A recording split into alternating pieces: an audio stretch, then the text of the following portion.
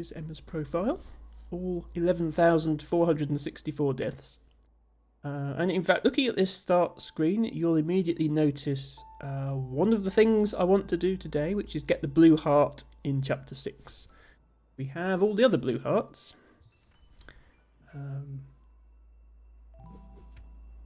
And I did see where to get this one, but then I didn't, and then there was a puzzle, and I have now figured out the solution to the puzzle. Hello to Brian Plays Games Bad, which I am certain is not the case, by the way. Brian, I hope you're well. Sorry, let me... Gaming whilst holding a shark is harder than it looks.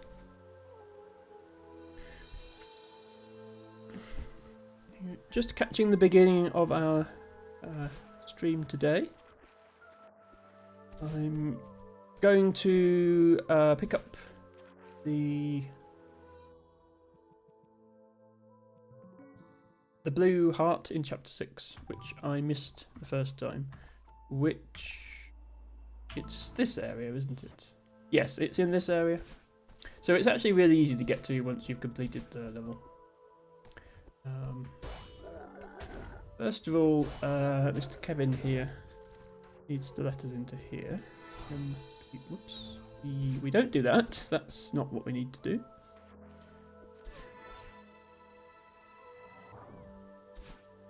So this is where you would normally go to continue the level. But you may notice something glowing beneath my feet here. There is in fact a hidden feather.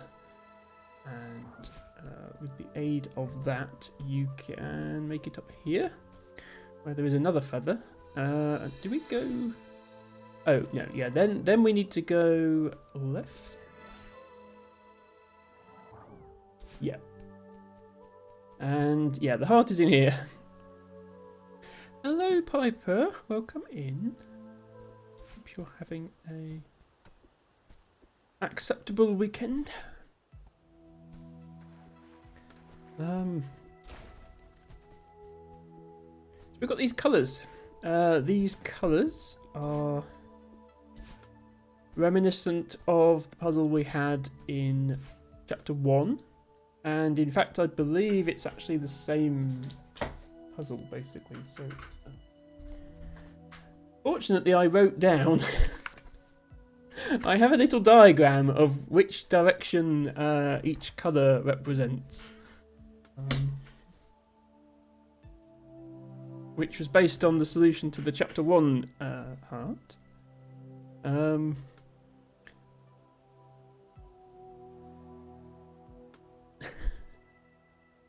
Okay, not quite sure what's happening between Tibago and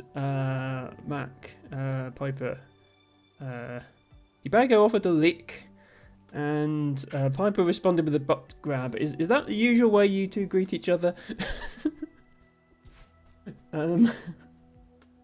So yeah, white is dash up, yellow is dash up left, purple is left, blue is down right, and red is up right.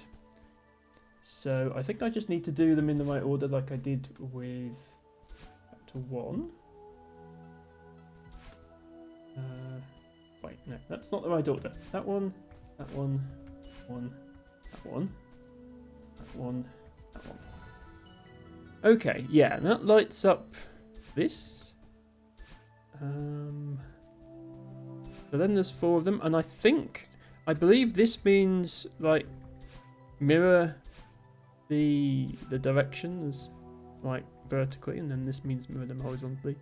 Not sure about this one because it seems to have fallen off. Just bros being bros, says Tibago. Fair enough. So I'm going to try mirroring this. I suppose the clue's in the level name, actually. Oh, it doesn't show you. The level is called Reflection. So that's kind of a hint for this puzzle as well.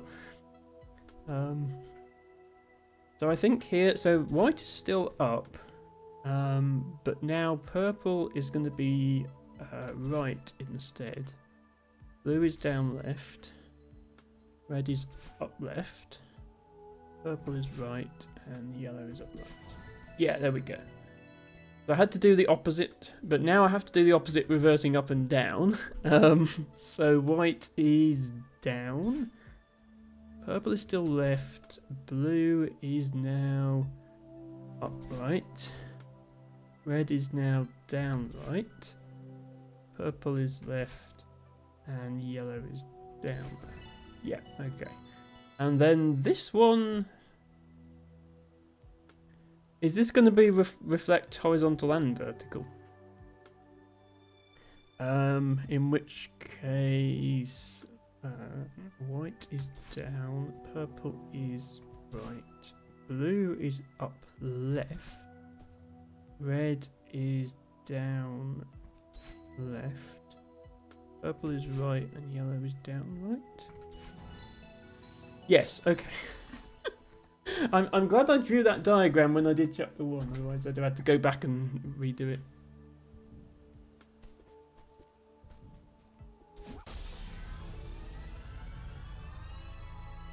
Heavy and frail. Well, that's no way to talk about me. I realise I'm not getting any younger.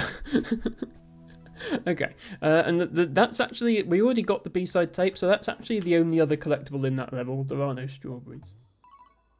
Now we have all the hearts.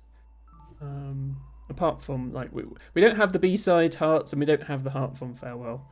But we have all the blue hearts. Does... that change? Okay, no. You'll notice the save file icon gets a little B-side tape and a little flag when you beat chapter 7 as well. It doesn't seem to get anything from all the blue hearts, but that's okay. The next thing I wanted to show you was in chapter 8, which we managed to beat last stream. We did collect the tape in this one, so we have unlocked the B-side. I don't plan to do it because I think it's going to be too hard. But I did want to show you... What are you calling about? In order to do this level, there's actually a gate. Which requires you to collect all the previous hearts. So you have to get all 7 hearts from... all 8 blue hearts. And then all 7 of the B-side red hearts from the first 7. So you've got to get 15 in total. And we have 13 at the moment. There's another heart hiding under my face cam. So if we wanted to even look at this level... we would have to complete 6 and 7 B-side first. So that gives you an idea of how hard that level is. They won't even let you look at it until you've beaten everything else. Brian says, if you've made it this far, you can totally do those B-sides. So what I've accomplished in this game is everything up to core A-side and the first 5 B-sides. You'll see that I have attempted Reflection B-side. You can see that I've got 269 deaths on it. I think it's definitely going to be too hard to complete on stream. Unless, I mean, some people would be happy watching me fail for 4 hours, but I'd rather not. I did get all the B-side tapes. I've got almost all the strawberries. There's only 9 I haven't got of the normal strawberries.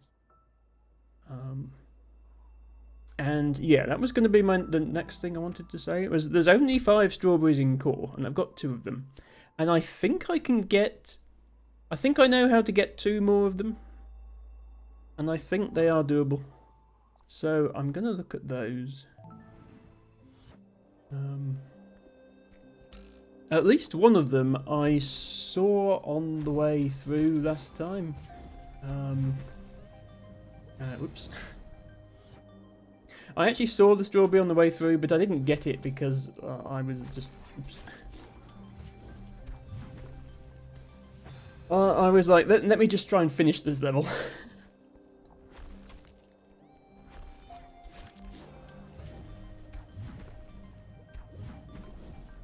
There we go. So yeah, up above me here, there is some lava, and if I was to go up there now, I would just die in the lava. However, I think if I turn it to the blue mode, then I'll be able to go up there. So there must be a strawberry up there, because where else would it be there? And on the right of the screen here, there is a switch that flips it to blue. So I think all I have to do is get to that switch, then come back here, and then go up there. That's what I think I need to do. LT Baker says, don't say we do that every stream. Well, this is the thing, we don't do that every stream. I always try and make some progress in the stream, and if I fail to make any progress in the stream, then I don't play that game any further. That's the thing. Obviously, you watch me fail in this game because this game is 99% failing. But at the point at which it becomes 100% failing, I won't play it anymore. So I'm not trying to get through this level, I'm just aiming for this and then try and get back. But that diamond isn't going to respawn fast enough. So...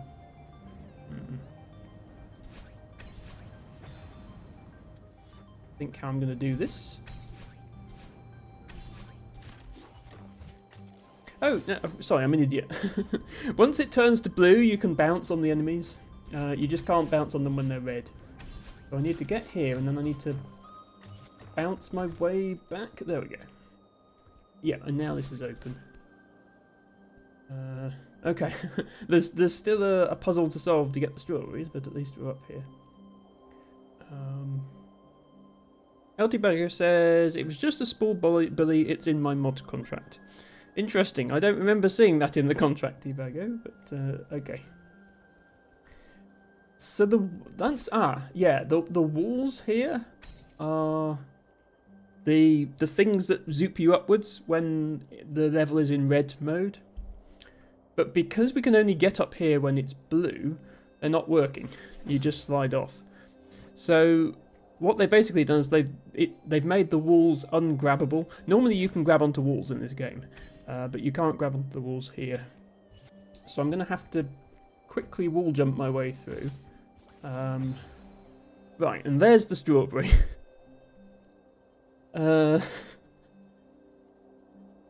We have our friends, the pinball bumpers, which, as far as I'm concerned, might as well be a random like RNG in terms of where it's actually going to send me. And all we've got to do is bounce on these bumpers over to the strawberry, collect it, and then bounce back, which sounds easy. The problem is it's really hard to line yourself up accurately on these bumpers, and if you line yourself up inaccurately, you're just going to get shot over the other side of the screen. So let's...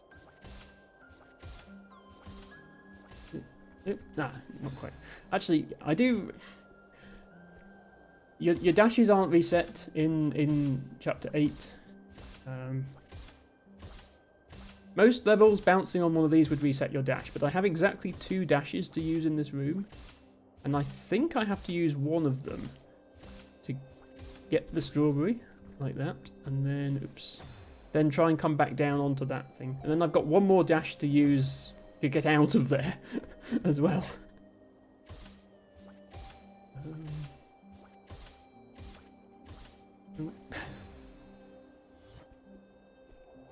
Could be here a while.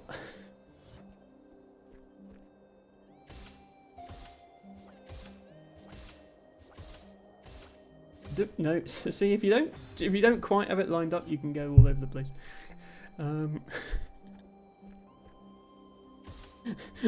Is Harry reading the mod contract?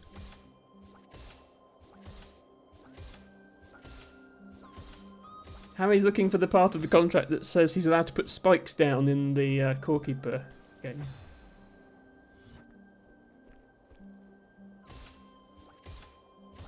Ugh. Okay, I can definitely get there because I got the strawberry once already. I just need to get back with it. The strawberry won't actually collect until I make it to solid ground. Back at the start of the level here.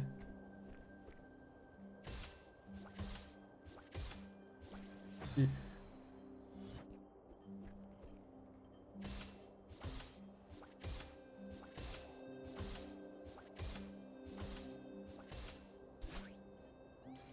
I can wall jump there to get the strawberries. So. And yeah, when people are saying, "Oh, why don't you do Chapter 6 B-side?" I reckon you can do it. Chapter 6 B-side is full of these buggers. That's why I don't want to do it.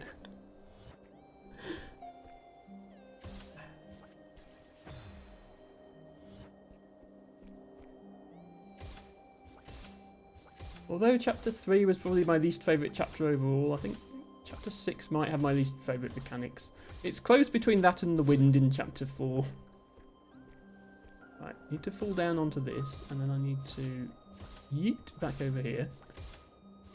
And then, to try and get back to the previous one.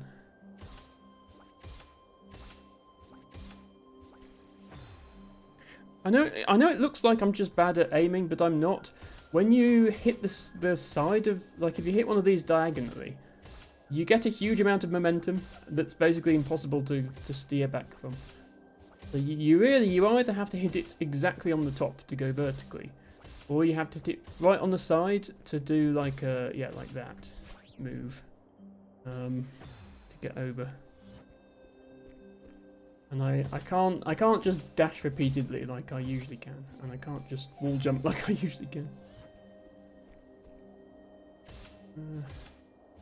This is worrying because I know the other two strawberries are in this level are even harder in this chapter.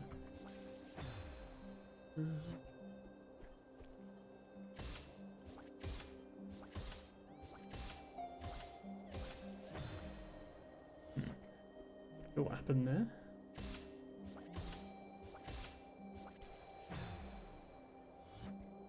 If you look closely as well, you'll notice that the bumpers actually move slightly left to right. See, if I stay still, see how they're moving slightly? So you can't just stay in exactly the same place, because that will actually change where you go. So pay attention to them moving. Oops, and not do that.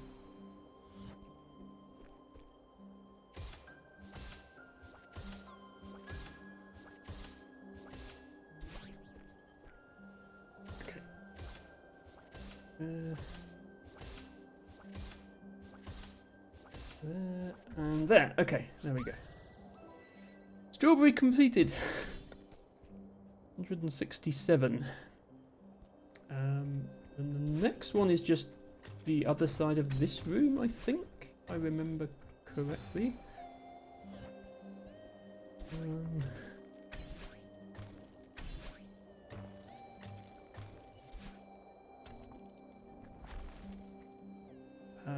Oh, no, not quite. There is one in this. The one in this room is the one that I already got. I just need to pass this room, I think. If I can remember how. Apparently can't. Oh yeah, that's how I was doing it.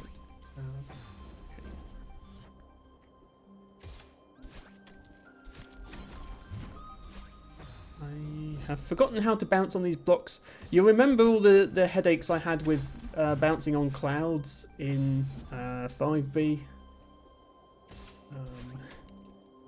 No, 4B, sorry. Yeah, these kind of work like the clouds in terms of the timing to get the optimum bounce off of them. I just never quite get it for some reason.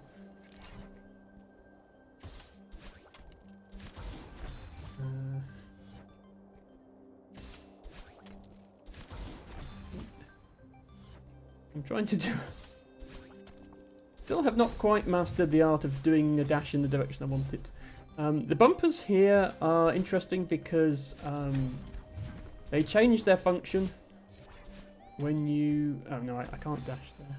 The bumpers change their function when you switch them from blue to red. But both functions will kill me. It'll either yeet me into the abyss or just directly kill me. But there's no situation in which I come out of that alive.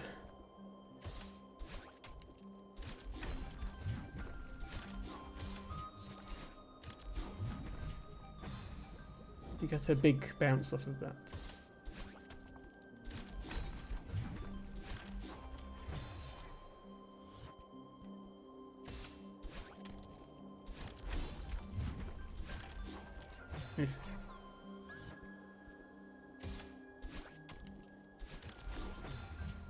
Why am I sometimes making it over there and sometimes not?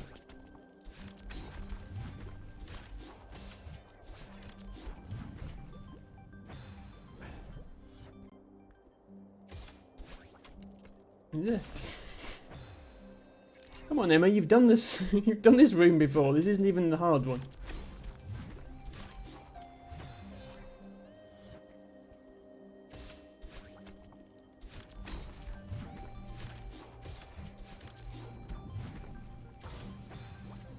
Get to that diamond.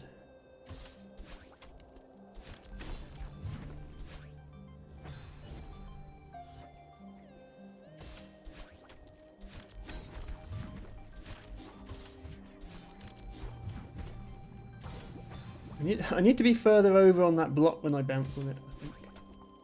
I'm doing wrong here. Yeah, like there, but actually time the bounce correctly.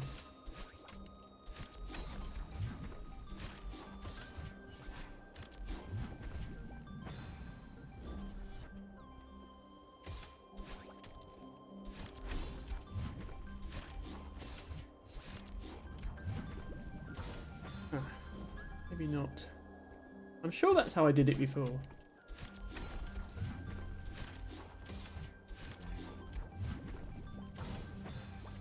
Oh wait, hang on. Did I...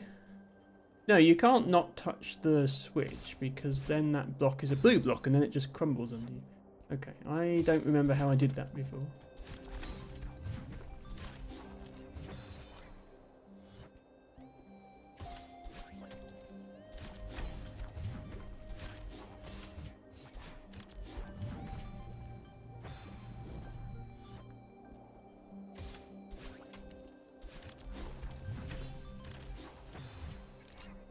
Maybe can I get over there without a dash? Is that what I did? I think maybe I can get over there without a dash.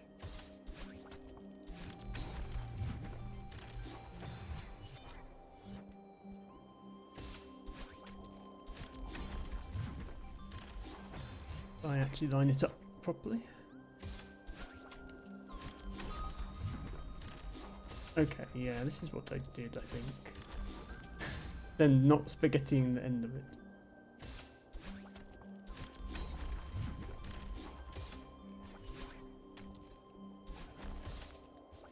Yeah, it was like that. And then there's a strawberry up there. You can't really tell because it's blue, but the whole background is blue.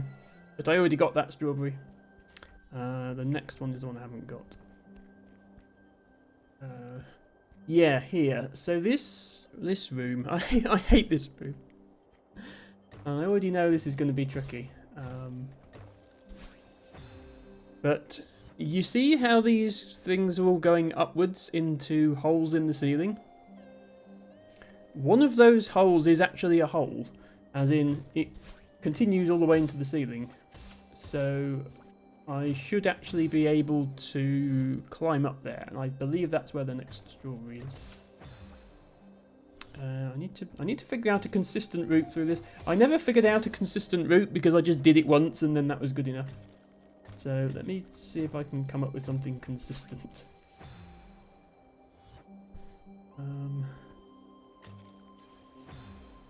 Means yeah, I need to go immediately.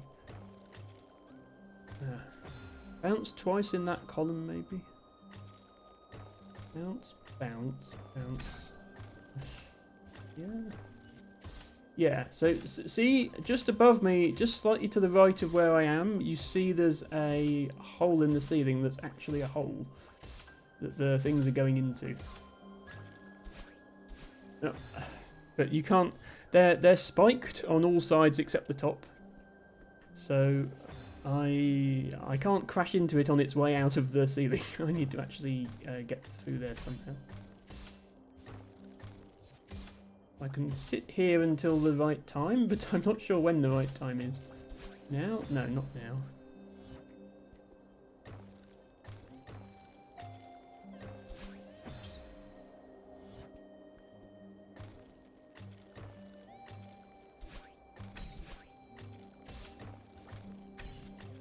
Okay, I think I can semi-consistently get here.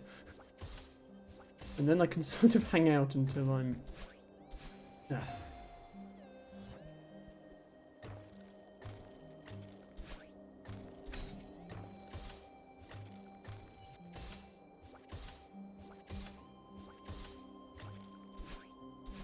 Ah, there we go, okay. Oh.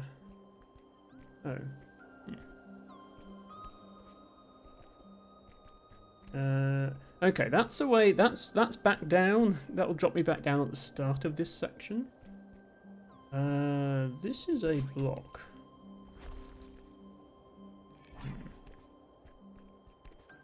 Oh, I bet the strawberry's in here. I bet the strawberry's in here. So I need to come up here with it set to red, not blue. Surely there's no way through that section with it set to red, because...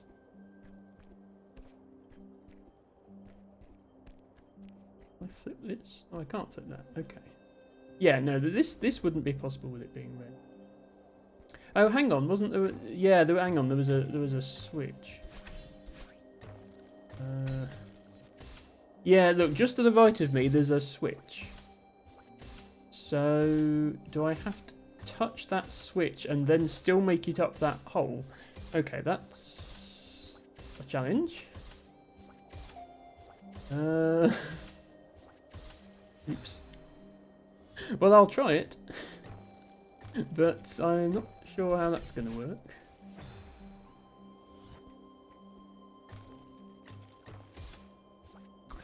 Keep hitting that bumper by mistake. Not go where I want it to go.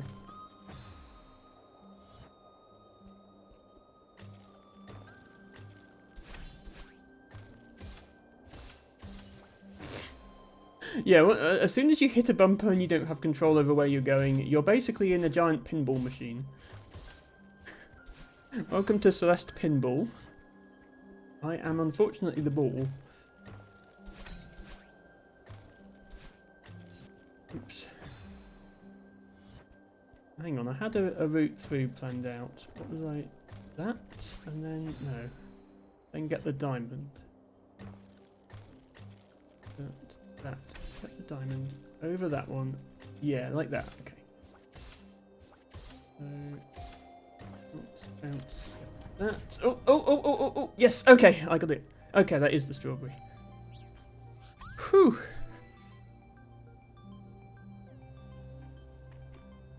I could have been stuck there a while, I feel like. So, is that... Yeah, that's the last one in that section. So I'm going to return. And then I know exactly where the last one is, because it's out in the open. But it's in the bit where the lava's rising really fast. And I didn't really have time to figure out how I was going to get the strawberry. I was worrying about the lava. So I think we just need to go through this section until we find the screen that has the strawberry on it, and then go from there. This was a very panic-inducing section.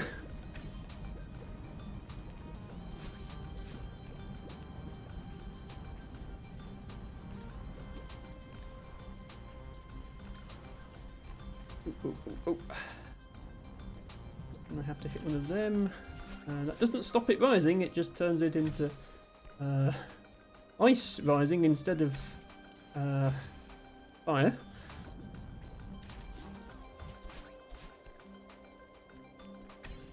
Oops. So I have done all this before, but yeah, I did not get the strawberry when I did. Oops. I was sort of hoping I wouldn't have to go back to it, but get the straws, I guess.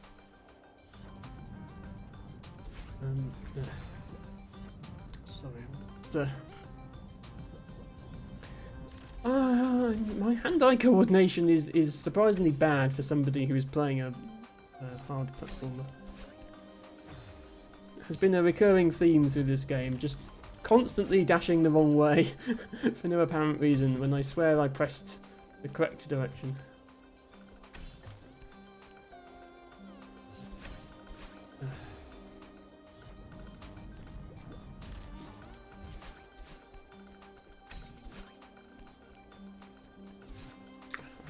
Supposed to be a jump, not a dash. Also, mixing up the jump and dash keys happens surprisingly often.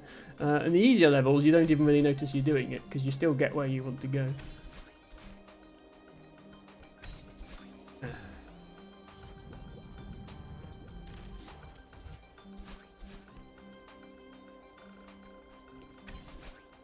Right? Yeah. I feel like with perfect timing, you could probably just dash straight up the middle and keep collecting the diamonds. I don't have perfect timing. It was supposed to be a left dash. I swear I was holding left, and I went right. It's because there's like a buffer. Like the direction you dash is not actually the direction you're holding at the time you press dash. There's like a window of a couple of frames, so you have to be careful when you're switching directions. And if you're spaghettiing your inputs like I do, you don't always go where you wanted to go. If you had no clue where you were trying to go, as I often do, then you definitely didn't go where you wanted to go because you didn't even know where that was.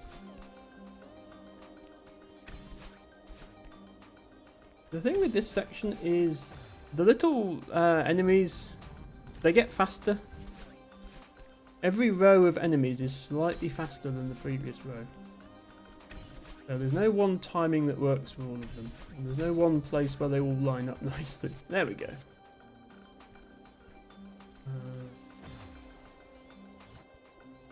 Oh, I need to just dash. Oops. How does this work? I definitely dashed there. Oh, I have to wall jump there.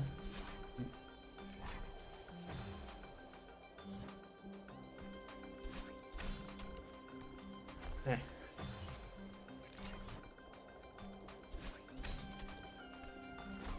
No, I think I need to use a dash. He missed my dash. Help! I don't have any dashes. Okay. Oh. Thought I had to press that. I don't have to press that.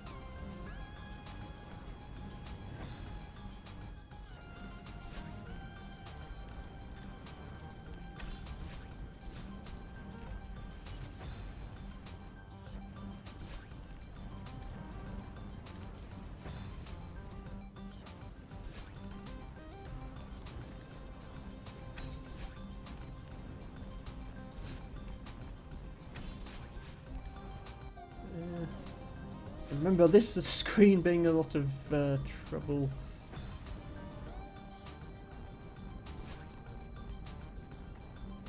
The strawberry is on one of the last screens, right near the end.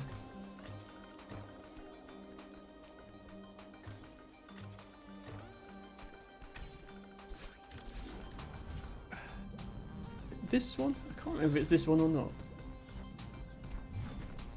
Oh no, this is the... Can you time yourself flinging off these blocks level?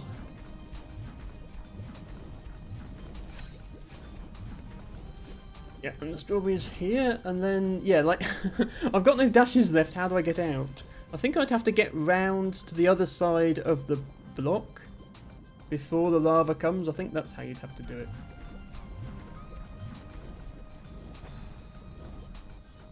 But yeah, then that will be the final strawberry in chapter 8 if I'm able to get it.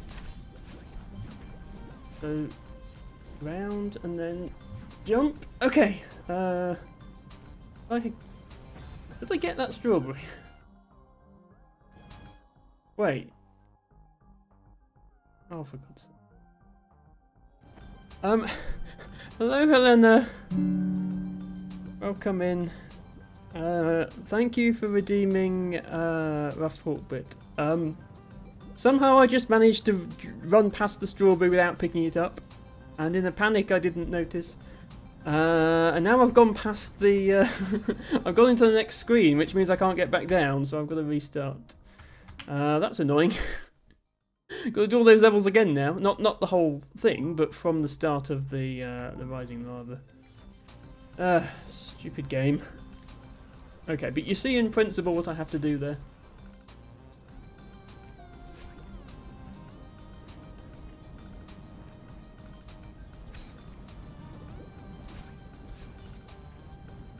Wait.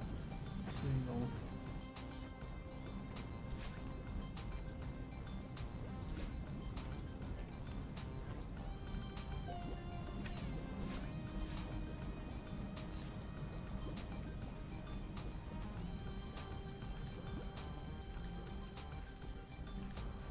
Okay, there we go. Let's try it again, only this time without the fail.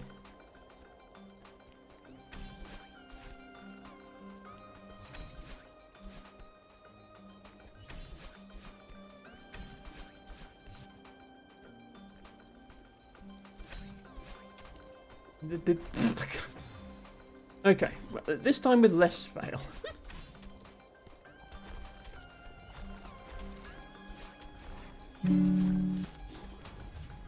Thank you, Helena, so much, by the way, for redeeming your flower. I hope you are well. Let me give a quick shout out to Helena's World. Helena, I love hanging out in her streams when she's on in the mornings and I'm at work.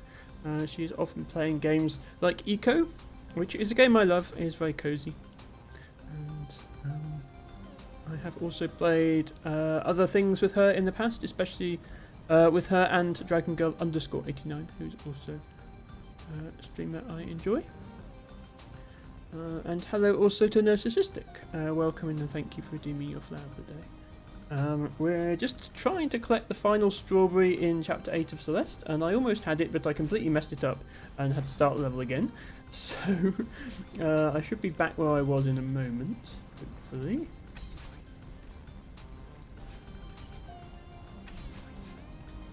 Go. This stupid room.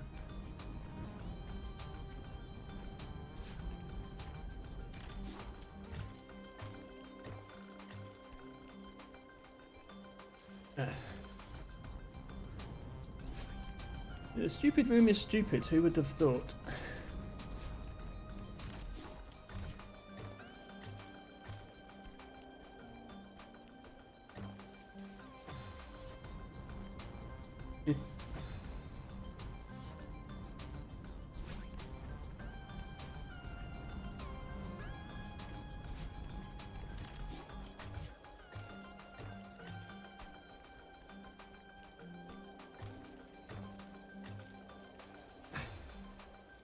Okay, I managed this reasonably well the first time, and now I can't remember what I did.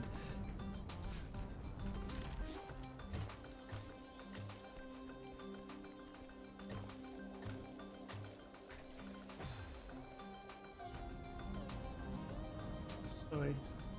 My neck's be grief today.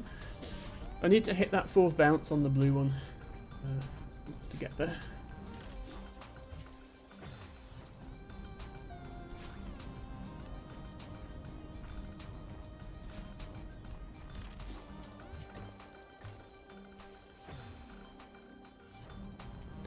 Says thank you for the shout out. No problem, always happy to shout out my friends. Narcissistic is also a great streamer, by the way. Many of my viewers are great streamers.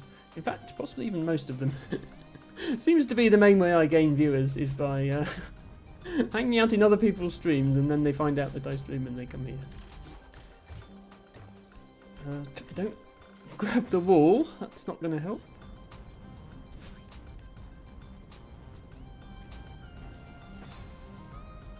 Helena says, going to bed, but happy I had time to stop by and enjoy your evening. No problem, Helena. I appreciate you coming here, even if you have to go to bed, that's fine. Hope you sleep well. Narcissistic claims to be a terrible streamer. I don't believe her, but you know, viewers should view and judge for themselves if they like the content. Not for me to decide. I think she's a good streamer.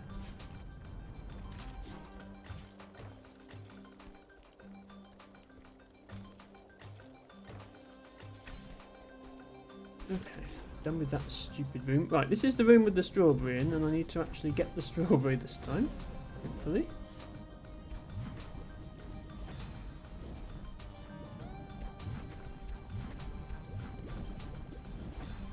You have to time each of these jumps correctly, which I did before, and now I can't seem to do.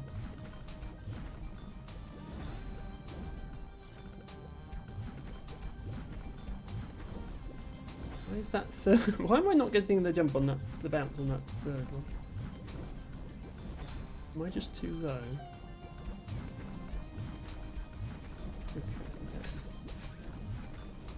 Okay. Okay, that time I was too high. I need to not hit it until I've got the strawberry because it won't respawn in time. If I had the leisure of hanging out, waiting for the block to respawn, it would be alright, but the lava is coming, so that's not going to work. There, and then actually get the strawberry, and then... okay. Yeah. I see the problem. If you just crawl up the wall, you don't actually get the strawberry. The issue here. I have to like that, and then that. Yeah. Like that, but actually get the jump. Is what I need to do.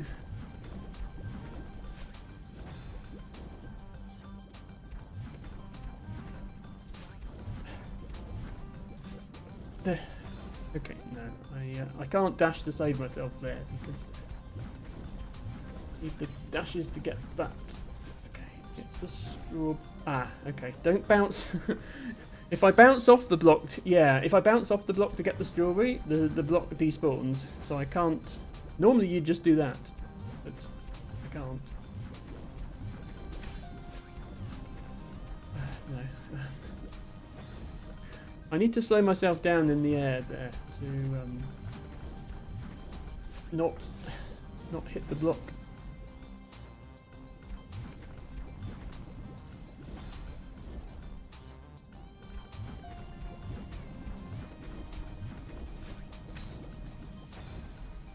For some reason I can't now can't seem to input a vertical dash. That's what I'm trying to input.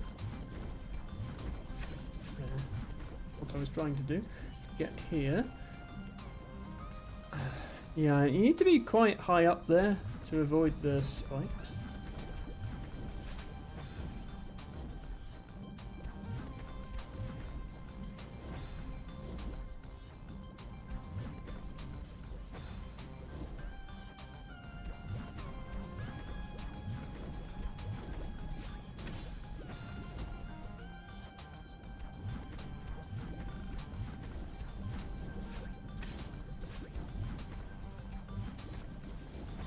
Don't want to do that.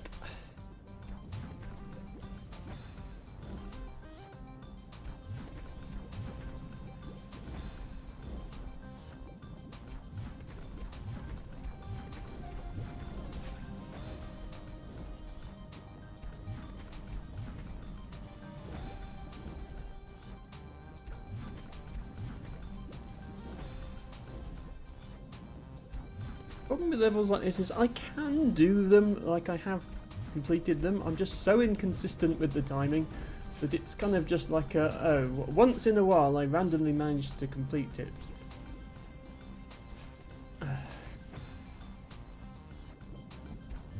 And then I spend so much time trying to randomly get the timing. Because you have to hit the timing multiple times in a row. So it's just not that fun for me when I'm this inconsistent.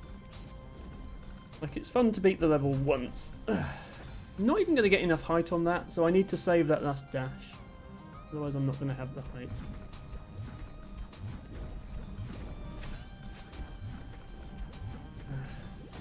Can I even get there without that dash? Yeah, I thought I knew how to do this, but I guess I don't.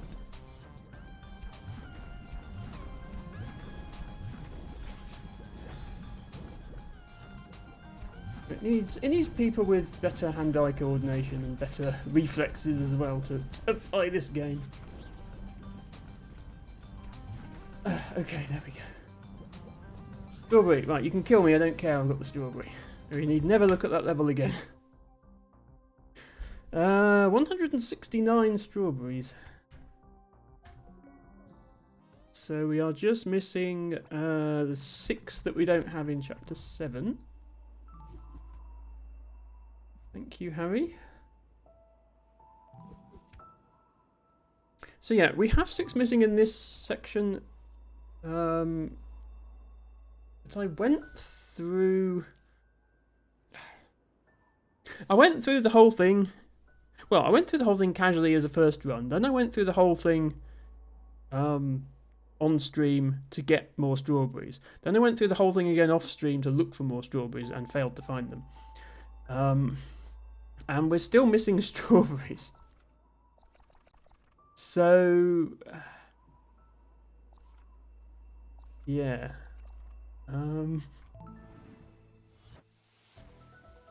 I might have to resort to looking up guides for the last couple of strawberries because I do want to get them all. And you know, just because I've looked up how to get them, you still have to do the actual getting of them. You know, that's usually the hard part.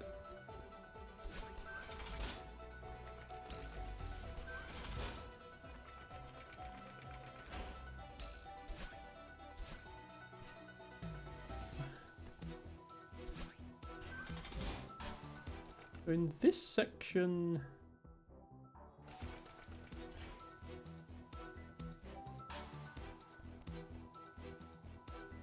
where did we not go yet? We went through this thing, didn't we? I remember getting stuck on there last time we came through here, and I think the strawberry wasn't even there. That was how you got the last gem. Because the blue heart for chapter 7 requires you to collect 6 gems. Each section, as denoted by the vertical bars at the bottom, has 1 gem in it, and you have to collect all of them. But where was the strawberry I didn't have? Because there's this one. You can't dash. Get. Wait, what? Oh, what did I do? I have got this one, and it's the one where you can't dash. I can't remember what I did. Unless it's just... No, it's not just that you dash really quick.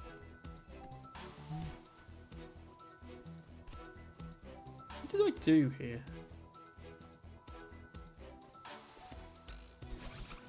Oh, yeah, you do just dash really quickly, but you have to be good at it. I just want to collect this one to see which number it is.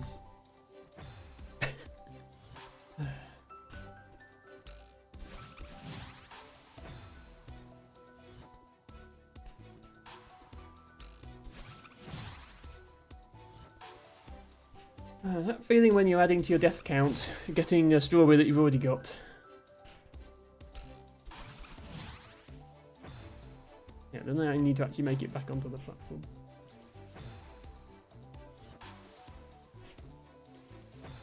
Please don't die on the spike. There. Yeah, so this is after the one I haven't got. Where was it then?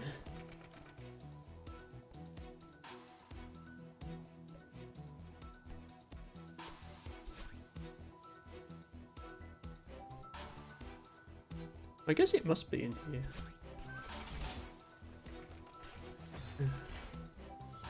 It's going to respawn me up here now as well. This is not the right place to respawn for this.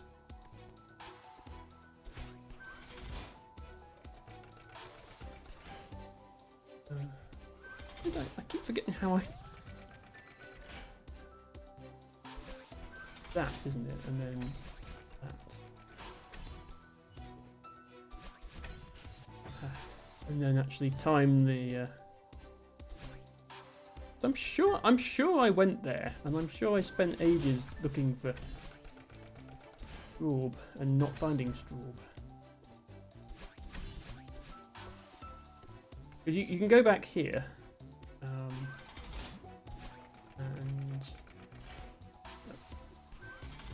actually.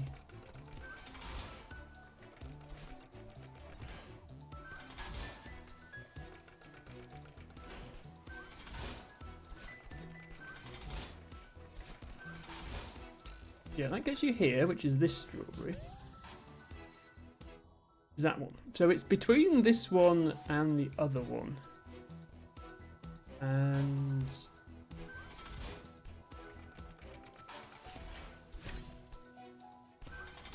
there's obviously this, and then there's a little hole in the bottom of the floor there, and if you go down that hole, you don't get any strawberries, but you do get a gem. So it must be this way.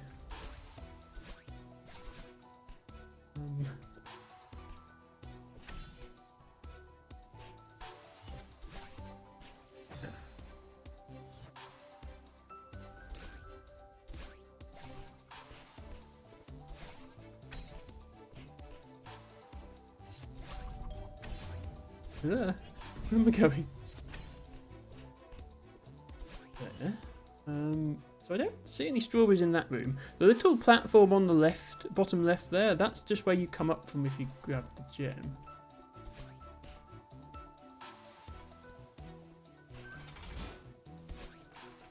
Then there's this room. Oops.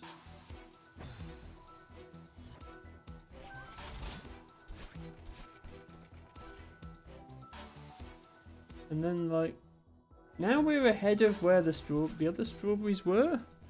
So, I don't get what I've missed.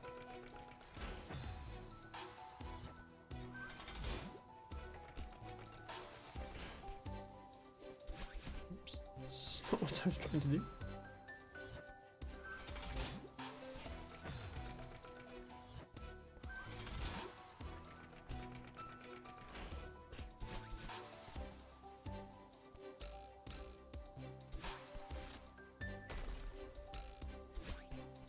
Yeah, see now we're at this strawberry.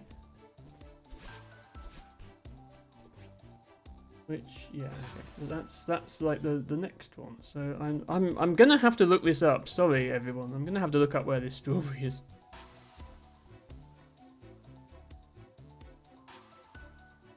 Because I want to get them all, and I can't find it.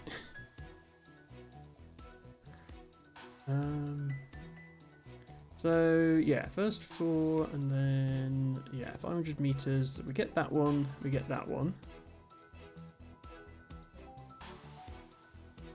Okay, so it is. It's obviously we're past it now, as I thought.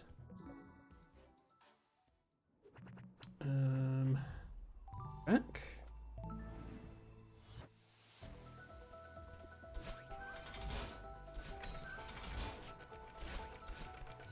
So apparently it's next to the third one.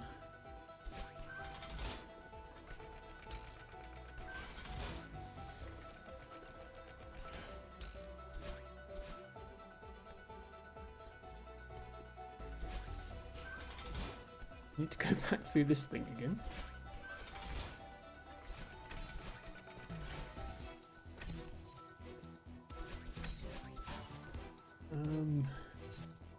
Yeah, apparently it's in here.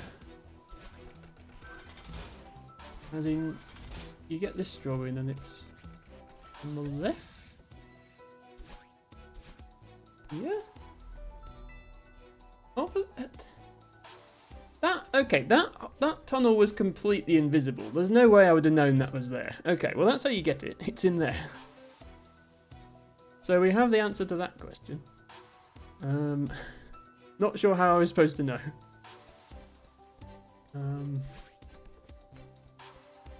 So here is straw. We need to go down here. Then what?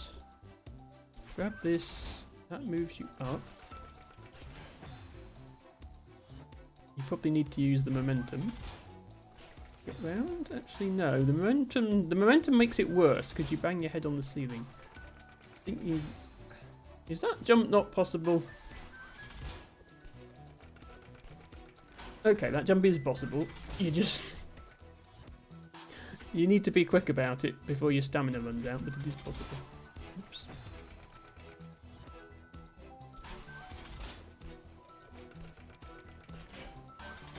Okay. I'm not being quick about it before my stamina runs out, unfortunately. Oops.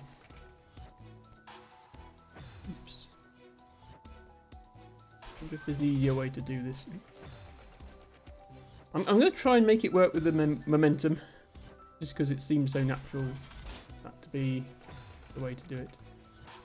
Unless you're supposed to do another... Unless you're supposed to... Yeah, can you... Ah, okay. Yeah, you can avoid using a dash here if you come from here, I think. Then I can dash there.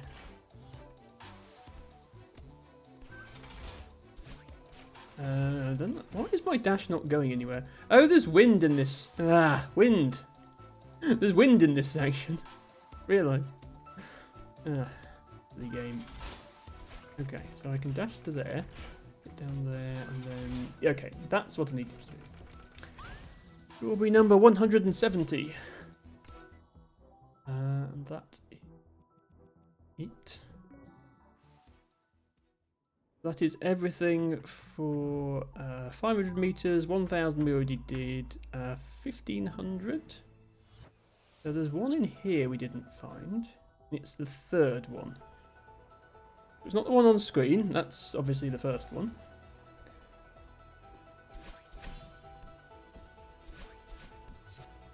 And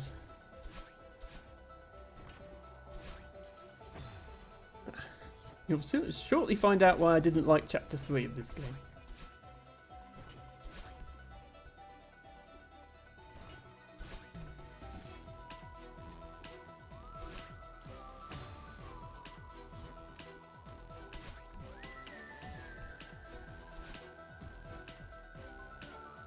Okay. This level seems a bit like... The fact that this bit's here that kills you, like, why would it be there? Because why would you ever go back unless, like, you had to go and get a strawberry or something? I can't see any evidence for a strawberry in that room.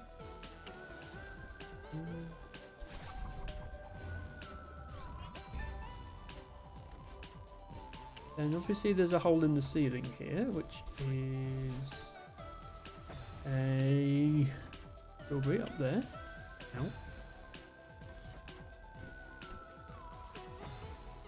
Ow. Come on, Emma, please don't die to the obvious things.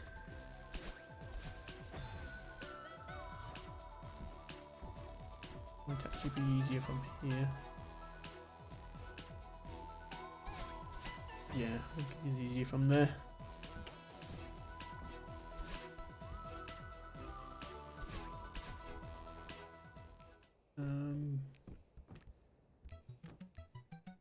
Yeah, no, this is the B-side. No, not the B-side tape. The gem. We've been there. And then that's strawberry number 2 down there. So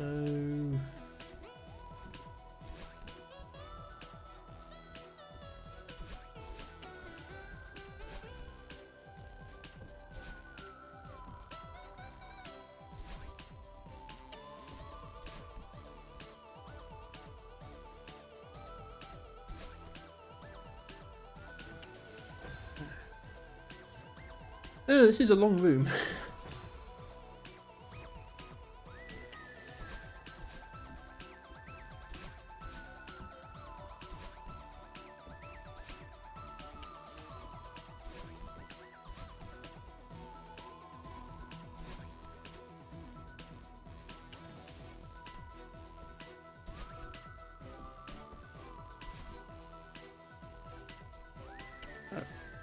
I thought there was something down here, but apparently not. Okay, but then there's that strawberry. So hang on, we have gone past it. Okay, I'm going to have to look this one up as well. Because I can't see where it is. We already had to look up one in chapter 2 as well on the last stream.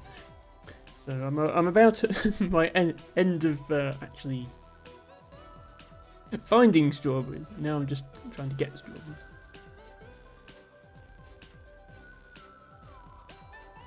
Okay, so strawberry 1 we got. Strawberry 2 we got. Strawberry number 3. Oh, hang on, okay.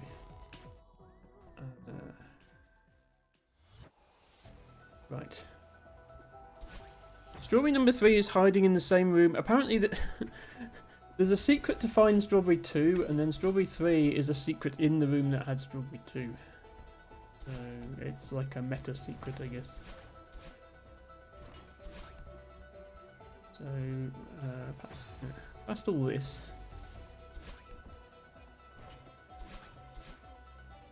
And it's one of these.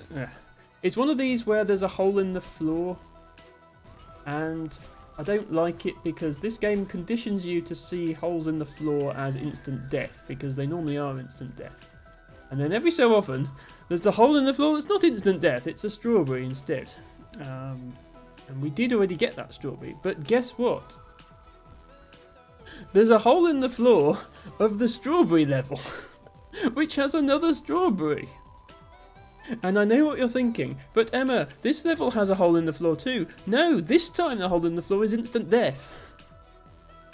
So the only way to distinguish instant death from secret is to fall off the bottom of every level until you find the one that doesn't kill you. And I just don't think that's a particularly, like, it's fine, but it's just not a particularly enjoyable way to play the game, I think. Also, what sort of route do I want to take to get these tokens? I'm wondering about just falling down here to get this first one, and then dashing to get the next one. I think I can wall jump my way back up to the diamond to get my dash back, but maybe I can't.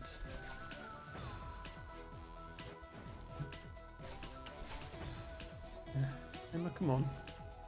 Spaghetti in this. Ah, that didn't. Would have assumed that might grab the thing, but it didn't.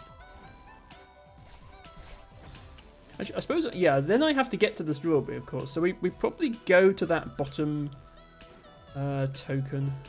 We probably grab that bottom token on our way to the strawberry anyway. So what if we do that, then grab that. Oh, I don't need a second dash there. Emma, come on. So that. The middle one is going to be the hardest, I think.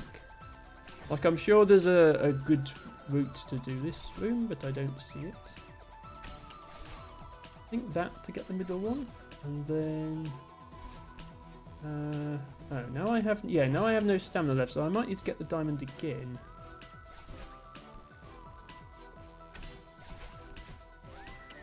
In which case, you might as well come over the top here to get it. Yeah, so that, except have a dash left at the end to actually get the strawberry.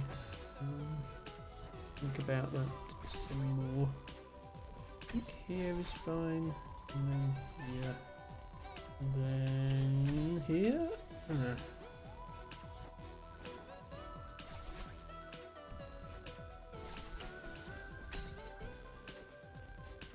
There. And I have 2 dashes.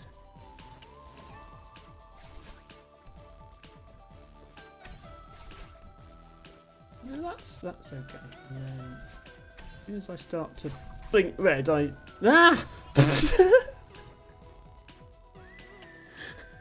Okay, you didn't see that because my face cam was in the way, but what happened was I made it to this wall, I was on the wall on the right hand side here, and then the block slid down and just scraped me off the screen.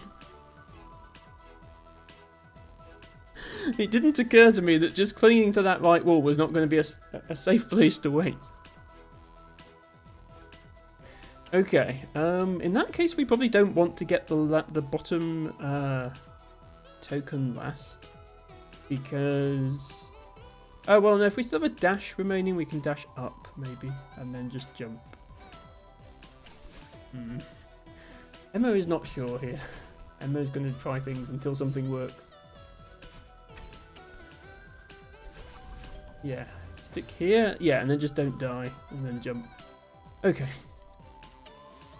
Sorry to have deprived you all of the footage of me getting scraped off the screen by the block, but I'm not going to try that again.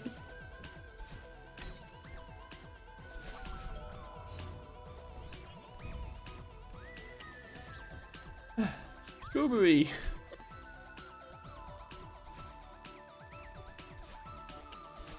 Okay, maybe we will try it again.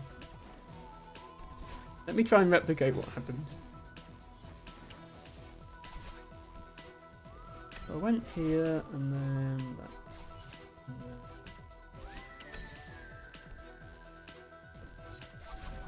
Oh. Not like that.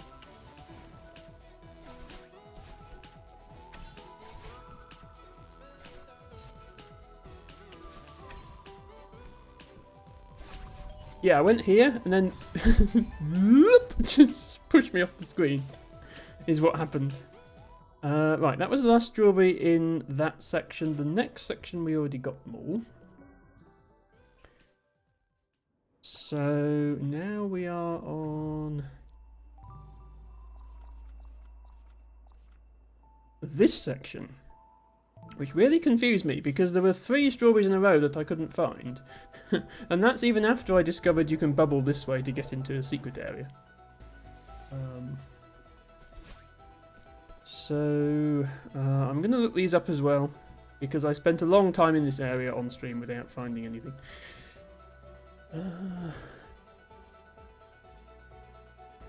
Okay, so that section we got everything. That one we got everything. Okay, yeah, so the first 3 we've got. So we did that, we did that, we did the jewel as well.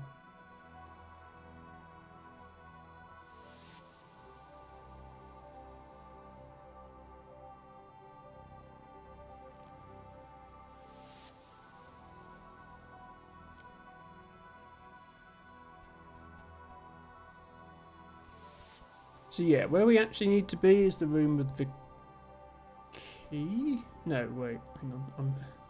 I'm trying to count my strawberries. No, the one in the key room we got.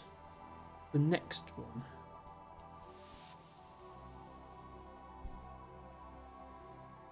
We haven't got.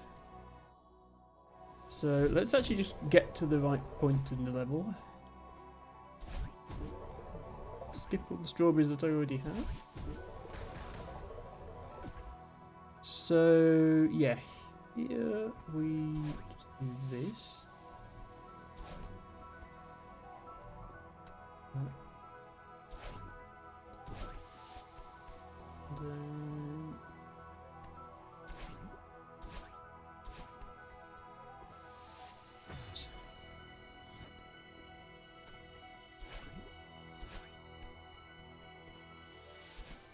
Then something down here.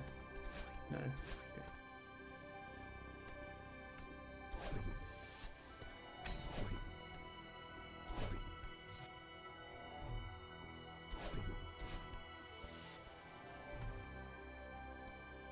Right, yeah, this is the room with the key in it. So there's a strawberry one side and a key the other, and we already got the strawberry. So we just need to get the key.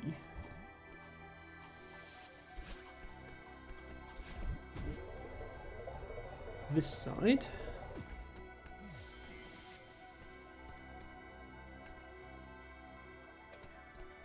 And apparently it's in the next room.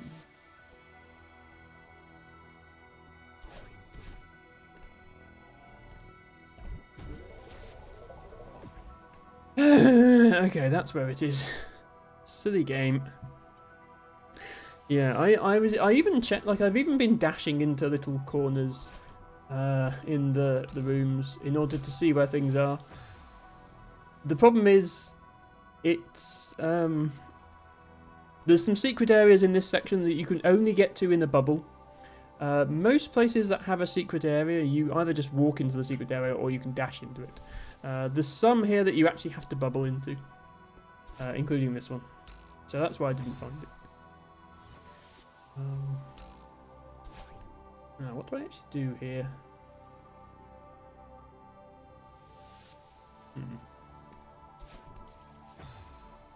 I'd like to dash there, but as soon as I dash there, the block moves.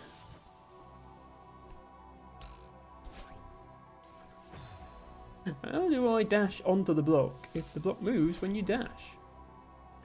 And I don't think I can... Oh, I can... Ah, okay. I can just barely make that jump. That's how you get it. Robbery! Right, and then there's two more I don't have either. They're probably... This whole section, then, I didn't get to before because it's a secret. So there's probably more strawberries in it. Oops.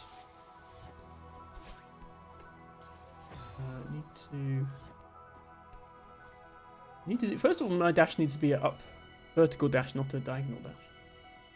And then I need to time it correctly. Stop doing a diagonal dash. I'm pressing up, I promise. There we go. And then I just need to dash. I think I need to dash out as well. I can't fall without hitting the spikes.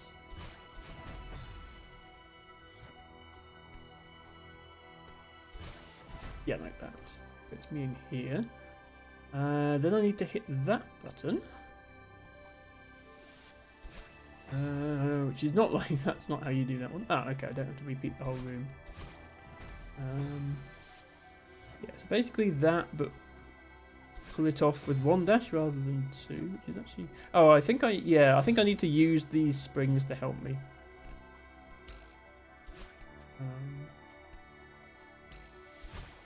Yeah. Yeah, I have to use the springs to help me. So just, yeah, springs, but also timing to not hit the spiky ball thing. Like that.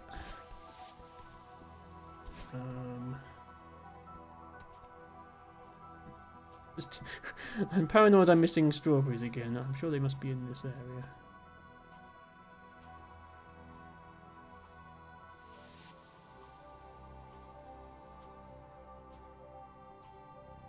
Okay, the next strawberry is just at the end of this section. So this whole section I haven't done before. It's like an alternate path you spotted there. You could just bubble into the wall and the wall would move, which is a thing. There it is. And I died. Okay.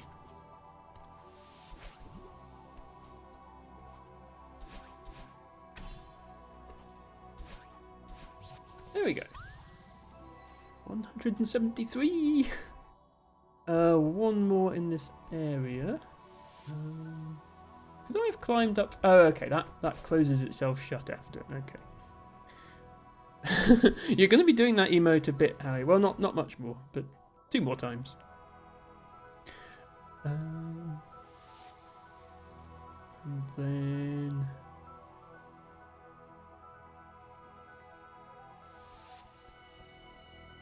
Okay, yeah, now we need to wait for the bit where Badeline is throwing us around, as she likes to do.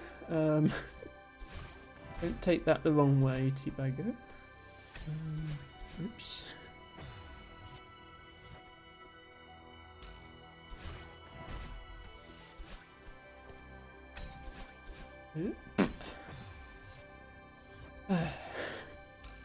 That feeling when you've played through a level at least 3 times and you know you can do the jumps, but just actually doing them, that's another matter. It's like, can't I just be content with saying yes? In principle, on paper, I can perform this jump. Now, just don't ask me to actually do it. Especially since the strawberry isn't in this section. I just need to get through this section. Ah.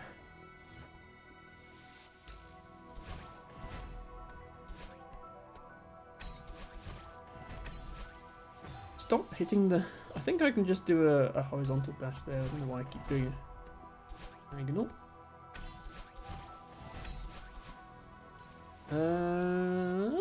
I can't do a horizontal dash there, I guess. What am I doing wrong? Yeah, it is 2 diagonal dashes, okay. Right, is this the Madeline hits you everywhere section, or are we not quite there yet? Yeah, this is the section. Okay, so somewhere in here there are strawberries. Make sure I don't miss them.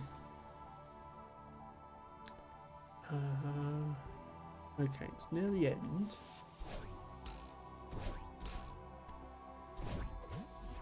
And we go through this. We were doing this. We did find a strawberry in this area the other day, but it was right at the end, like hidden in a block. Apparently, there's one here. Oh no, okay. I'm just blind. I do see it. Look, there's a little crack there. Okay, that was an easy one. I should have spotted that myself. I came past this last stream and didn't see it. So then there's just one more.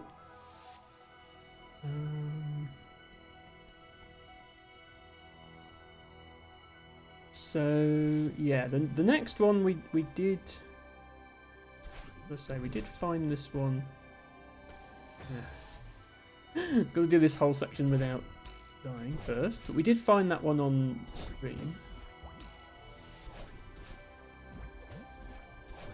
There's a little puzzle you have to solve, where you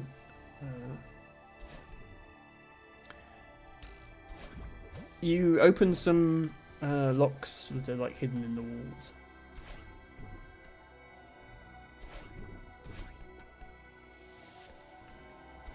Yeah. Why am I so bad at this? I think I was bad at that bit last time as well.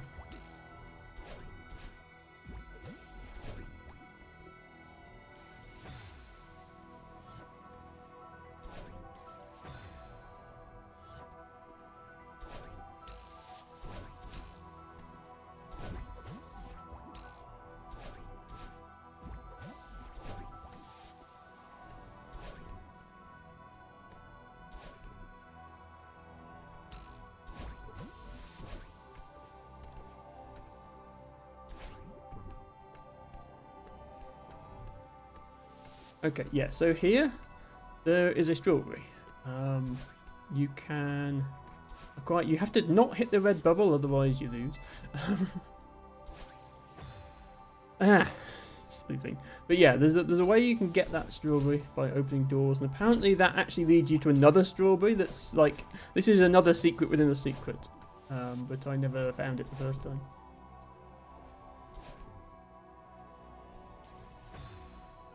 Whoops. Come on, Emma, stop being bad. Healthy Bagger has no idea what I'm talking about. That's fine then. As long as you don't, then nothing to worry.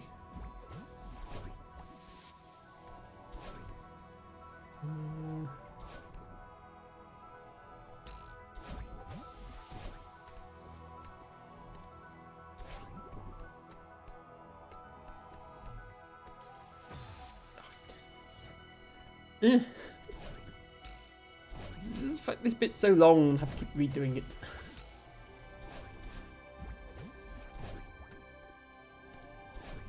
Just because I stubbed my key toe on one small spike. Or possibly just got crushed to death. That's also an option. It is also a thing which is an option.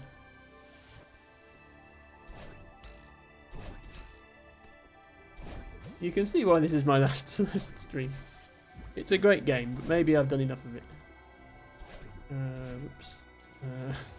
Yeah, I'm starting to lose the plot, I think.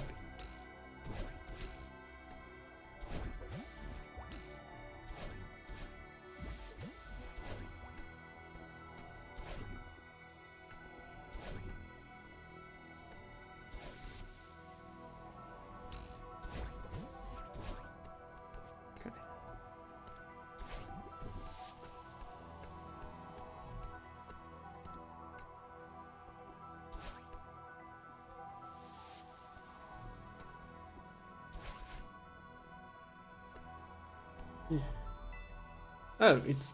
What? Oh, okay. I assumed you had to unlock the doors still to get it, but yeah, okay. That was it. So that's the last one. I just acquired an achievement called Impress Your Friends for collecting 175 strawberries, which is every strawberry in the main levels. It's not every strawberry in the game, because there are golden strawberries. In order to unlock the golden strawberries, you have to beat all the levels, including the B-sides and the C-sides. And then there's a golden strawberry for each level you complete without dying, with 0 deaths. Those are incredibly, incredibly hard, and not surprising I'm not going to be getting them. But that's every red strawberry, so not the gold ones, not the moonberry, which is another thing you can get. Which I didn't think I'd get. And that does give you a little sticker. See on my profile now. My ticket has a little strawberry stamp on it. And just to confirm, if I go in here... Reflection doesn't have strawberries, Farewell doesn't have strawberries. So that's all of them.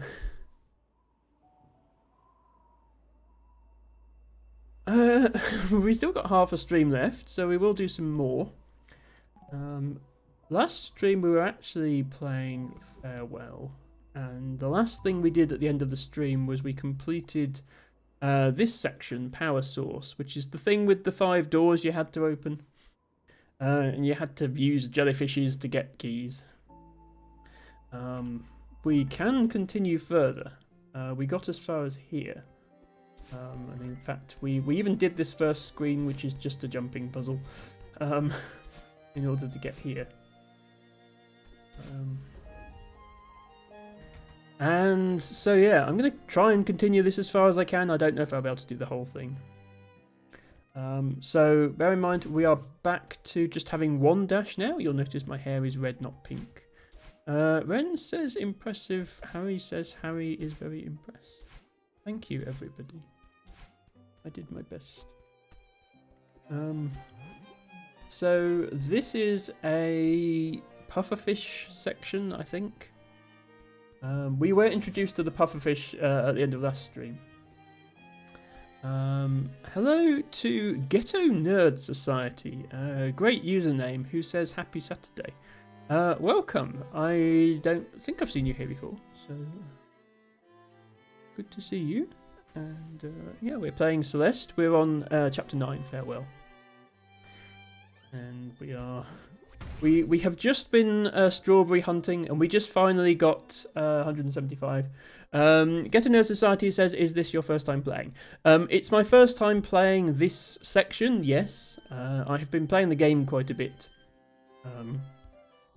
As I say, we just got 175 strawberries earlier in the stream. So that's all the normal ones. It's all the red ones, not the golden ones. So I've done chapters 1 to 8 and the first 5 B-sides. And I'm doing as much as I can of Farewell as well. Ghetto says, I met you in Nessie's channel. Yes, actually you did. I remember now. Good to see you here. Always nice to have new people. So this pufferfish, obviously if we hit it on that side, the pufferfish, if you get within the radius shown, they explode. So if we hit it on that side, we're just going to go, yeah, we need to go that way. And get hit over that side, and then somehow not hit the spikes. Then we've got, okay, 2 pufferfish and a crystal that's going to give us a double jump. And 2 tokens. I'm confused. Let's deal with the welcome distraction of a raid from Rivsy. Hello Rivsy, thank you so much for raiding with your party of 9 viewers. Welcome in. Do let us know what you were streaming and whether it was successful. Rivsy says, hi Emma and friends. Hi Rivsy and friends. Thank you so much for bringing your audience here. If anybody's watching me for the first time, hello, my name is Emma. I stream every Friday, Saturday and Sunday starting around 7 PM UK time. That's 2 PM Eastern for any North Americans in chat. And I mostly play puzzle games, but I do try different things from time to time, such as this, which is obviously a platformer. This is Celeste. One of my favourite games, I think, now, and generally considered one of the best platformers ever made. Rivsy said, I was playing Legend of Zelda Echoes of Wisdom. Since it's puzzly, I wanted to bring folks over here for a vibe match. I hope we have similar vibes, even though I'm not technically doing a puzzle game today. I hope we have similar vibes. Thank you so much. Thank you, mods, for doing a shout out to Rivsy. Please do hit that follow button if you like puzzle games, and just generally, people should do what I do, which is just hit follow buttons indiscriminately.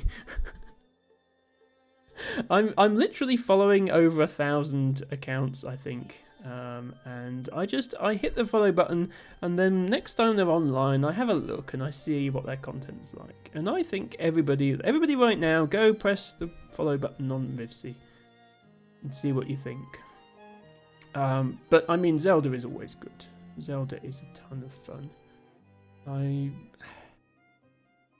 I don't really want to do console exclusives on my stream. Otherwise, I would maybe do a Zelda game myself. It's my sort of game, I think. The only console I have is an N64.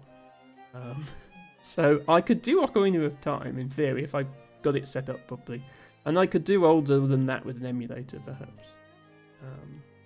But I don't have a modern console. Yes, everybody go follow Rivsy. Rivsy says, right, I have so many folks who I follow and no clue how to find them. I try to keep track of how I find people, but there's so many now that eventually I lose track, I think. Rivsy says, Celeste is a special game, I've never played it myself.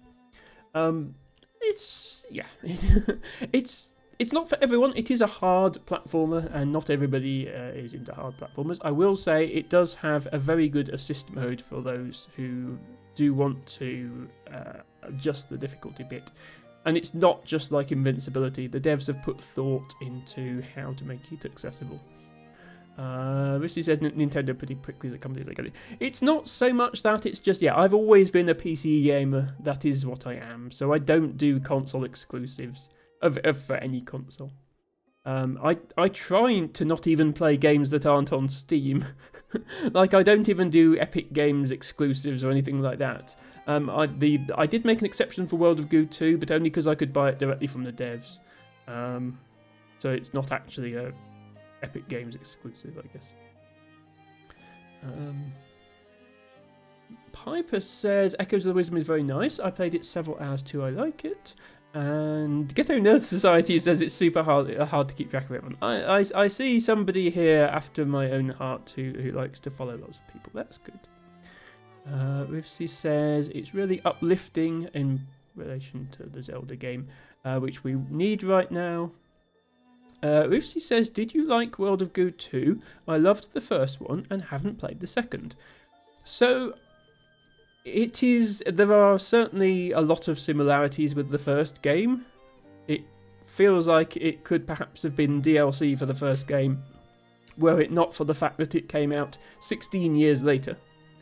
But if you enjoyed the first, I think you'll enjoy the second. It does add new mechanics. There's like liquid goo and things to shoot it around the map with, so it adds to the original game. And obviously there's all new levels. It is, as I say, not available on Steam, but you can buy it direct from the developers if you have any objections to using other distribution platforms. And it's full price at the moment because it only came out a couple of months ago. But I'm sure it will be on sale soon enough. So yeah, in my opinion, I would say if you liked the first one and you like that sort of game, then get it. Rivsy says, gonna say, slight delay on the release date for the DLC. So the developers who made that game have made other games in the meantime, one of which I do actually plan to play on my stream. A game called Human Resource Machine, which is a programming game. It's exactly the sort of hard logic puzzle game that I enjoy, but I've been reluctant to play it because I thought people wouldn't want to watch. But yeah, no one watches me these days anyway, so I might as well. So that's on the list at some point. But yeah, I think they got some funding in return for making it an exclusive to that distribution platform, which is how they were able to make it. But yeah, they decided 2008 was the first one. They decided to go back, and in fact, the 2008 game is based on a 2004 just like a not a game jam, but the same sort of thing. It was made in like 24 hours, which was just stacking the Goobles up as a tower. And I remember playing that when it came out in 2004 because I used to go to the website where they published all these experimental games. So it's actually 20 years since the original idea was conceived. But it's, yeah, it had fresh ideas, as I say. Piper says, I'd like to play it again, but at the moment I start Satisfactory again, and then I'm a bit addicted. You can talk to Harry about that one. Harry is also addicted to Satisfactory. I've been playing it a fair bit myself, not exclusively, because I've been doing other games on my streams. I decided not to stream Satisfactory because it is 3D first-person perspective. What am I doing here? I guess up dash after that? Yeah, Satisfactory is 3D first-person perspective, and I wouldn't want to impose that on people, but I will be playing Factorio on stream soon, which is also a factory builder, but it's 2D, so it's probably a better fit. I've decided with Factorio I'm going to do a playthrough of the original game without the space exploration DLC. Although it's worth noting the latest patch did have updates for the base game as well, so I will benefit from the new content. And depending on how that goes, if people are interested, I might then do another playthrough with the DLC enabled. Just because I haven't played the DLC myself yet, and I don't really know, in terms of time commitment and how much I'll enjoy it, whether it will be worth doing. But I know the base game is worth doing, because I haven't done a complete playthrough from start to finish ever, but I've completed the game with the aid, funnily enough, with Dragon Girl 89 on a server she was running. So I know what's involved. Rivsy says, I know a few folks who are enjoying Satisfactory. Sadly, I've got to raid and run lurk. Good luck with Celeste. Thank you for the lurk, Rivsy. Thank you once again for the raid. Thank you for the chat. Always nice to chat with people. I got through that screen somehow. I'm not really sure what happened there. But yes, hope to see you again soon. Harry says, I was just working on nuclear power. Yeah, I haven't got as far as nuclear power yet. Right, what are we doing here? We're picking up a jellyfish, obviously. Then we're bouncing on that. Then I don't think I can get through that gap. I like holding the jelly, because you do fall down. I think I have to throw the jelly and then dash through. Let me see if I can set that up in a way that even vaguely works. Why is the jelly bouncing back at me? Oh, there's a yeah. It's annoying that these springs are one-time use things. There's a stone block there which the jelly is hitting and bouncing back. So I need to wait to throw the jelly. Dash through there. Yeah, see what? And then I'd be able to bounce on the spring and pick it up again. So I had the right idea there. It's just a very precise. There we go. Okay. Hang on. Then what? Then what happens then? I did not look that far ahead. So bounce there. I can throw the jelly over there and make the jelly bounce, but where do I go? There are no springs.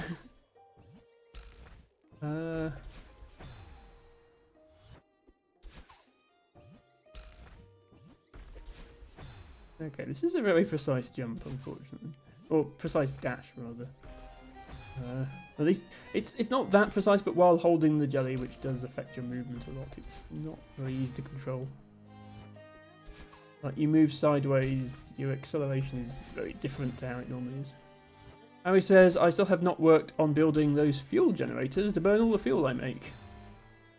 And Piper says, oh, Piper did nuclear power in his first game, but without recycling. Maybe I try it this time again with that. In the 1.0, I'm in phase 4 again.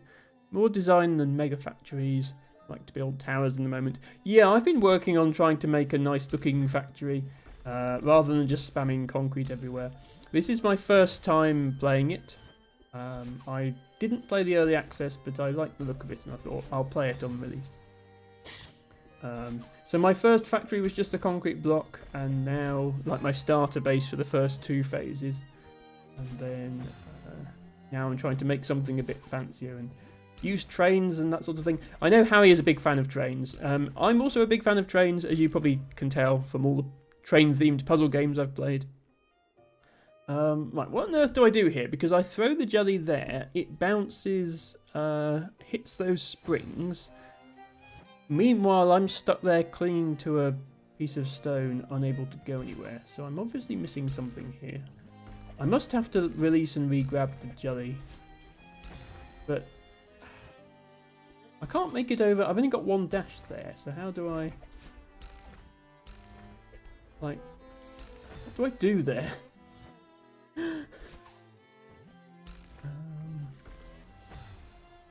Like, I'm used to this game being hard. I'm used to looking at a level and thinking, oh yeah, that's hard. But it's not often that I look at the level and think, I don't even know what to do. I obviously have to get over there somehow to follow the jelly. Can I jump, dash, and get through there? Oops. Not like that, I can't.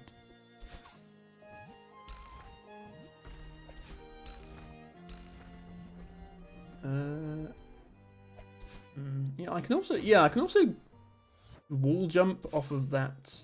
I don't think that's what I do though, because yeah, like you can't get enough height there, and also that all those springs on the left side of the level would be pointless if that was the way to go. But yes, I would love to see more of your Satisfactory world, Harry. In fact, maybe at some point you can invite me to your world, and I can invite you to mine. I haven't really looked at anyone else's worlds, with the exception of Mike Claroni, who did invite me to his world a while back. So it would be interesting to see how other people have done things. And of course, anyone, just DM me if you want a tour of my Satisfactory world. I'd be happy to give you one, although it is very incomplete at the moment, so I might wait until it's in a better state.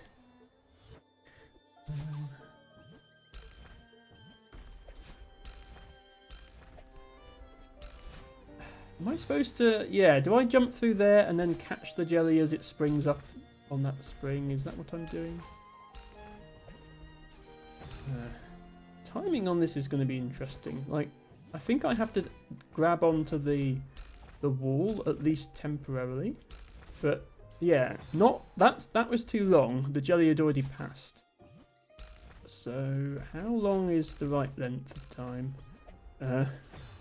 And also remember to actually release it before you reach the wall. That would help.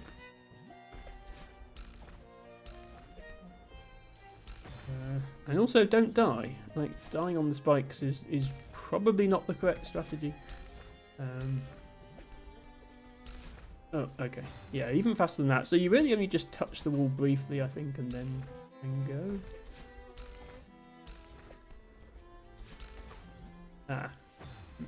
Well, I re-grabbed it, but I'm obviously supposed to hit that spring after I re-grab it, and I did not hit that spring after I re-grabbed it. So yeah, look how much height it gets on its own. I need to grab it at just the right point that I get boosted along with it up to that height. I can't afford to spaghetti the throw like I did there, because there we go. Yeah, get the height and then okay. Hopefully I don't need the jelly. We did that screen somehow. Oh, we're at 2 hours. Okay, thank you, Tibago, for reminding me. Piper says, only quick and dirty builder I don't like to have as company. Too much monk for that. That's fine. No, Piper. I would definitely not judge you for your architectural choices. Mike Claroni built his entire factory on a floating concrete platform in the sky, and I completely get why people would want to do that. A shrubbery, wild plum, Prunus domestica. It gives you a lot more flexibility with your builds, but I'm trying to integrate mine into the landscape, so I have a flat area which I'm building on. Thank you for doing those redeems, Tibergo. We will take a short break from Celeste, but don't worry, we will be back with more Celeste in just a few moments. Thank you so much for that follow, by the way. Welcome in. Yeah, sorry that you followed right as we're taking a break, but don't worry, it's a short break. A game like this, where I'm mashing the keyboard, I do need a little stretch after 2 hours. And I have a couple of requests via channel points, one of which is to drink water. I was going to do anyway, but... Why drink water anyway, when you can get somebody to spend 100 channel points to make you drink water, I guess.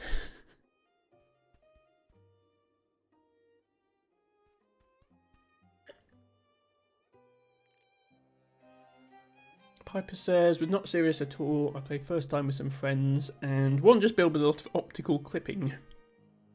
So if it works, it's enough for him. Yeah, I noticed that about Satisfactory. That's actually one of the things I like about Satisfactory. When you're trying to place an object, there are 3 options. It shows up blue if it's completely fine to place it. It shows up red if you definitely can't place it. But if you can place it, but it might clip into things a bit, it will turn yellow and you can still place it. So I really like the flexibility that gives. And yeah, I would not judge anyone else's build. Actually, thinking about it, I have some screenshots. I posted some screenshots in my Discord of my build, but I haven't recently. But I sent them to Harry. Let me send this screenshot that I sent to Harry and actually put it on my own Discord because no one else can see it. Satisfactory update. This is the ground floor of my... I'm building one mega factory with like trains on the ground floor and then smelters and then constructors and then assemblers and then manufacturers. I might plop the space elevator on top. That would be fun. Piper says special buildings clipping could be nice if you don't really see it. Exactly. Sometimes it gives you much more flexibility if you're allowed to clip things. Hello, Olaf Lopez, who says hello, and I say hello back. We're just in a short break here. I'm going to do some stretches, and then because when I'm not playing video games on the internet, I am a botanist in real life. I have this redeem where you can choose a random British wildflower, and I will talk about it for a few minutes, and as a way of sharing botany with my viewers.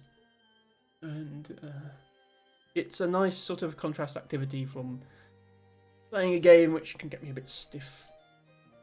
You know, I'm not getting any younger.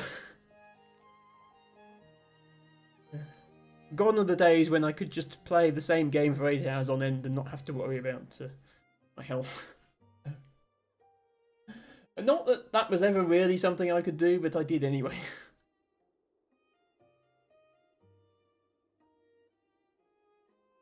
Okay. Narcissistic says, surely you're not a day over 21. I'm not far off double that. But I'm very flattered, thank you. Harry says, I like that you did the pipeline instead of industrialising the island. Yeah, so I think most people start in the grassland area, at least for their first playthrough, which means most people are going to get oil from that island on their first playthrough. And yeah, I think at that point people fall into 2 camps. There's, do you build your oil processing offshore, or do you pump the oil back to your base and process everything there? Mike Claroni did the first option. I think the first option is best for the late game because if you build over the ocean, you have this vast area of open space you can build in. And when you're trying to build hundreds of machines. But right now, my base is a lot smaller than that. Narcissistic says, "Oh, hey, we're the same age." I didn't tell you my age. I just told you I was a lot more than 21. Okay, El Tibago requested, he requested a shrubbery. But then he said wild plum. Prunus domestica.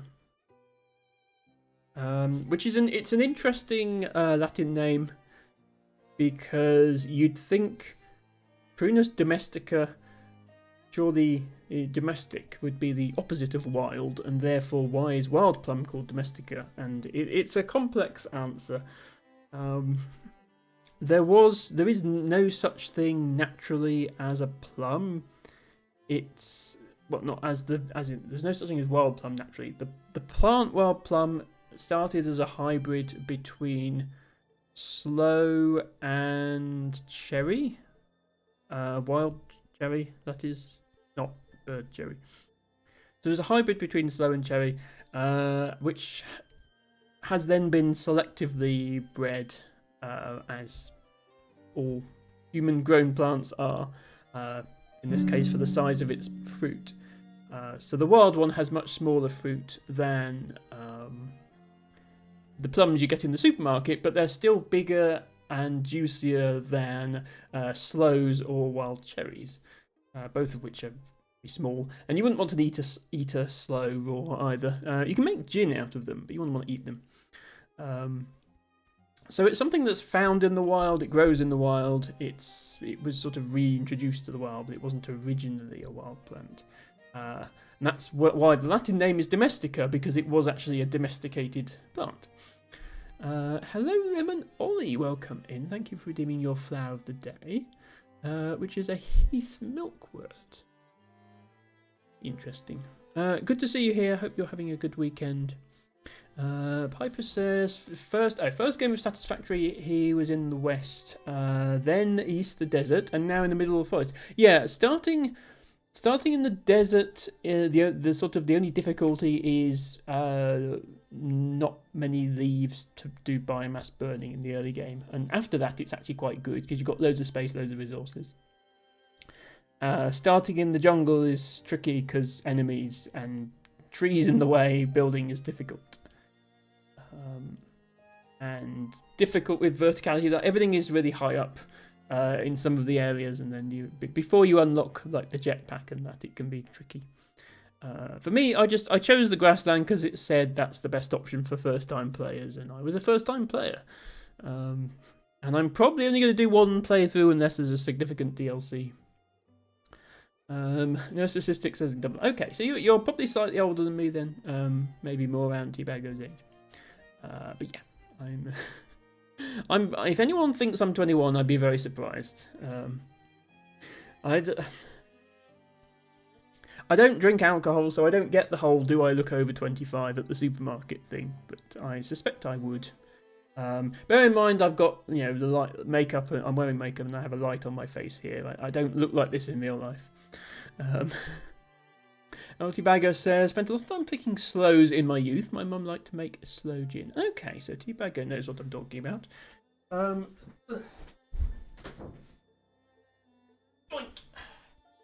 Get some botany going here. I promised the break would only be a few minutes, and then I proceed to waffle on for 10 minutes. Welcome to Emma Streams.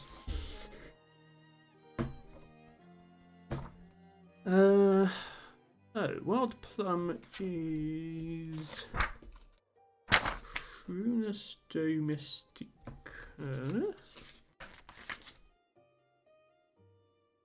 So yeah, I don't know if you've ever eaten a raw sloe, Tibago. They are safe to eat, but they won't. I wouldn't recommend it.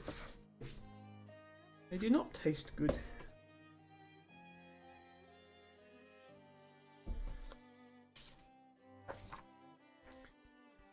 Okay.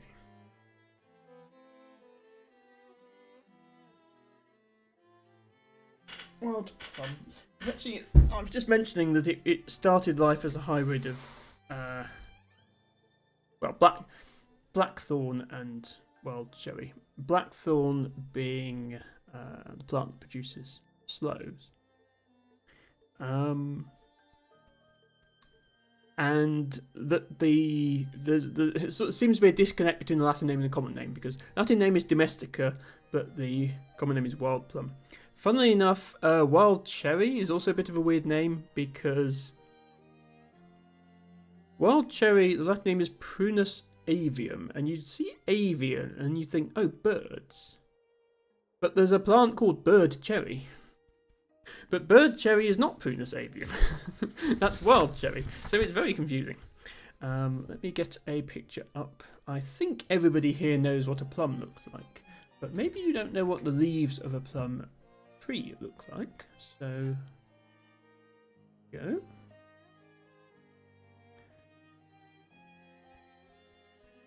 Let me also get actually...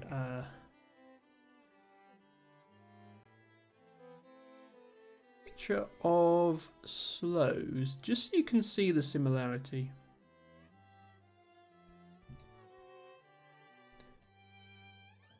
So these are sloes. That tree is blackthorn. You can see the thorns on the branches. Oops. Funny fact about sloes, they're not actually blue. They're a greenish black colour. The blue is a result of the skin oxidizing on contact with the air. If you pick one and rub your fingers over the surface, it will turn back to a greenish black colour. Tibago has tasted a sloe and says it's very tart and bitter, a bit like me. Tibago, no, you're very, very nice. Like, look, let's everybody give a hug to El Tibago. He is a nice person. There we go. But yeah, so that is not wild plum. That is we've got Arthur Celeste there. That is not wild plum. That is sloe. And then if I bring up wild plum,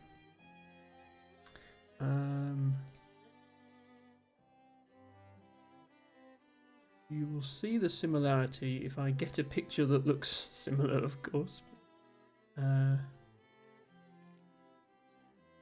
here we are. So you can very much think of it as sloe, but with bigger, slightly more purplish roots. And yeah, they're not like domestic plums, which are, you know, a lot bigger and redder. They're more sort of, sloe's about that big. About that big. Plums you buy in a supermarket, you're about that big. So let's just have that one to avoid confusion, because this is the one we're actually talking about.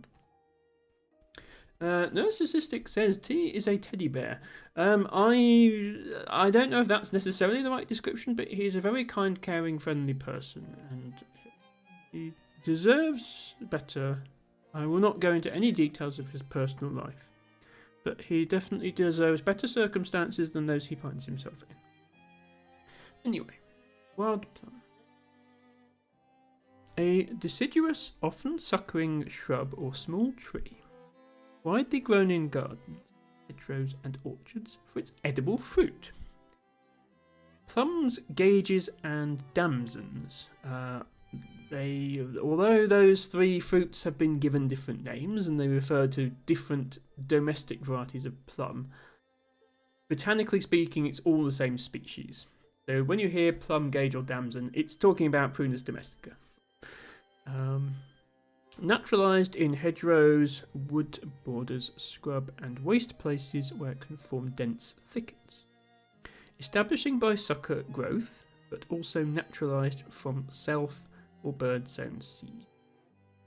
So when they say sucker growth, you have the plant putting out roots underground, and then the root comes up above the ground and another plant starts to grow. So that plant is a clone of the original, and then eventually it separates off, becomes a separate plant. As well as, you know, cross pollination between two plants, which requires birds. Typically anything with juicy fruit like this is going to be pollinated by birds or mammals from fallen fruit. If something's wind pollinated, it doesn't have big juicy fruits, because why would the wind need a big juicy fruit? So yeah, it's fun how you can tell how a plant reproduces just by looking at it. This species has been grown in gardens since at least 995 AD and known in the wild since 1777. It's worth pointing out it was almost certainly in the wild long before that. That's just sort of around the time that people were actually doing botany as a science for the first time. 3 subspecies are recorded in our area. So subspecies domestica, so Prunus domestica, subspecies domestica. Subspecies incititia, which is the one known as Bullis, and subspecies italica, which is the one known as green gage. If you ever had a green gage plum, that's a subspecies. Many plants found in the wild are relics of cultivation, but subspecies domestica is introduced from discarded plum stones. So yeah, a surprising number of plants you find in a wild environment for things like apple and plum. Famously, along railway lines, you often found apple trees growing because people would chuck apple cores out of the train as it passed by. It has been much better recorded this century due to more systematic recording of alien trees, and its distribution appears to be stable. So yeah, not threatened in any way by habitat loss, because it's at home in hedgerows where its parents, ancestors, blackthorn and cherry would be growing. So yeah, apparently derived from hybrids of Prunus ceracifera and Prunus spinosa, ceracifera being a cherry and spinosa being blackthorn. Such hybrids still occur in the Caucasus, but Prunus domestica has been much modified in cultivation. So it's not a hybrid anymore. It arose from a hybrid, but it's now evolved enough that it couldn't reproduce with its parents. It's now considered a separate species. It's found pretty much everywhere in Britain and Ireland, apart from, high ground in mountainous areas. Probably with concentrations around inhabited areas for obvious reasons. We usually show a distribution map. Important to note that this is not a native species, but it's not really invasive at this point. It's been here over 1,000 years, and it doesn't really take over like some invasive species do.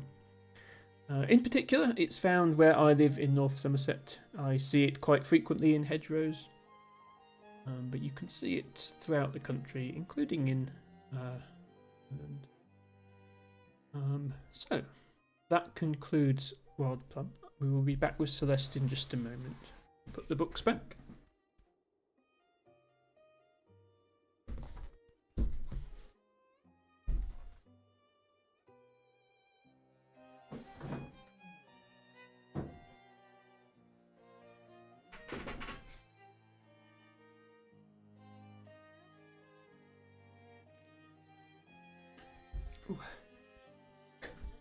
You're getting some free blowhigh here. Usually I don't have him after the interval.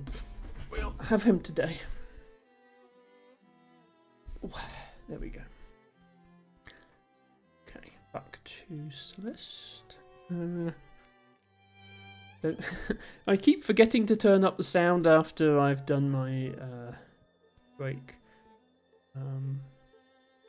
Yesterday I forgot for the entire stream, which was a bit silly, but I remembered today. So, we were in Chapter 9. Some sort of spring nonsense happening here. We're revisiting this mechanic where, as long as you're moving upwards through spikes, like as long as you're moving away from the pointy end of the spike, You can actually just jump through spikes. I don't recommend this in real life, but it works in Celeste. Actually, can we grab... Okay, we can grab that, and that's going to move. So grab that, jump away, jump back. There. There. Okay. I think we have to do that, but a lot better, because we have to... There was a diamond in the sky, and we're going to have to reach that by the time all of these things have disappeared. So we need to do the same thing, but quicker, I think. Bounce, dash? Yeah, it needs to be like bounce and then immediately dash. Yeah, like that. I think. But not too high, because then we hit the spikes.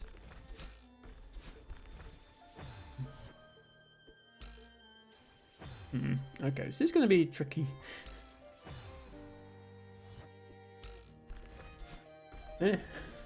Tricky to time. Tricky to not die.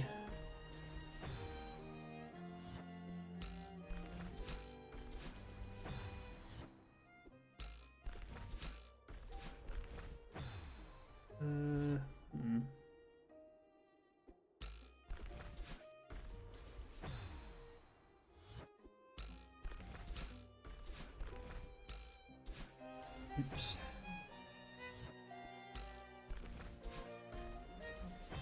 Yeah, if I'm too slow, the block just disappears. Am I doing this bit right? Because I could not use a dash there. No, by the time I could get back to it, it would have gone below the spikes. So that's not it. Here I'm not dashing because I don't have a dash to use. So I can't do what I'm doing on the first one. I have to just do that here. And then, yeah, I'm just a little bit too low for that diamond, unfortunately. So I don't know if I'm doing it the wrong way or if I just need to do it better. It's hard to know.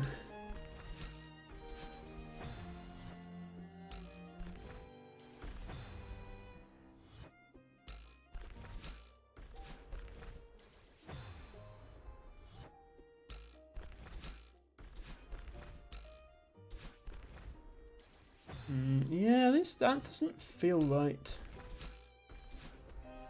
Oops, that somehow I bounced off that block and it didn't start falling.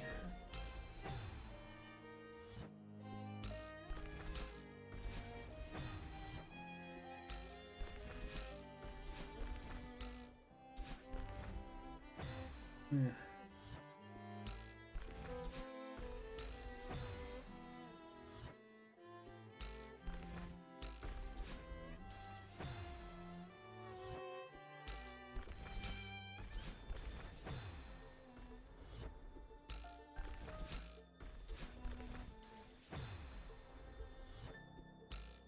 Could be here a while, guys. Sorry about this.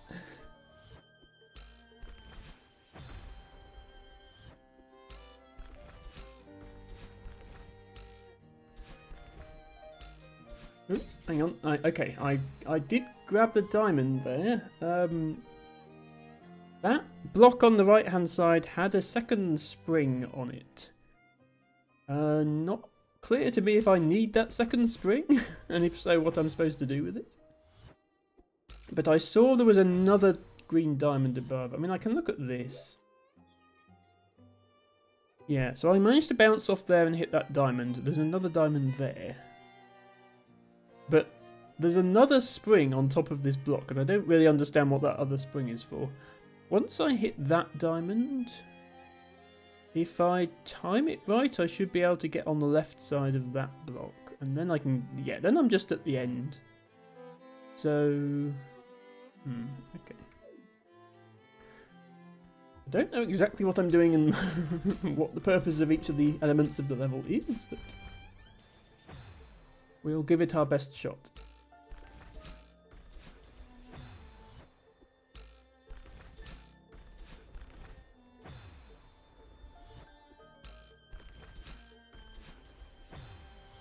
jumping slightly too high and hitting those spikes.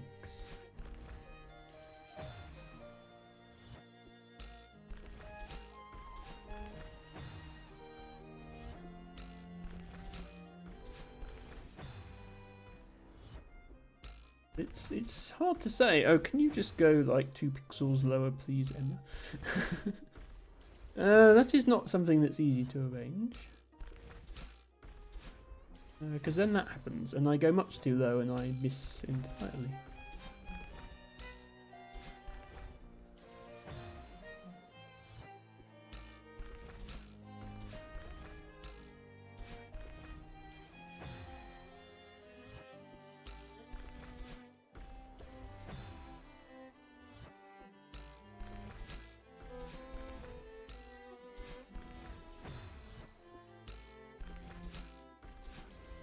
Yeah.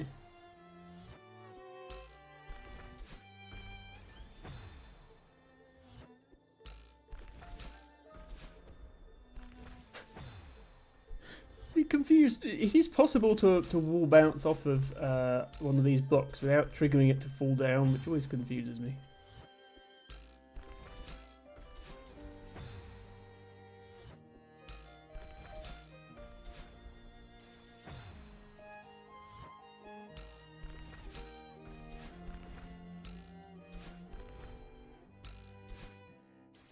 Yeah, I think I need to do that. Bounce, come back, bounce again, and then get the diamond. I think is what I'm supposed to do. Although the first time I managed to get the not the first time, but I managed to get the diamond without needing a second spring bounce. I just wasn't going the right way.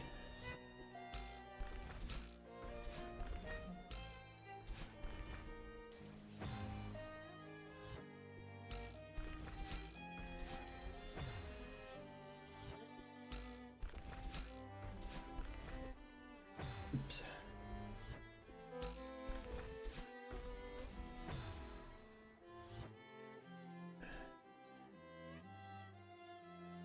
My neck is being the thing.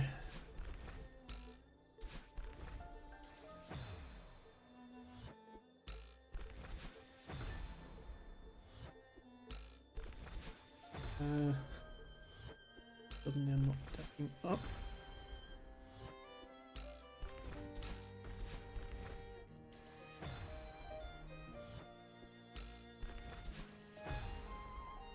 No, diagonal dash is definitely better. It's the fact I don't have another dash available there that's the problem. I feel like I should have one.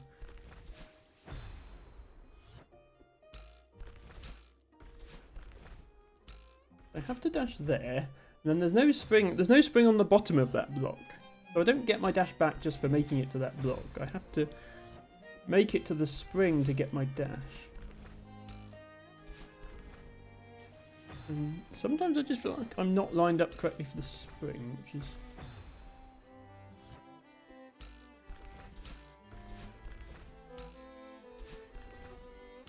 There we are, that time I was lined up. Yeah, no, I definitely can't, definitely don't get to that diamond without... I'll have to hit the spring a second time, I think. Piper says, I'm tired, good night all. No problem, thank you, Piper, for stopping by. I'll be live for another hour and a bit. Yeah, unfortunately I can't start as early on a Saturday as I would like. My other streams I'm trying to start at 7 now, so I may be more suited to those in Europe like Piper. I start at 7, which will be 8 for Europe. But these are 8:30 for start, so on Saturdays. So I'm a bit later.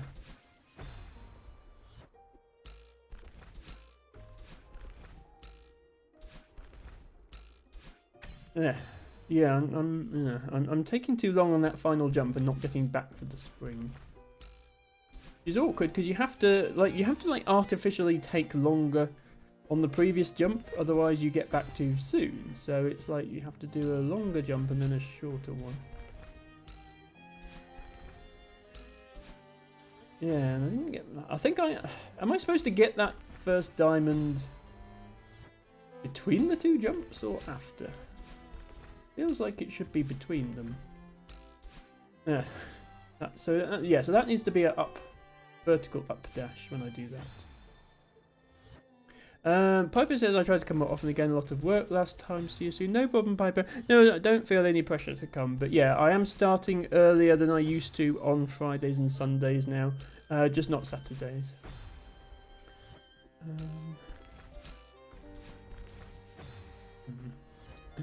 I feel like this one screen is going to have more deaths than the rest of the level put together.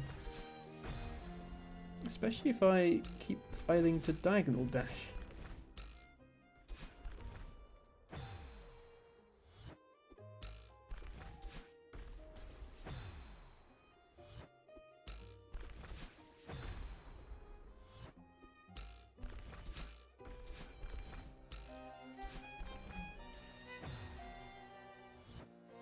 Urago says, imagining having things to do other than play video games. Disgusting. Urago, I'm sure you do have things to do other than play video games. And if not, I can always provide some suggestions. How do I ever get back in time for that other spring? I'm just too far over if I'm at the crystal.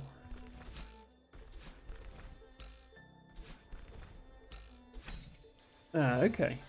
No, that time I was there too soon, so it is possible. Okay. At least I know it's possible now.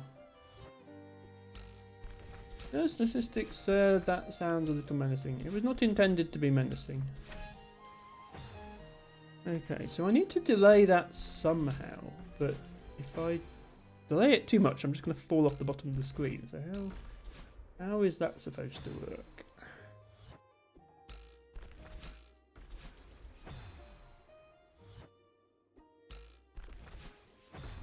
Come on, game. It'd be like this.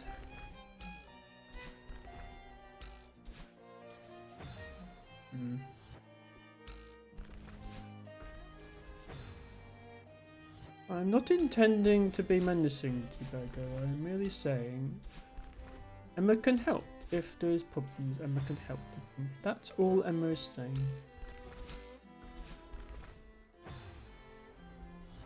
If it's not a problem, then that's fine. Yeah.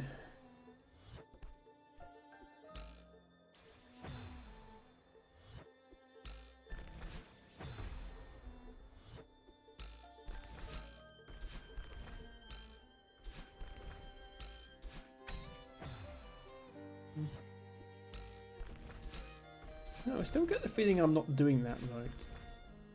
Like, it shouldn't be that hard.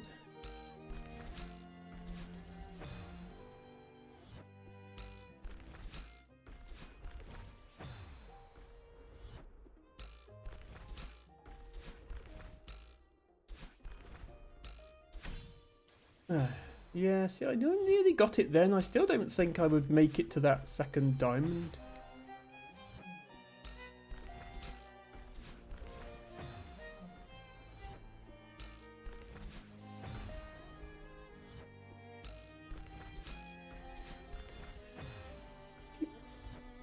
They don't give you much space to land on the bottom of that next block, and I just keep dying to those same spikes. Straighting. No, that was... It's tempting to just cling to the block for slightly longer, because then you won't get there too soon. But if I cling to the block longer, the block's going to drop, and I will be too low to get the diamond. In fact, I'll be too low to get the spring at all before it drops off the screen. So I'm still doing something wrong here. I'll try it for a bit longer, then I might have to like watch a video of it or something to see how I'm supposed to do it.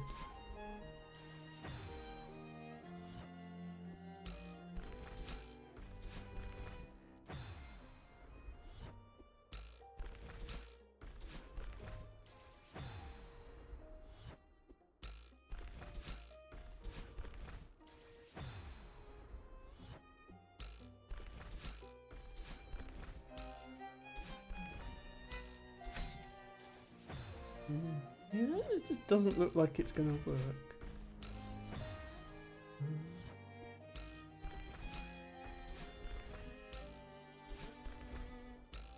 It's a massive jump in difficulty. And I know this is supposed to be hard, but it's a massive jump in difficulty even from the levels in this stage if you do have to do this.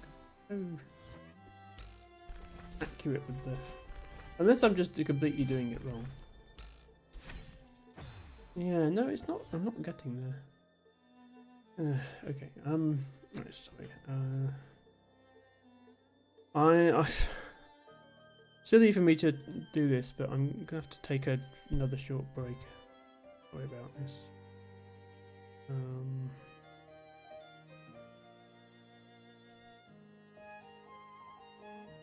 Give me a moment.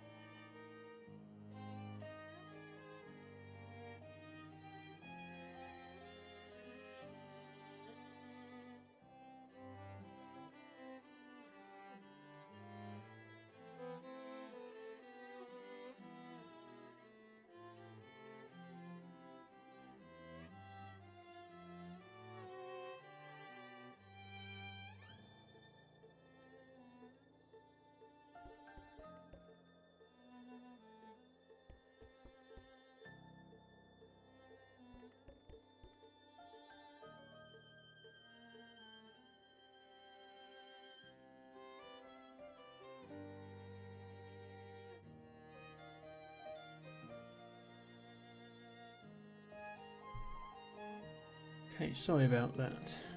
I've put Blowhigh away. Blowhigh is not...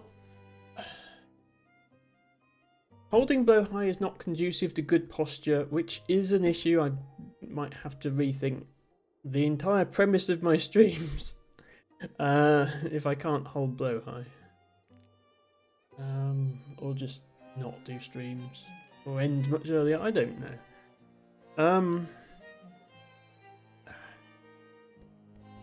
Narcissistic says, I could stand to be less menaced by sentient mushroom. Nelty Bagger says, once you have their attack pattern down, mushrooms aren't bad. Are you referring to the mushrooms in Core Keeper, or is this a different game? Because that one certainly has sentient mushrooms. But so do a lot of games, like most of the Mario games, for example.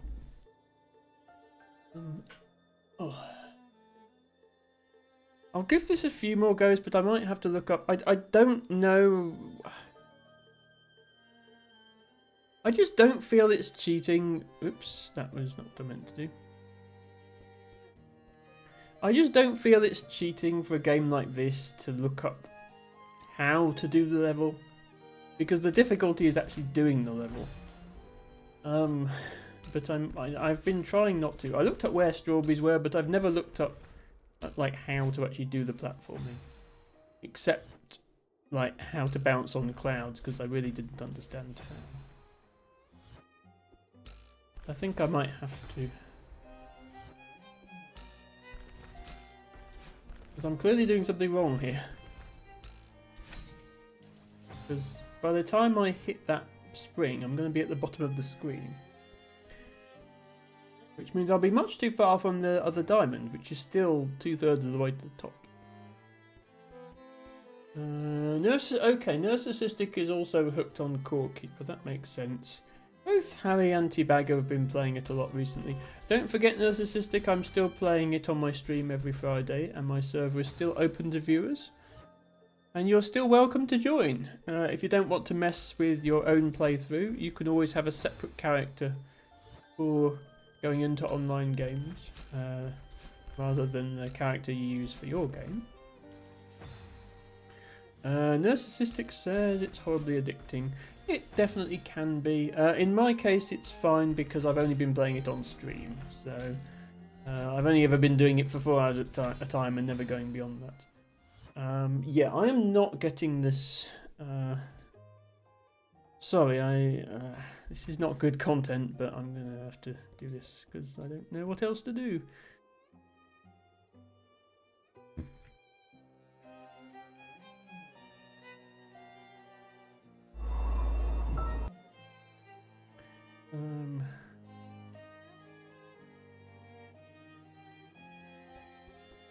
So we are, hang on, where are we? We've done power source, so we are here. And we did that screen. With the jellyfish. Okay, we're now here. the bad news is we're only about 20% of, actually less than that. We're only about 15% of the way through this section. So we are definitely not going to be finishing it this stream, and I don't really want to do another stream of this. Especially because that stream would just be grinding this same level for hours. Yeah, we are nowhere near. But let's at least do this room. So let's see what they did. Okay, that's what I did. Okay, they stick an extra dash in that I'm not doing. Which might explain it. Izzy's okay. Izzy's redeemed a flower and says, "I'm not actually here, but didn't want to miss out on the fair. Hope Celeste is going well." Okay, I don't know if you're hearing me. If you're not actually here, Celeste, we got all 175 strawberries. Just in case Izzy's not having sound. 5 main game strawberries. Doing as much as I can of. To 9 6B and beyond. Too hard not to attempt on stream. This is also this I think is actually more difficult than yeah, it was a bit thanks for clipping that, Harry. It was a bit of an anticlimax. The strawberry that I got last is definitely not a difficult strawberry by any means. I think that some of the chapter 8 ones are actually the hardest, which makes sense. But those weren't even the hardest in chapter 7. I'll have to think about which strawberry I found the hardest. Mowakonda wanted to know which one I thought was hardest. So there, after I get that diamond, I have to immediately do a right dash. Not an upright dash. Everything else is up, but that one needs to be just horizontal right. In order to get there in time. Which I haven't been doing.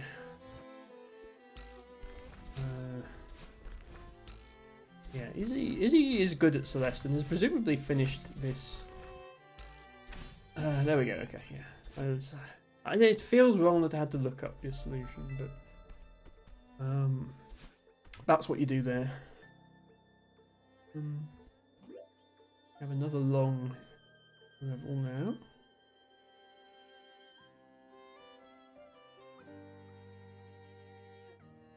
Okay, so this is a. There is a token in the door, but there's just the one token which is there, which we have to hit, and we are given a jelly, and we do get our dash reset. So we throw the jelly here, drop down to the spring, dash up and catch it. Is that what we're doing?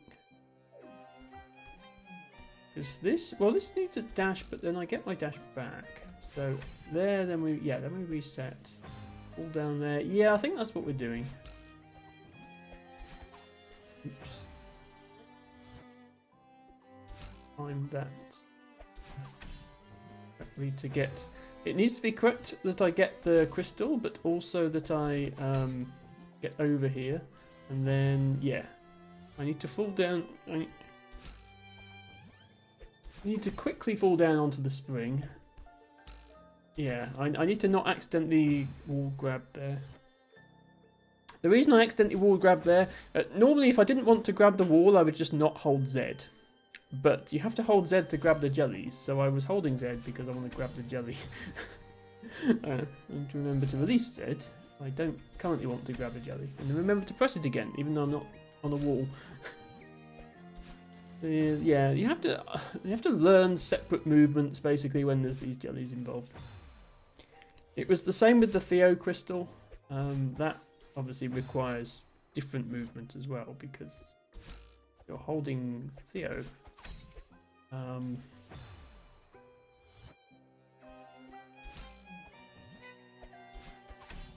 But there,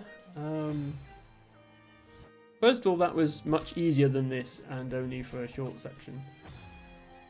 But also, it wasn't the same. You weren't travelling long distances through the sky and having to you weren't having to let go and throw and then re-grab and dash again.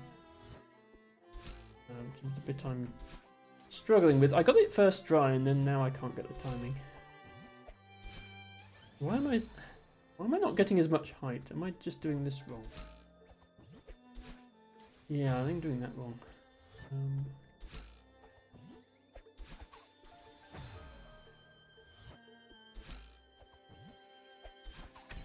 Okay, that's there, that, and then hopefully, yeah, I can get there. Okay.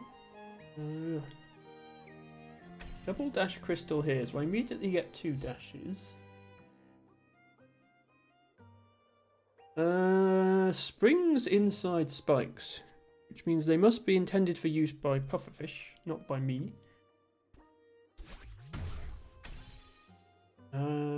Which means I want to cause fish to move, not to explode. If fish explodes, yeah, if fish explodes, that's no good to me. So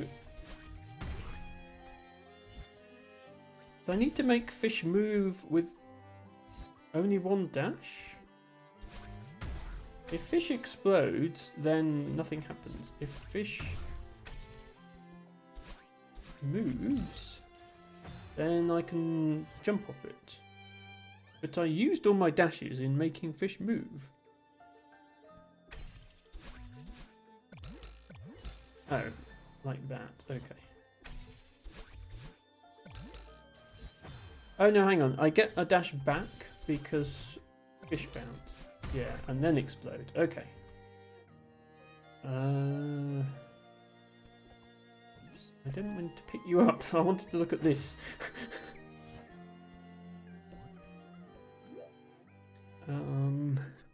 Hit button with jellyfish, jump through this. Hit another button with jellyfish, jump through this. Hit another button with jellyfish, jump through that. Wait, where do I go? Excuse me? I can't fit through that gap, there's spikes in the way. Maybe the level is actually, maybe the gap at the bottom is bigger and the level just scrolls. Actually, no, it doesn't scroll because I'm at the bottom. Okay, I don't understand this section. Also, no, I need to put the jelly on the switch, not me.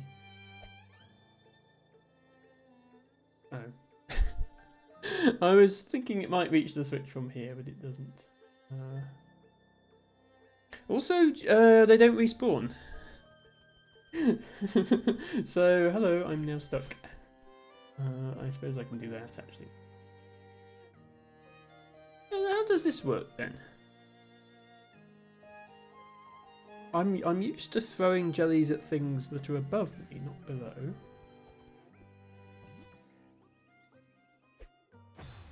Yeah, even that's too high.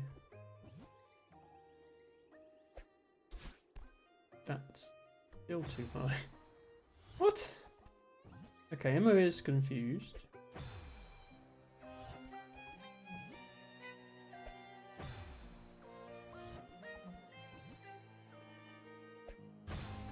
Okay, that hit the switch, but Emma was long dead by the time it happened, so I suppose I could grab the wall.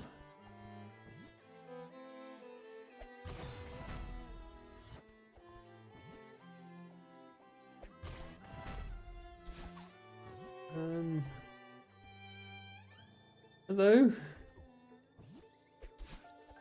Yeah, maybe I can. Maybe I can dash from there with enough momentum. This is again, the difficulty has spiked again. I think compared to the last room, which only took me a couple of minutes.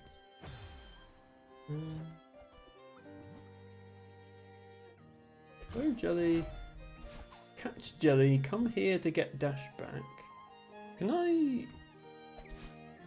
Oh, I was thinking, can I get back up here? With okay, I can get back up here with the Jelly. And then jump from here.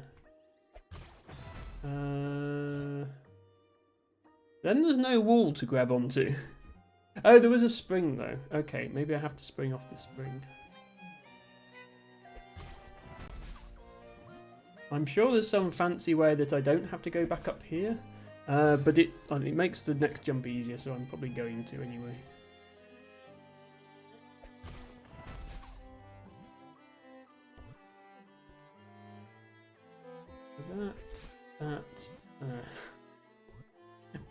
It's possible to get up here with the Jelly because I just did it.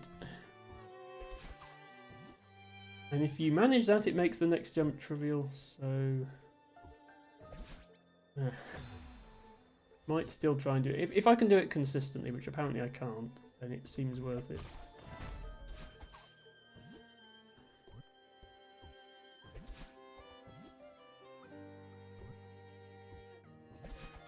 There. Okay. So I need to dash horizontally into that spring. That's what I need to do. Oops. And then the spring will give me my dash back. I think presumably most people who play this game don't have to think through every movement in excruciating detail like this. They just sort of get it. I think is maybe a sign I've come too far in this game. Slow that, bounce off there, grab that. Okay, that probably would have worked if I'd been going the right way.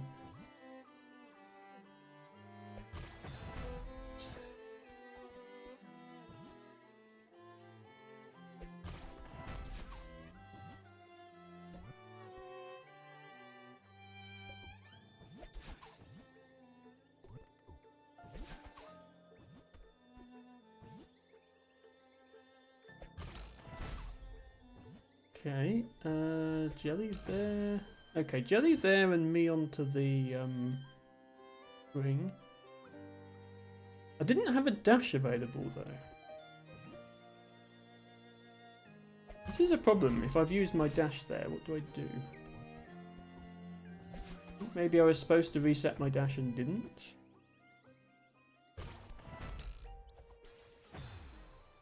No, I have to dash when when I grab the Jelly to change its momentum to be the way I want it to be. No, I don't have a dash when I come through to this next section after this. Oops.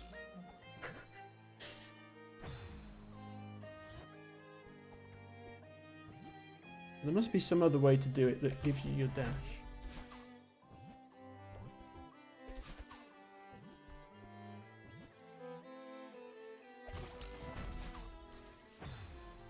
Yeah, see, doing it that way, assuming I make it over the spikes there, I don't have my dash. And where the spring is on the next section doesn't seem gettable without a dash. Oops, rip, Jelly.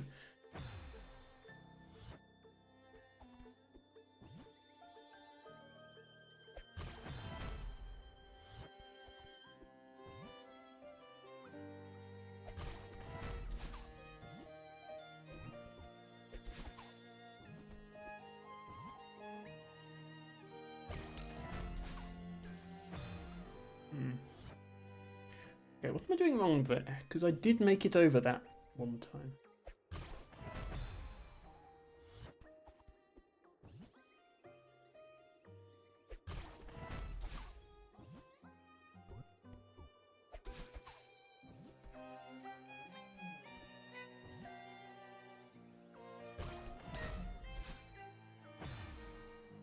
Maybe a vertical dash would be better.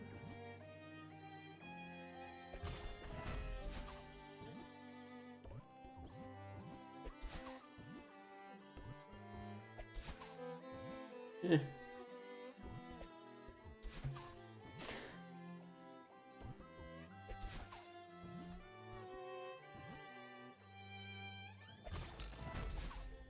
Yeah, I think you have to vertical dash there.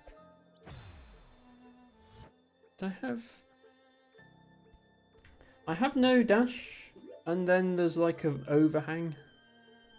You see how this section in the middle of the screen has spikes in the middle overhanging the spring at the bottom, the rightward pointing spring at the bottom. I don't think I can just fall onto. It looks designed to dash onto. Do I ignore that spring and grab the wall on the right and hope the jelly comes back to me and then spring? We still need to establish how I get through this section at all, because if you even touch the bottom of the level, you immediately die. There's no falling below the level and then dashing back up again.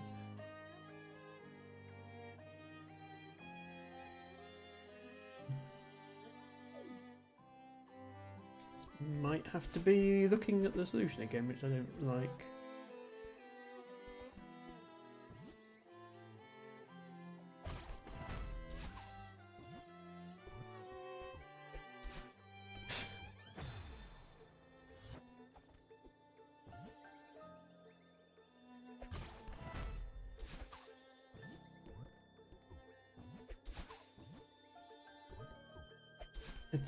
Stop releasing the jelly before you go into the... Suppose I can do that to respawn the jelly without killing myself. Maybe is a thing.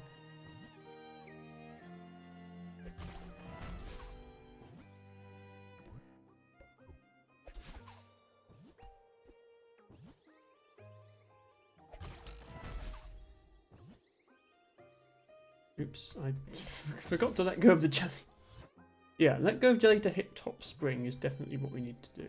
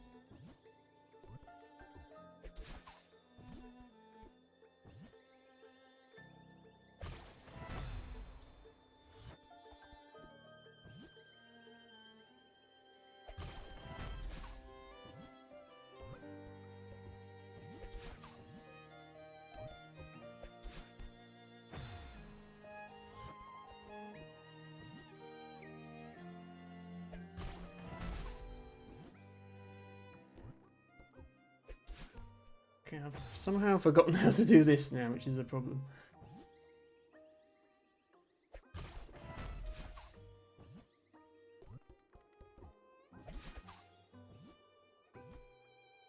Oh. There's two jellies now.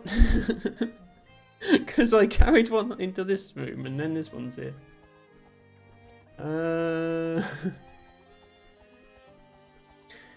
Well, we can't use it to our advantage because going into the previous room also resets the door. So I suppose we can leave this one here and just dash up here to get this one. Not infinite jelly glitch, no. You can only get two, and you can't bring more than one of them this way, so it doesn't actually accomplish anything other than wasting time.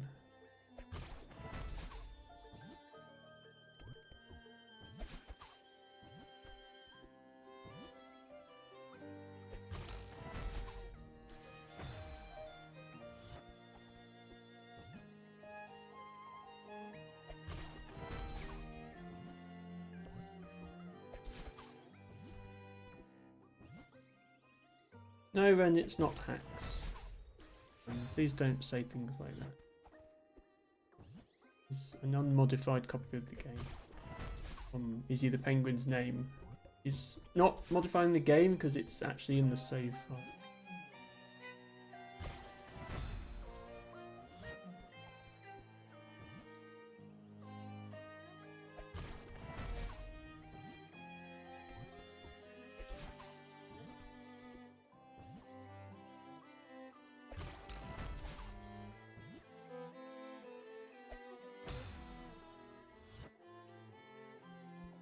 it need to... Does it need to rebound through that tiny little hole? It didn't, but it looked almost lined up as if it was supposed to slip through that tiny hole. Which does imply I need to get under that wall in order to catch up to it. I get my dash back on the spring. I think I have to jump off the wall to get to the spring. Because I can't just fall because of the spikes. But bouncing off the spring naturally is going to send me back into the wall again. So that's a very tight... I would have said impossibly tight if I didn't know the level must be possible. Jump to get under and then dash up. In fact, no, you can't... If I dash upwards, like, obviously if the jelly did go through that gap, it would naturally hit the button, so that's not an issue. So I would need to dash upwards to reacquire the jelly with enough vertical momentum to get through that final door. Hello, Danny. Thank you for redeeming your flower of the day. Hope you and Izzy are surviving. Izzy is busy, so I suppose you are also busy. We are playing Celeste. And about to give up because we've reached the point in the game where it's too hard. I think it's probably safe to say specifically this screen is the point in the game that's too hard. Because I did the last screen without too much trouble. Danny says, Izzy's abandoned you to go dancing. Well, that's awfully mean of her. You're stuck here with us now.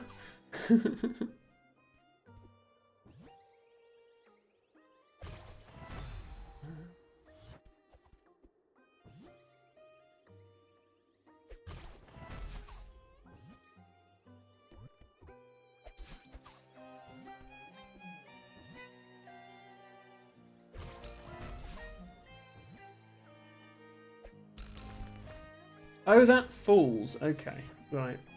I've acquired new information. That thing falls. I'm good providing you this to view the level in advance, and nothing to tell you that that block was going to fall down.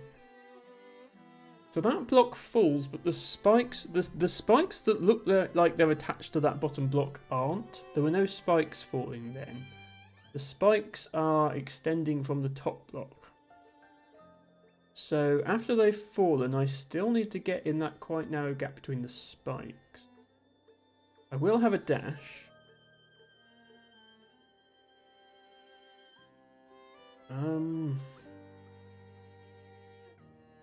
And the jellyfish will be up there.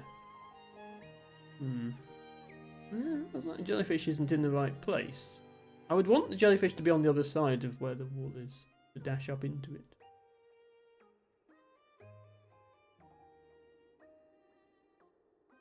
Danny says, I've been watching on telly since you said no one watches you, but just got around to opening chat.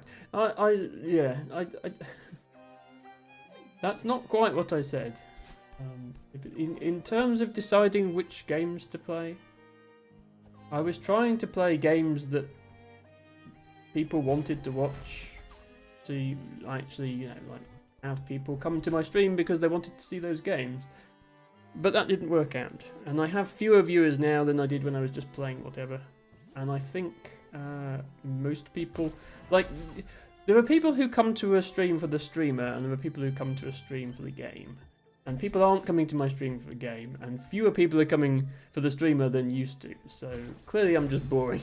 But what that means is there's no point me just trying to play games that I think people will like. So I've been avoiding things like playing programming games and other logic games like that, because I thought no one would be interested. That's what I mean. So I'm gonna just play them because why not?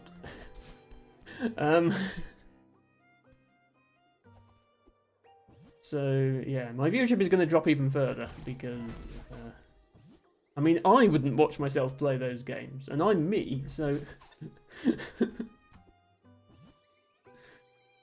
they're not really games that are designed to be viewed, if you get my drift. but whatever.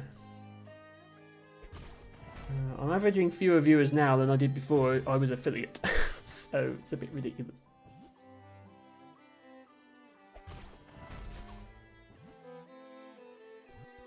None of the stuff I've done since needed have mattered.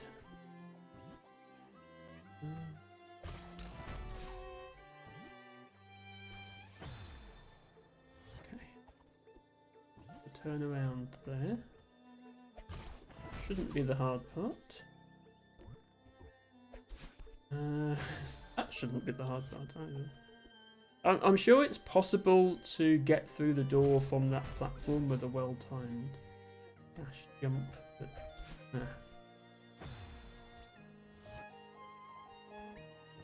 I know I can make it through if I get up the top.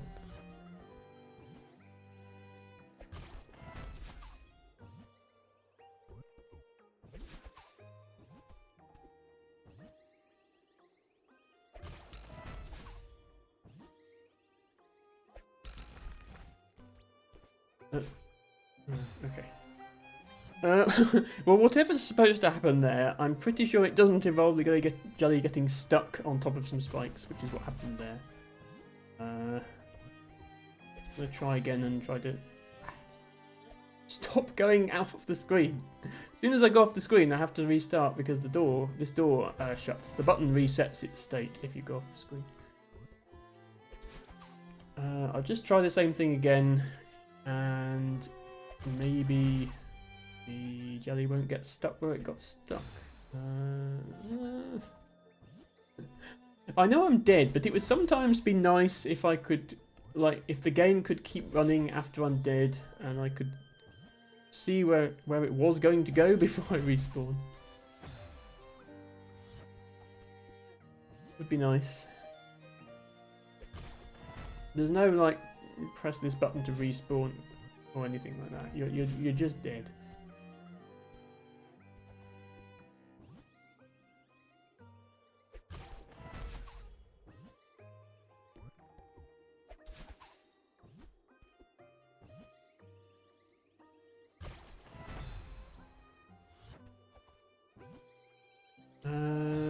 Tibago says viewers have been down across Twitch since the puts. No, I don't mean subs. I don't care if people sub or not.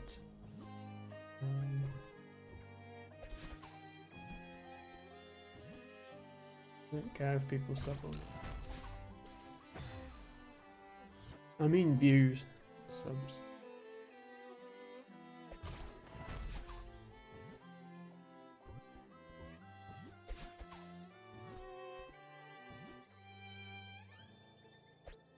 I mean, sub if you like my emotes. There's really no other reason to.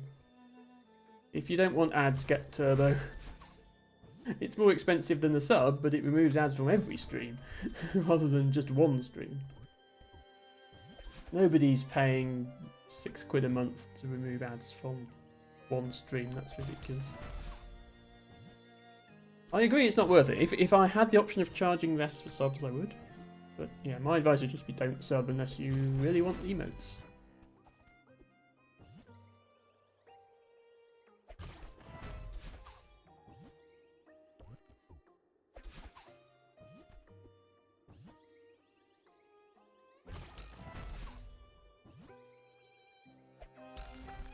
Okay. I didn't hit the button. It did come back to me. I didn't hit the spring, rather. But I would need a dash to get it and rethrow it to hit the button. I still think it's supposed to hit that button on the right on its own, because I don't have enough dashes to rethrow it to the button myself. And that just seems like it's a really, really precise timing of when to release it then. Like, it's not just timing it to hit a button, which I can understand. Timing it to get... Yeah, see that? It's that tiny little gap. And, okay, yes, the gap does widen because the platform collapses when I grab it. But the jelly is going to bounce before I touch the platform in order to make it full.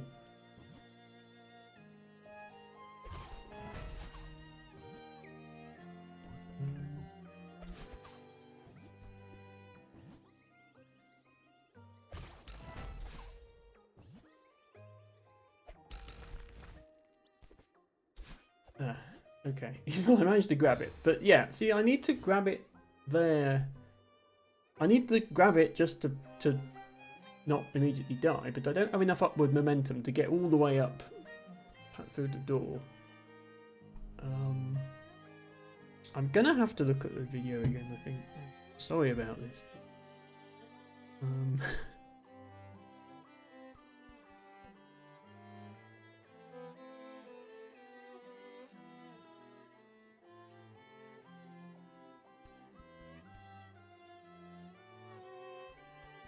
Sorry, just in the right part. Okay, then there's 2 rooms that I did. This. So boop the button. Yeah, go through there. Boop the other button. Yeah. Then what? Yeah. Okay. Yeah. So they throw it once. It bounces, hits the spring, bounces across the screen, hits the green switch, and comes back to them, and then they pick it up with a dash. There's no rethrow to hit that. There's no rethrow to hit that button. Danny says, I want flower next to name. Yeah, I can see that. I suppose I could make the bits. I could make the bits badges flowers. At the moment they're fruits, because then you could just cheer 1 bit and get a flower next to your name. So a one-off payment of 1 cent instead of a monthly payment of $6-7, whatever it is, would get you a flower next to your name. I wish they allowed custom VIP badges as well. Obviously, if they allowed custom VIP badges, my VIP badge would be a flower. Like, I can understand the mod badge not being custom because people need to know who the mods are. But you'd think they'd let you have custom VIP and custom founder badge as well, for that matter. Right now, founders are stuck. Like, poor T-Bago is stuck not having any flowers next to his name because he's a founder. You ought to be able to reward your founders by giving them a special badge without them having to not, like, disable their founder status. So,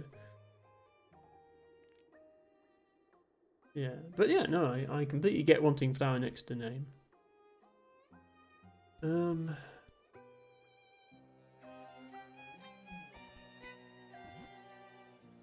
Other thing the video did was, yeah, okay, not bother going back there. Which, again, I mean, I came up with a setup that works, so I don't feel too bad about that. It actually makes this bit harder, I think. You don't have as much momentum. Yeah, see, that didn't go through the gap. There's a very small gap there, and that did not go through it. Oops. Bagger says I got a berry. What more could I want?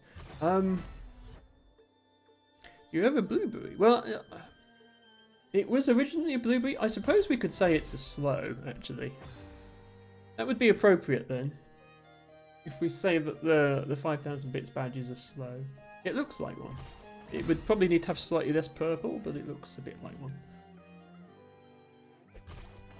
I don't think Loon knew what a slow was. She just did a blueberry. And a strawberry. And a blackberry. Okay. Saying this was easier because the walkthrough did it. Not actually that easy. I didn't hit the button on the door with the jelly. That's not right.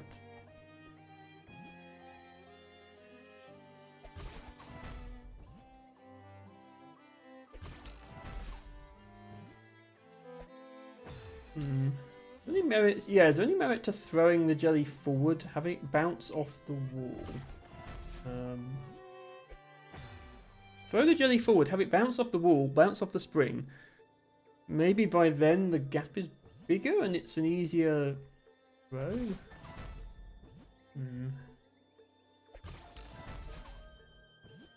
Like, throw it here.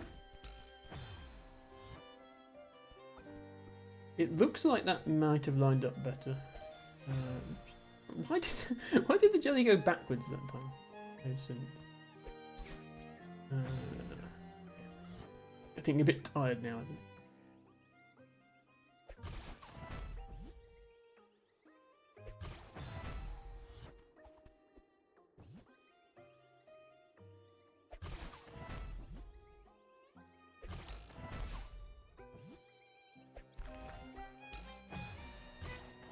That hit the button. That bounced through and hit the button. Okay, that's the first time that's happened. The jelly bounced through and hit the button. I was already dead, but I saw it hit the button.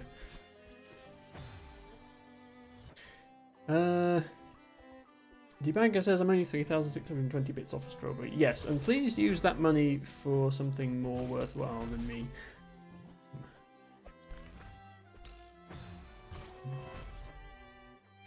Danny says, daughter's great-grandmother made amazing slow gin. Okay. T-Bago also had slow gin making experience. I never did. Maybe one day. And I think the fact I don't drink alcohol is a slight issue. The point, then.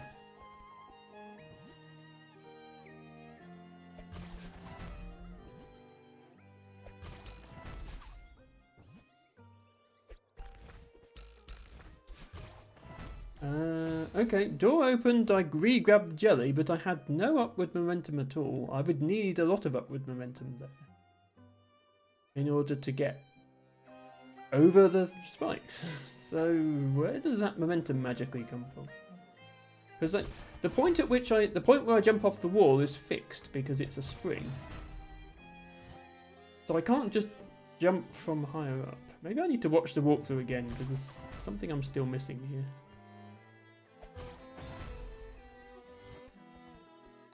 Not keen on slows. No, don't eat slows on their own. They taste horrible.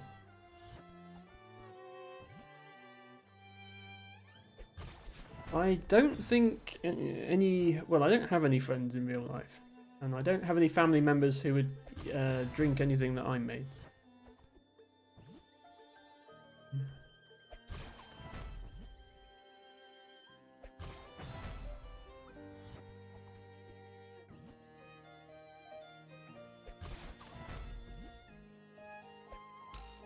Oops.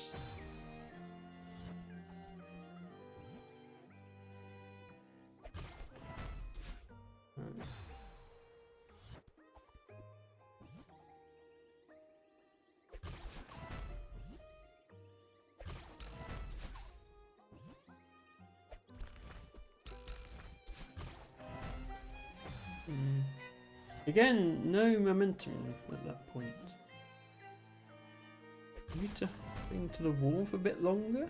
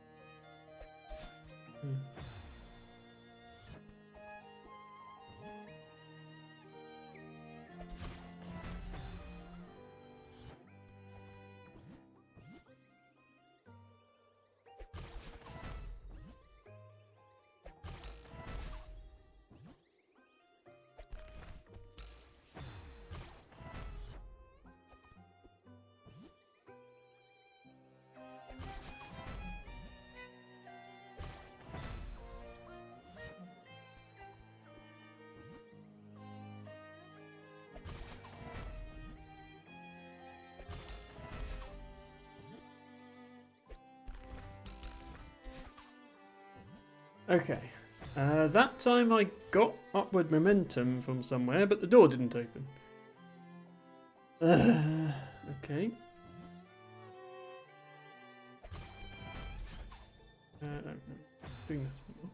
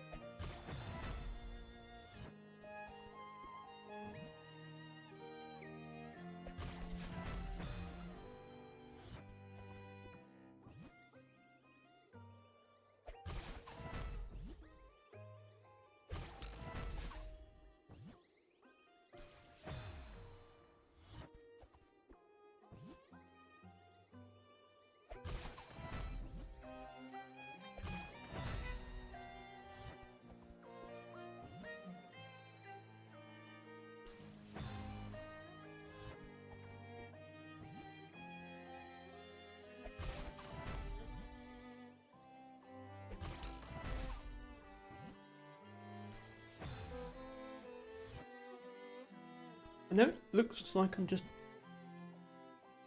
being stupid and not letting go there, but I am. I'm releasing Z and holding down to fall faster.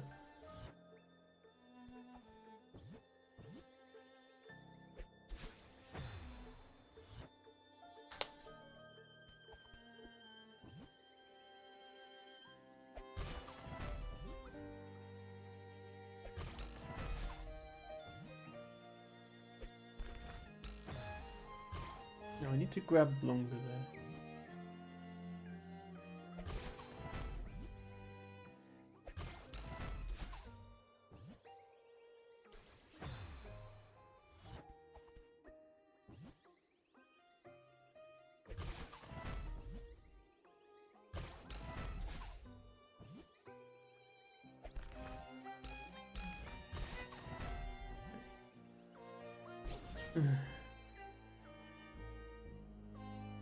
I think it's safe to say I've reached the point in this level where the game is too difficult for me. If I was within a couple of screens of the end of this section, I might think differently, but having looked at the walkthrough, I know that I in fact am not even halfway through this section, and that it gets harder. So, yeah. Hello, Luke Ainsworth. Welcome in. Thank you for redeeming your flower today, which is a chalk milkwort. That is a dazzling array of emotes you have there, including your own and including our friend Ophelia's. We're playing Celeste, and I use the term playing very loosely. What actually is this thing? Not the pufferfish, but yeah, this thing. I have not seen one of these before. I think it's just a reskinned... Yeah, I think it's just a reskinned traffic light block from Chapter 1. Like, it turns green when you hit it, and then... Yeah, it's just a reskinned traffic light block. Was I supposed to push that pufferfish over there?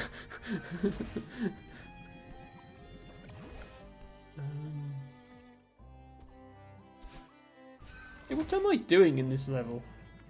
Oh, there's a token. Right, yeah, there's a token down the bottom. And... I mean, that will send me over to the token, but I'm very much dead after that. So...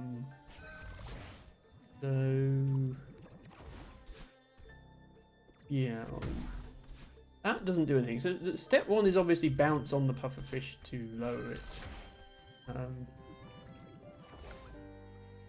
Maybe don't push the pufferfish over there.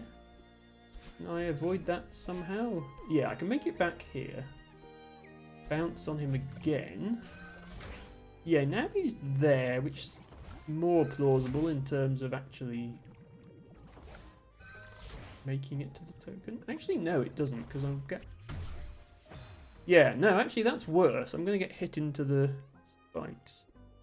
Okay, so that implies I do in fact... oops. Luke says, hi dear friend, to myself and Harry. Thank you, Luke. It is good to see you. we are currently playing Celeste, which is rather difficult. Yeah, I think it has to be here and then trigger the bounce. What I don't get is how I get back up. That just seems impossible. I don't want to resort to reading a walkthrough so fast. But, like, seriously? What do I... If I jump on the fish again, then... fish is just gone. No more fishy. So it's not that. I feel like this whole fish pushing mechanism wouldn't be a thing unless they wanted you to push the fish.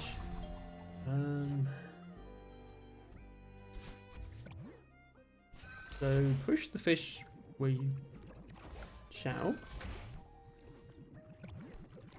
and then bounce on the fish. Yeah, I can see getting the token by bouncing on the fish, but there's no way back up. Sort of fish explosion bounce.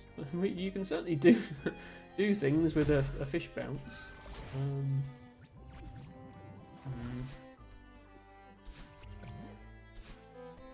Put the fish back here again. About this. It's how I get back up to this platform that's the issue.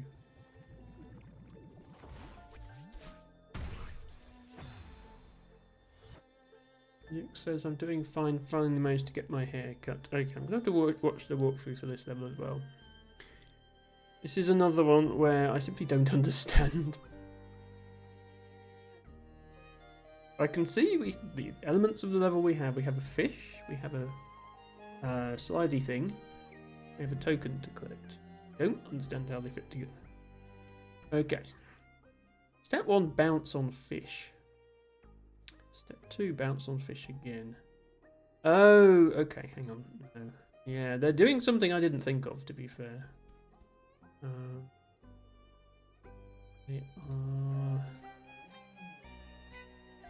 They are using the slidey slider to slide the fish, but they're not doing it the way I thought. They're going here and then... Oops, not what I'm doing.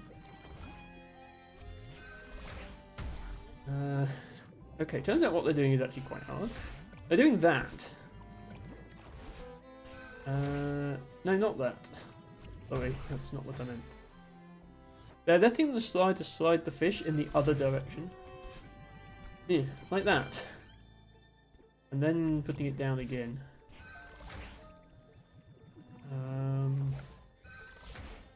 So now I think if I just trigger the fish now, like the fish explosion, it will collect the token.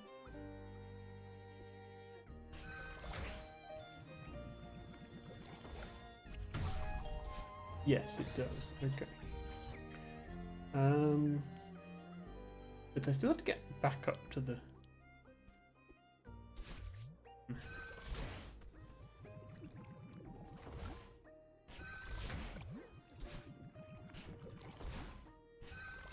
Can I just jump on the fish? Okay, no, jump on the fish there does not collect the token.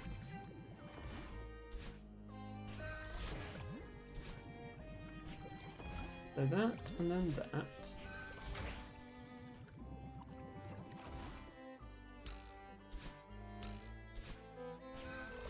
No, it's not what I wanted to do.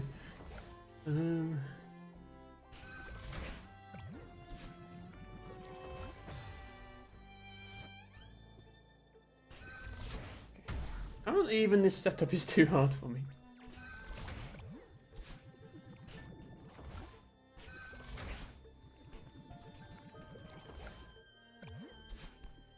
Okay. Not what I wanted to do.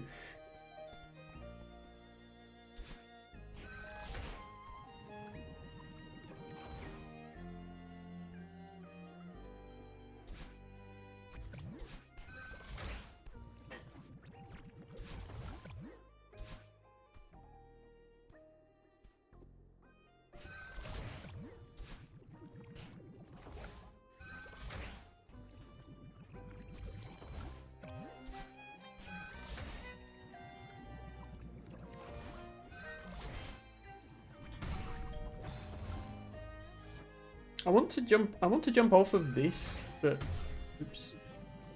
I want to jump off of this block, but have it stay in place. I want to jump off the block, but have it stay in place because it needs to be there when I bounce off the fish.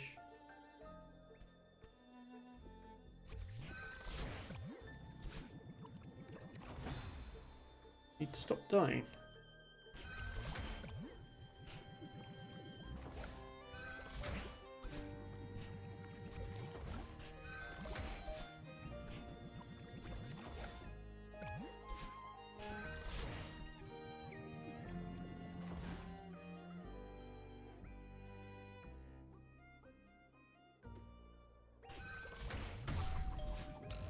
That's what I wanted to do. Okay.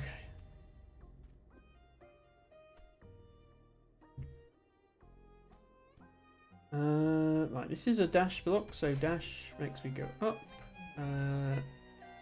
Dash into fish makes fish go boom. Obviously going that way is no good, so dash into fish, go boom in other direction. Ow.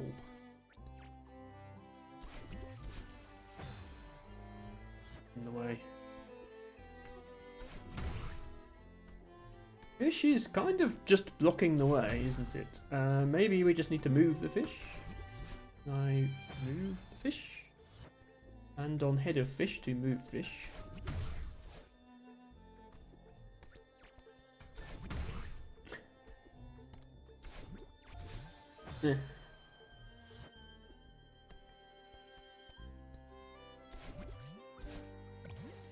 Yeah, like that. And then maybe I can just make it through, I'm not sure. Unfortunately, bouncing on the fish is then sending me up into the spikes. Yeah, okay. So hold right whilst bouncing on fish. I almost got through. I think that's possible.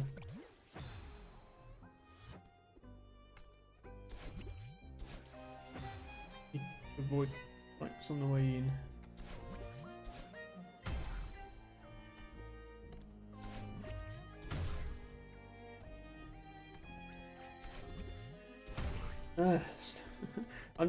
So the fish draws a little line. You can see a line sticking out from the fish. That shows the range in which it will explode. So I need to avoid that range. And then hit it from above. But also, I need to fit between the fish and the spikes above it when I hit it. And then, yeah, then still have enough momentum to get over all the spikes on the right side. Is currently not happening. I can dash on the way in because the fish gives you your dash back. But I need to dash when I'm above the lines. No. Trigger the explosion, but I need to dash diagonally. So this is a very, very, very precise jump over the fish. Not this jump, the jump over the fish. Like that. Okay. Now that block. Okay, I definitely can't touch that block. It's entirely covered in spikes. I can touch the fish. Touching fish on. Would put it there. That doesn't seem awfully helpful. So. Do I need to, because obviously this is a dash block, do I need to dash right as the fish goes through the block? To move the fish over? Let me try that. I think it's... No, that's not what I meant at all. Okay, it does move the fish over. It didn't quite move the fish over in the way that I wanted. Is this still... No. Because I need a dash to get over there. Yeah, that's what I was trying to do. So, can I now get round this? Yes, I can. That's not the end of the level, though. Okay. Not the end of the screen, rather. Okay, I managed to just boot the fish down a tiny bit, which is definitely not what you're supposed to do. Yeah, that's what you're supposed to do, I think. And then there, and then there. Okay, and then you get a double dash. Okay. Yeah, the difficulty curve is all over the place. I think it's just because I'm so bad with the jellies compared to the other game mechanics, but the difficulty curve is wobbling about a bit. Perhaps that's to be expected. Okay, jelly. I see a spring. I see another spring. I see that I need to get... Oh no, hang on, there's a... This is a level that could benefit from binoculars, I think. There's a... See, there's a token inside a ring of spikes just above where I was there. So the jelly needs to go through that ring at some point. Yeah, to collect that token. So I need to throw the jelly through the token and then re-grab it after I've hit the spring. So the jelly doesn't accompany me onto this spring at the bottom. This is tricky for me because I'm having to look at where the jelly is going and look where I'm going at the same time. Okay, that was all three, well, all three tokens I can see. There might be more.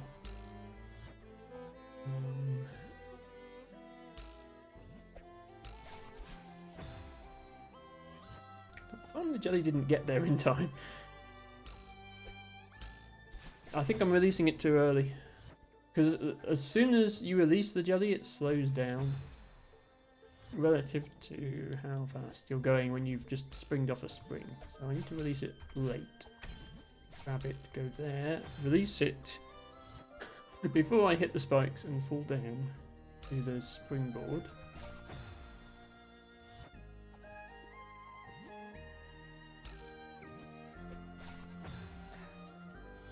Be better at steering into these springs as well.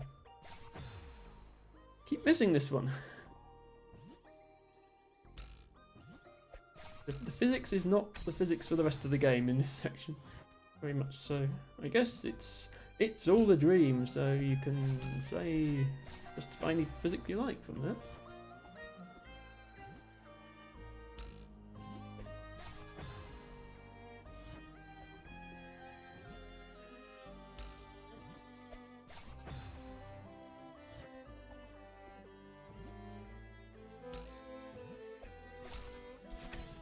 Okay. Missed the jelly there.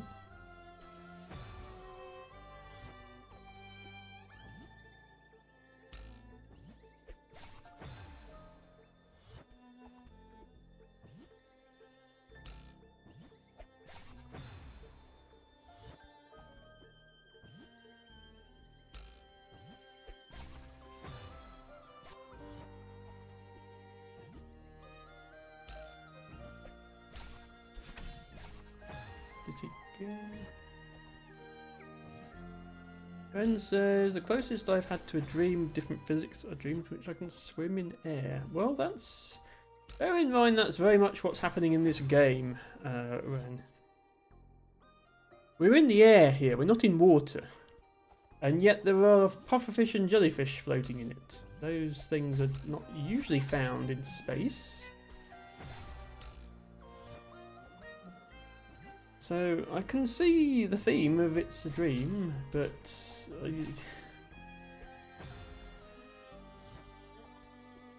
The physics when you're not holding a jellyfish, I believe, is actually the same. It's just the physics obviously holding the jellyfish are completely different to what you're used to.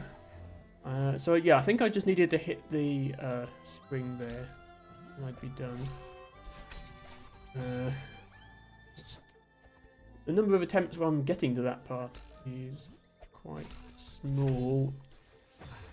Consistently going too far to the right there, but I think if I did a vertical dash, I would be too far to the left. So So I just have to choose a dash and pray that I happened to release it at the right point that works for that dash type. So I missed the I missed the diamond and then couldn't get back in time. There's also an issue. Yeah, I did it again.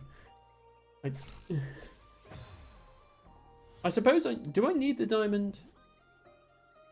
The springboard resets my dash. I probably don't need the diamond. Maybe I just skip it. Yeah, I don't think I need the diamond. Not sure why it's there. Maybe in case you didn't grab the jelly. Oops. You didn't grab the jelly with your first dash, it gives you another chance.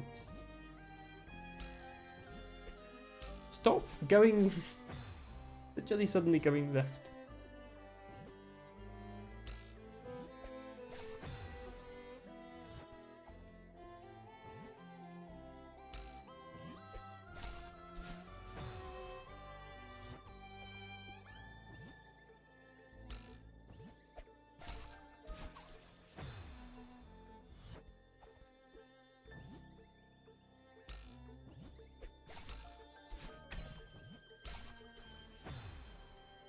You don't have much time to react there because you're obviously focusing on the spring. It's like by the time I register in my brain that I've actually managed to hit this springboard, it's time to let go of the jelly.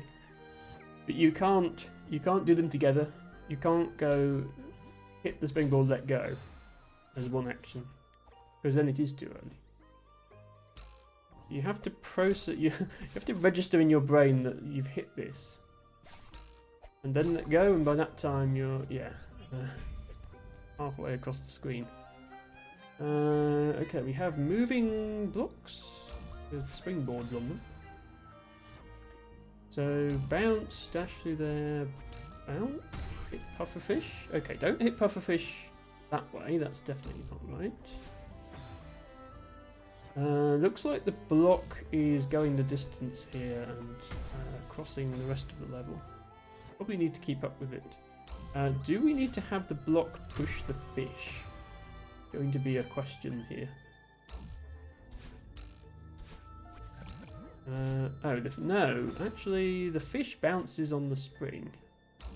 Is that an interaction we want? That gap seems too big to dash through, even with a precise dash. What am I doing?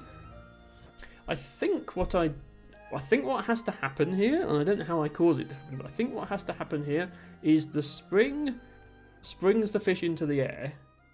I then get an explosive bounce off the fish to the right, because that's the only thing that would give me enough momentum to get through these spikes. So, explosive bounce, bounce the fish on the spring, yeah, like that. The first part was correct. Bounce the fish on the spring. But then hit the then hit an explosive jump off the fish. And do it precisely enough that you get through the spikes. Then probably do a mid-air dash to delay because the okay. You need to hit that first try. Do a mid-air dash to delay because this spring thing is going to be nowhere near. I can't avoid double bouncing the fish there, which doesn't work. You have to bounce the fish, then immediately get the explosive bit, I think. Unless I'm doing this wrong.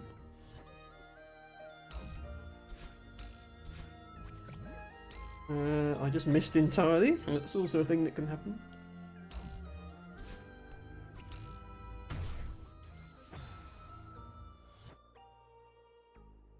Ren says that looks really hard. Ren, were you not watching for the first 3 hours and 45 minutes of this stream? Actually, to be fair, the strawberry gathering part mostly wasn't hard. Have you not been watching for the last hour and a quarter of this stream?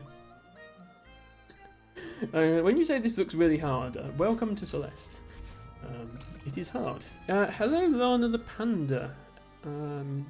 Thank you for joining us and for being best panda, and also here is a shout out. If you'd like to see someone who's actually playing a video game they're good at, look no further than Lana the Panda, who is currently playing Red Dead Redemption 2. Very good at it. Almost no horses were harmed in the making of her stream. She is best panda. She's very, very cozy. She plays a lot of games, not just RPGs, but other things too. RPGs are a big part of it. And she has a lot of cute things on her stream. There's like sound alerts, you can change her voice. She has a sticker book. Every subscriber gets a sticker in her sticker book for that month, and then she fills up a new book every month. It's really, really awesome. And she's also subscribed to me, believe it or not. Lana, thank you very much for resubscribing. For your 8th month, using your Prime sub. Lana says, good at the game, the pressure. Thank you for the shout and know you. Lana, I don't know how many times you've died in various games that you've played. My death counter for this game currently stands at around 12,000. Probably bigger than your death count in Red Dead Redemption 2. Unless you've been having some real bad luck with that horse. Okay, somehow I got the bounce off this fish once, and I don't understand what I did. Okay, that's what I did, but that was much too low.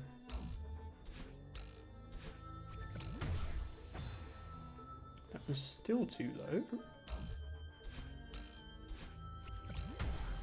That was still too low. How do I get this higher? I can't delay my jump with a dash or anything because I've already done it. Like, hitting the fish has to be the next thing that happens. You bounce higher if you hold Z while on a fish. I'm holding Z. Well, no, yeah, releasing Z wouldn't make me any higher, would it? So that doesn't help.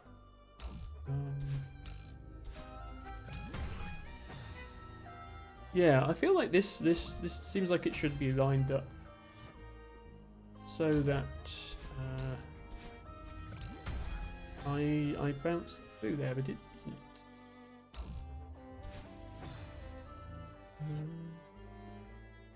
This says I don't know what you're hinting at. I'm not hinting at anything, Lana. You're very good at Red Dead Redemption. And I've really been enjoying your playthrough. It's been awesome. And yeah, just if that one spike wasn't there, this would actually be working. But that first spike is just a little bit too low for the position I'm in.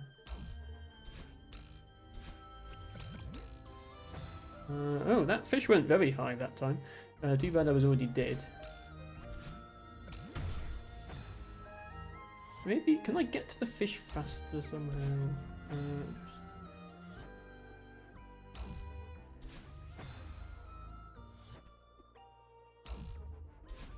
Sorry, Lana. We did make some progress today. I have 175 strawberries now. Which is all of the strawberries in the main levels. It's not every strawberry in the game, but it's all the strawberries in the main levels. So I've 100%ed all of the main levels. But you've got this farewell, which is like a bonus chapter, which is really, really hard. And there's also harder versions of the main levels. And I've only done the first 5 of them, and there are 8 in total. And those are as hard, if not harder than this. So I think I've reached the point in this game where I can't do... I can't make any more progress, it's just too hard. And I said this would be my last stream. Okay, the fish got carried there for some reason. I said this would be my last stream of this game, so I think that is a good call. Okay, the fish just... the fish just buggered off that time. Sorry, nope, I'm out, said the fish. Yeah, if I get there too fast, then the fish just goes. So getting there faster is not an option. In fact, I'm getting there too fast every time now. What am I doing? Doing a full jump there. Oh, that I got 3 bounces on the fish that time. I've never got 3 bounces on the fish before. What did I do to get 3 bounces on the fish? Because 3 bounces on the fish means I can explode the fish on the third bounce. See, that was just 2 bounces again. Yeah, if I could consistently get 3 bounces on the fish, it would be alright. But that's... Yeah, see, that was 3 bounces on the fish. And we almost made it. But that's... I don't know if I can do that level of precision.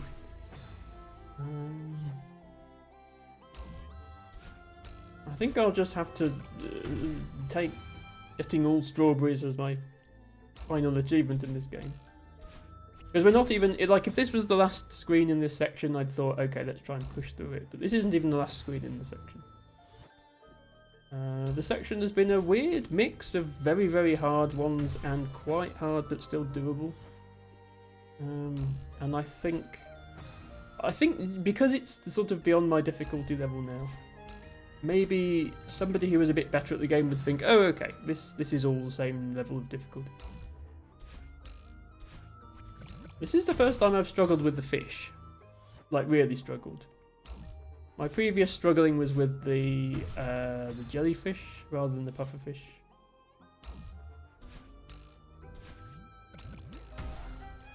Okay, that was actually close. Maybe I just need to like be right on the edge of the fish when I get my final bounce. Like as far to the right on the fish as I can be. Yeah, like that. No, I'm still...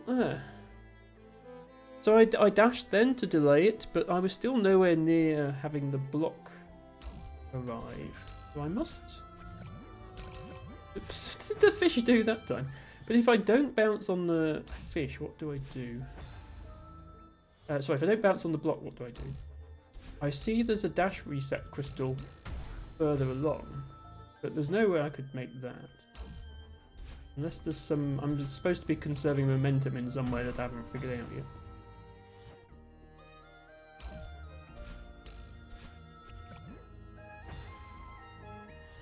Yeah, I think the triple bounce on the fish is hit the fish right as it reaches the block.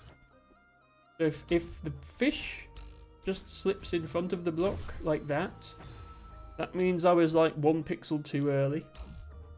And if I get 2 bounces on the fish, that means I was like 1 pixel too late. If that happened there, which was 3 bounces on the fish, then I was at the right timing. So it's right timing. Yeah, so that was much too early because the fish just slid down the bottom of the block. That was the right timing. Yeah, no, there's no way I'm getting that crystal, though. There's no way. Oops. Yeah, also don't do that.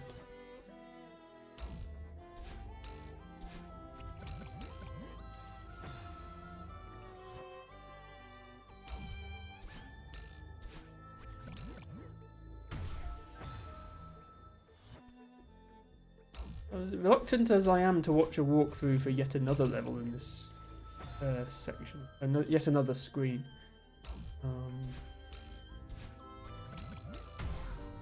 Might have to, because yeah, what are you supposed to land on there? I'm gonna have to. Excuse me a minute while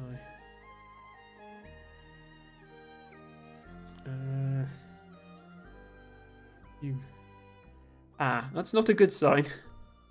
This screen is the most replayed screen in the walkthrough video, so everyone got stuck here.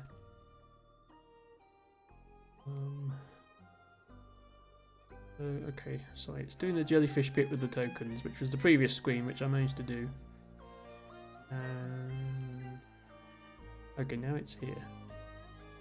So, okay, bounce on the fish, I did. Oh god. How about no? How about no, I don't do that? Yeah, how about no, I don't do that? So what they're doing is, after getting the fish bounce, they're falling down to the level that the block is at, dashing left, grabbing onto the block, climbing the block to get a spring bounce, to then get up to that dash crystal, the double dash refill crystal. What the walkthrough then shows, which I haven't seen yet, is the last part of the level, which is also a super precise jump through spikes. So this Yeah, this may well be the point where I say, no, it's too hard, I'm not doing it. Also, they only bounced the fish once, and they somehow got a jump that took them the, like... I almost got it there. Yeah, they bounce on the fish once, and it still works. I only got it to work with 2 bounces on the fish, because you can't dash there to save yourself, because you lose. Yeah, that was a... And I'm... The way I'm doing it with the triple bounce, I'm getting so much momentum that I don't have time to dash back to the spring, so I can't do it the way they're doing it either. Lorna says, knowing myself, I'd probably rage quit. Rage quitting after 12,000 deaths and no progress isn't really rage quitting, it's just quitting. I believe that's just referred to as quitting. There's no rage involved, it's just like, yeah, I'm not going to spend the entire rest of my life failing at a video game. And where are we at? Yeah, we're at 4 hours. It's annoying because obviously if I quit out now and I want to play it again in future, I have to get all the way back to this point because we haven't got to a save point yet. But like in the unlikely event that I ever do that, I can do that. Somebody earlier said I think you can do 6B. I don't think I can do 6B. I wanted to show, as you can see, I have tried 6B and have deaths on it. I wanted to show the first few screens of 6B to give you an idea of what it entails. For anyone who doesn't remember, Chapter 6 is the one with the feathers. So this section has a load of super tight feather movement. Yeah, I'm not gonna, obviously we're 4 hours in, I'm not going to complete the B-side now, even if I could do it. But just to show you why I decided to stop here, I want to play the first few screens and show you where I got stuck. So you start off with this rapid fire Kevin block steering, like you have to, yeah. You have to get the position exactly right, and then you have to keep repositioning it in midair, and if you get it wrong, you die. But I did manage this once. No.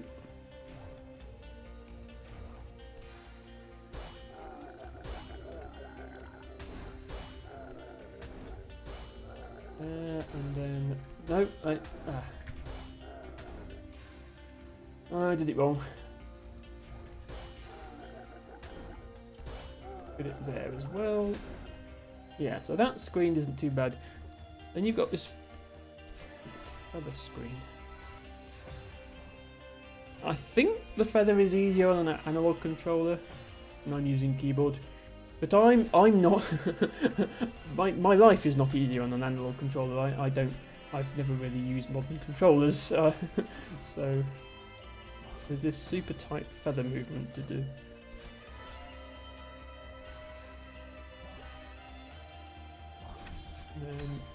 Yeah, these dashes. Surprisingly, I'm finding the dashes harder than the feather right now. I missed a feather.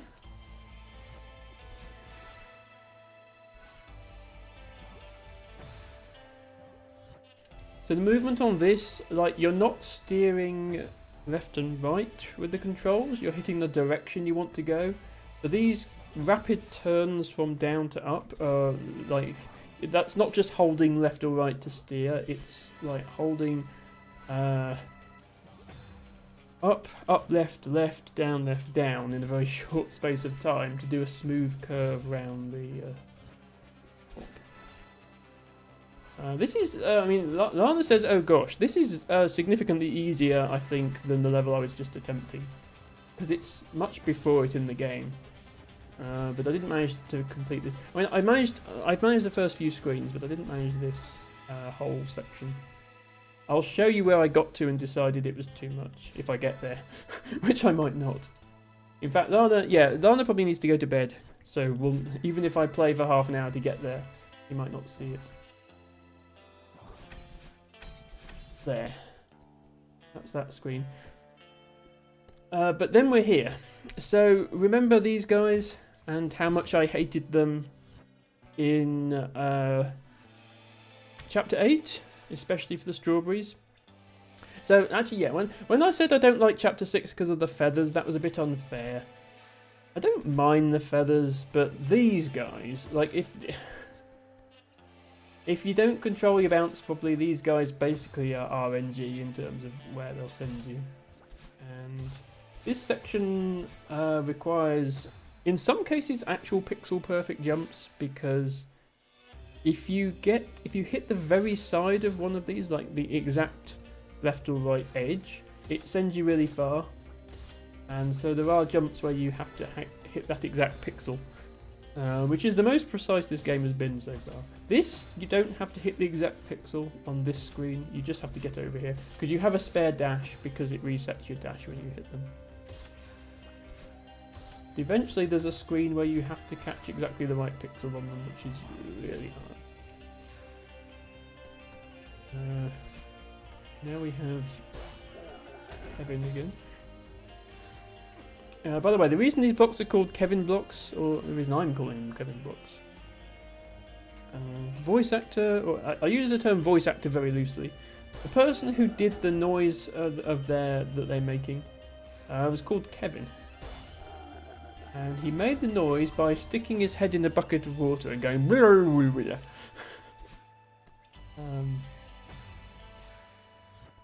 I wish my job was that fun.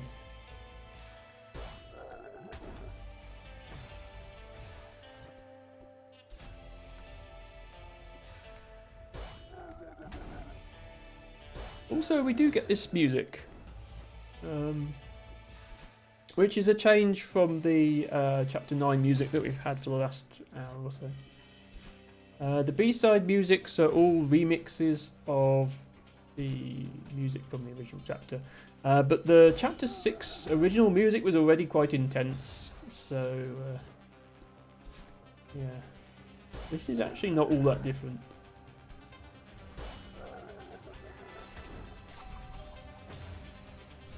So what you need to do here is loop around with the feather to grab the token, and then get back on the Kevin block. Here, and then manage to get around the other side, and then jump dash to the exit. Except I dashed there by mistake. You have to not use your dash, otherwise you won't be able to get there. Hello Creep Twin, who says, slamming my fists on the table chanting Gertchie, Gertchie, Gertchie, Gertchie. Well, that's quite an entrance. I think I know where you're from, because I think that might have happened in a stream yesterday. Welcome in. Creep Twin says Celeste is hard. Yeah, I would agree with that assessment. The main game is doable. Like, I've beaten the first 7 levels I've got to summit. I climbed the mountain, which is the whole point. This is 6B. I've done the first 5 B-sides. I've done 8A. I've done part of Farewell, but certainly not anywhere near all of it. And I think, yeah, 6B, 7B, 8B, which are all supposed to be like a cut above the rest, is the point where I'm saying, this game is too hard for me. And I'm probably going to leave it after this stream. But I'm just showing people what 6B is like and getting as far as I can. I have got 175 strawberries, which I'm... Oh, that was almost there. I have 175 strawberries, which I'm quite proud of. That's all the strawberries from the main game. From the first 8 levels, not the golden ones. So that's probably going to be the extent of my achievements in this game. So I have the little sticker on your file at the start that says you got all the strawberries. That's awesome, says Quick Twin. I'm glad you think so. Yes, but you were in Nespa's chat the other day. In fact, you might have been in the chat we raided afterwards. I swear this is timed so that you land perfectly on top of the spikes on top of this Kevin. Well, what I would ideally like to do is grab onto the right side of the Kevin and then... well, actually, no. Maybe I can grab onto the left side of the Kevin and then jump over it, dash. Yeah, okay. If I'd survived that dash, I would have momentum to do a jump over. So that's probably how you're supposed to finish it.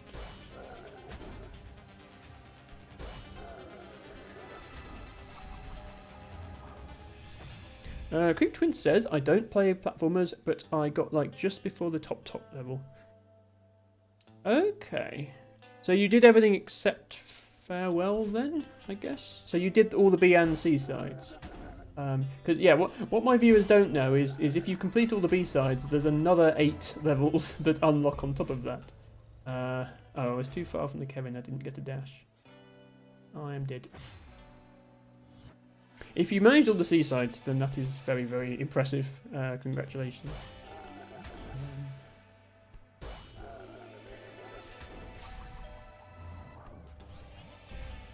I'm just going... I don't remember what they got here. Oh, maybe... Did you mean you got to Summit, but you didn't get to the end of Summit? Maybe that's it, yeah. So, if so, spoiler alert, that's not the top level. When you complete what you think is the last level, because as in you've climbed the mountain, you unlock bonus levels for every chapter. And then if you complete all of those, you unlock another set of bonus levels for every chapter. And then also you unlock another whole chapter, and then if you finish that chapter, you unlock another whole chapter. So yeah, it's funny. When you complete Summit, you're only like a quarter of the way through the game in terms of the levels you completed. And I'm still only like 2/3 of the way through. Although the C sides are quite short. They're like really, really hard but short.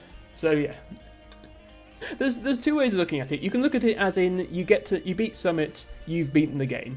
If you beat Summit, that's the end of the story. The credits roll. Everyone lives happily ever after. But it unlocks for the masochists among us. It unlocks the really hard levels. So yeah, if you made it through chapters 4, 5, 6 and you got to the start of Summit, you can probably do that. The way that Summit works, if you didn't get that far through, you might not have seen this. It kind of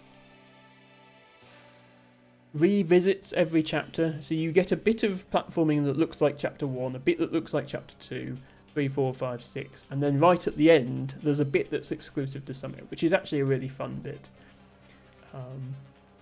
Which is hard, but it has lots of checkpoints. Like, you don't have to make it through an entire screen, you only have to make it like that far, and you get another save point. So, yeah, if... I'm not saying you have to, but if you ever do revisit it, I reckon you could probably do Summit if you manage chapters 5 and 6. I think they're about equal difficulty. This, on the other hand, maybe don't attempt. Even though I don't think I should have attempted this. So I need to bounce off the side of this guy. And then get a bounce there, bounce off that. And that bounce needs to take me to the right, and then I need to dash up. So this is where the precision with the bouncy things starts, which is probably my least favourite part of this game, is these guys. The movement you get, the bounce you get from them is very, very sensitive to exactly where you hit them. And they move. You can see them like drifting left and right on the screen. So you're trying to very precisely hit a moving target. And if you mess up, in the levels where there's lots of them, it's a bit like Plinko. You mess up and you go boom, boom, boom, boom, boom, boom, boom, boom, all over the place. Which is fun, but usually leads to death.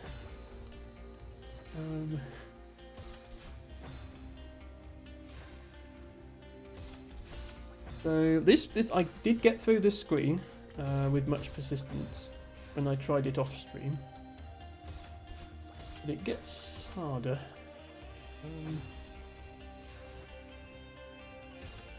Yeah, this is more. This one is actually just timing. Not getting.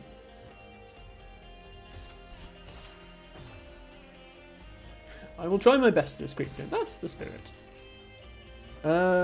Creep Twin says, oh, hi, Harry and T-Bag. Yes, Harry and T-Bago are my resident mods. They don't bite, I promise. At least I tell them not to.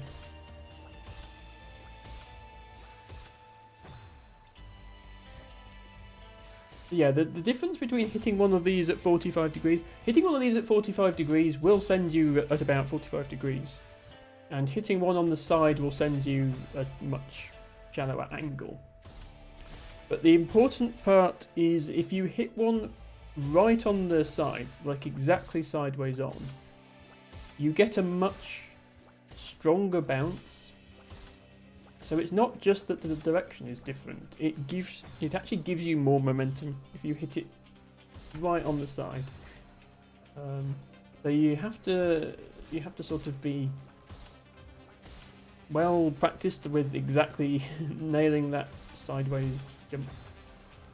You can use a dash. You can actually dash into them to assist with setting up that jump sometimes, because hitting one does reset your dash. Well, I think in this particular case it makes it harder. Yeah, that's the angle I want, and then I need to diagonal dash out of it. But yeah, this is, as I say, I have completed the screen. This screen I think is right at the limit of what I can do. And Farewell was beyond it. I could go around that way actually. This might actually be easier. Right that way. El Tobago says, it's been a real journey watching him replace Celeste. I've really enjoyed watching her progress and get good. Which she has, no matter how much she protests she hasn't. Good in Celeste is relative. I'm certainly not good by Celeste community standards. Which, by the way, anyone who looks at the B-sides and Farewell in this game and think, those look hard. The Celeste community, this game has a big following. They actually make modded fan-made levels.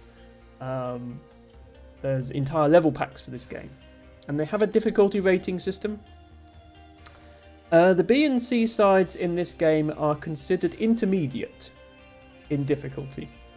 The scale goes beginner, intermediate, advanced, expert, grandmaster, which was originally the top difficulty, and then they made harder levels. Grandmaster +1, Grandmaster +2, and then there are people who can beat these levels still, believe it or not. Even the game itself has, besides having the hard levels, it has a special reward if you beat a level, an entire chapter deathless. So imagine beating not just this screen, but the entire of 6B deathless. And then consider that's only the 4th hardest golden berry in the base game. And then consider that those golden berries are considered easy by the sort of people who play Grandmaster levels. And you realise that we're very much down here, and they're basically gods. As far as I'm concerned, they're not human. They're not operating on the same plane of existence as I am, the top players of this game. There we are, but we did that screen, which is something. So yeah, you'll notice the bumpers are actually moving around even more now. This bit is actually quite fun because it sort of teaches you how to get good at bumper movement.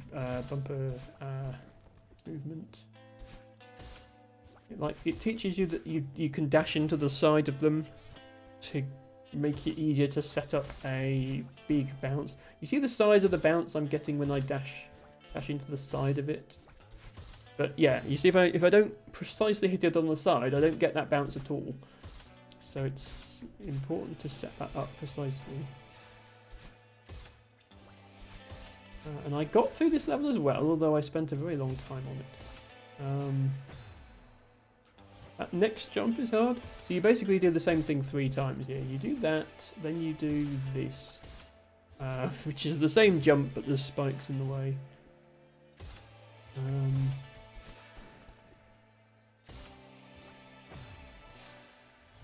and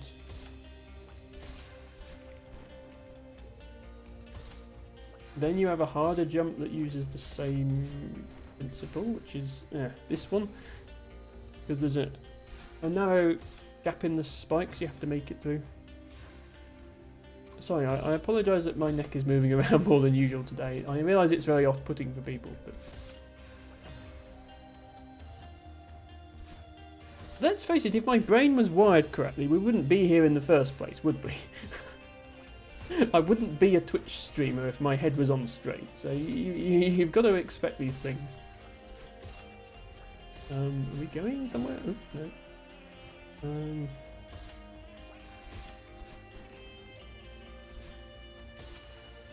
Here, yeah, here, you really want to set it up by bouncing in between the two sets of spikes. First, I think, and then drop down until you're level with the bumper, and then do a dash into it. So bounce, jump that way, and then, yeah. Hope you're high enough to reach that block, which I wasn't that time. And then you have to jump on those quickly because they disappear. And then there, like that. And then yeah, here. I mean, you can if your aim is good, you can just bounce on the bumper forever until you're ready to move on. But you do have to be very consistent.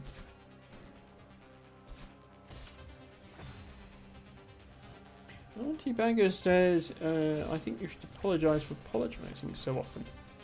And I refuse. Yeah, take that.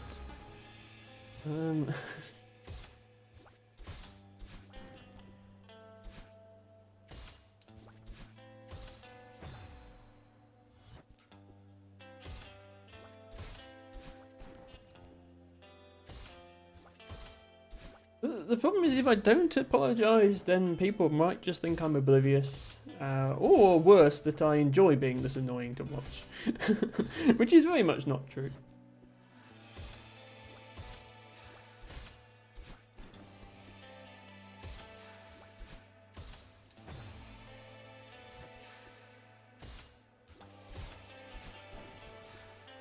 Also, if you remember the A side of Chapter 6,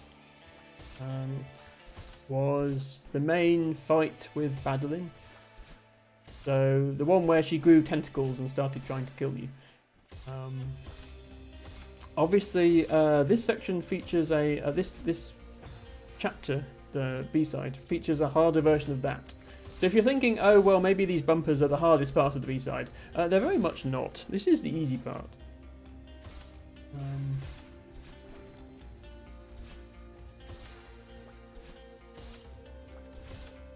So here, the problem here is I do need to hit that side-on full momentum boost to get to that platform. Just doesn't work out otherwise, and it's really difficult to time because the bumper is moving up and down, and if you're jumping up and down on top of it, then that's two sets of up and down movement that don't sync up with each other. I realise I'm making excuses here, but I do think it's genuinely hard.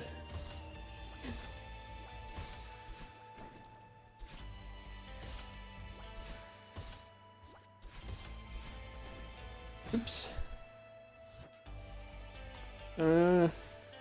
Creep Twin says, yeah, like Creep Twin, she's horrible. This is a false statement. Just putting that out there. Oops. Eltibago says, if you think you're annoying to watch, I can recommend a few streamers that make it. Now, I realise there are streamers that make being annoying their entire branding. I just wouldn't want you to think that I'm one of them. I'm not sure I could live with myself if I did that. I shouldn't really judge anyone who does, but yeah, and then you have to make it through that gap at the end. That's actually the easiest jump in the section, so of course I failed it.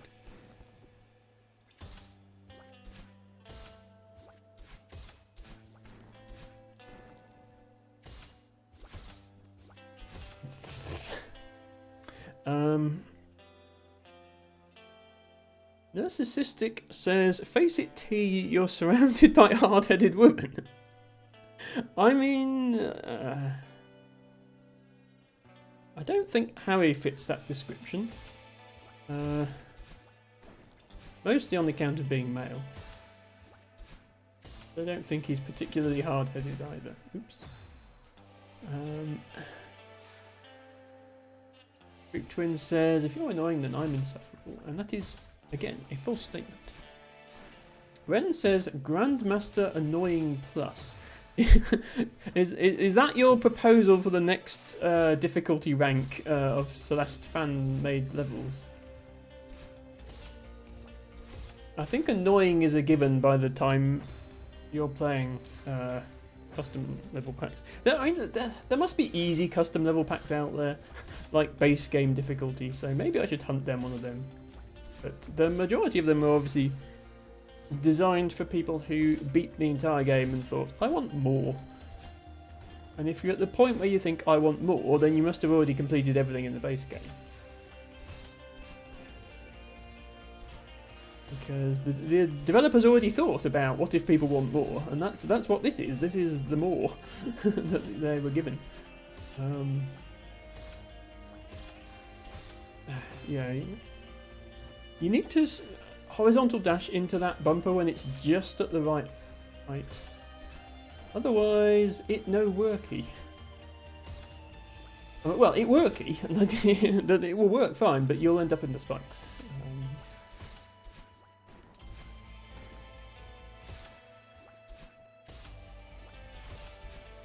Okay, that was supposed to be horizontal.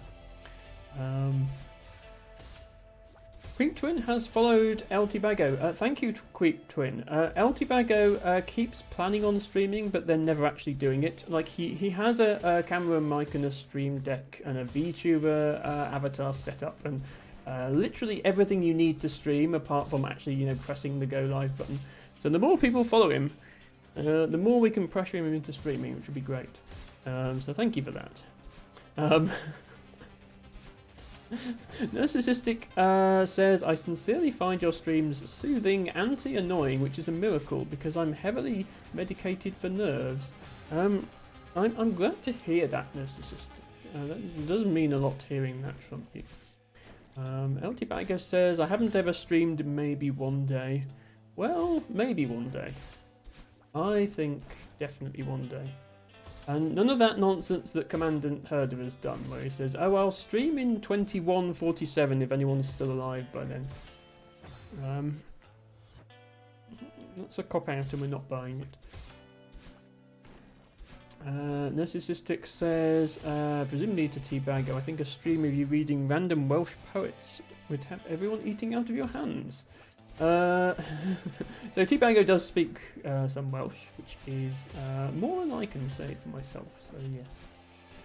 I think that would... I haven't heard T-Baggo's voice much, I have heard it once, I think. And it was very pleasant, I thought. Sorry, let me catch up with chat.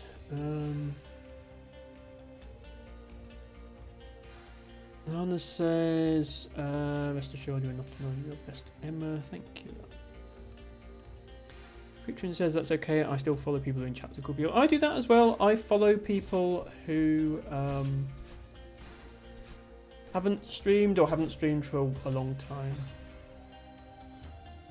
If I see them a lot in another streamer's chat. One reason for that is if they ever do stream, it means I can be there to support them. There's a couple of people who I was able to catch their very first stream, which they hadn't really publicised or anything. And then I was able to chat to them and sort of, like, it can be difficult streaming to 0 viewers is the thing. So I was able to take their mind off things a bit by saying, look, you see, there's somebody here for you to chat to. And so I like to follow people for that, just in case one day they decide to stream. It also gives me a good indication of who I can trust and who I would want to be around. being trans and all. If I know somebody is supportive, I'll follow them, and then I'll know if I come across them again that, hey, I saw this person before and I decided they were cool. And then generally once somebody has been cool, they like to continue to be cool. I'm really struggling with this last jump. I have done it. I did do this section off stream. But I'll if I get there, I will show you the level that I got stuck on. It's much harder than this. We might not get there. We are already well over our stream time, so at some point we will decide. Actually, you know what? Got it. But I was hoping I would get there. The bumper just never seems to be lined up with where I need it to be for this jump to work, no matter how long I wait, which is annoying. Ren says, I know somebody with a cat named Worky. Found out several years later it was short for Homework. Homework the cat. Well, that gives a whole new meaning to my dog ate my homework. And quite a terrifying one.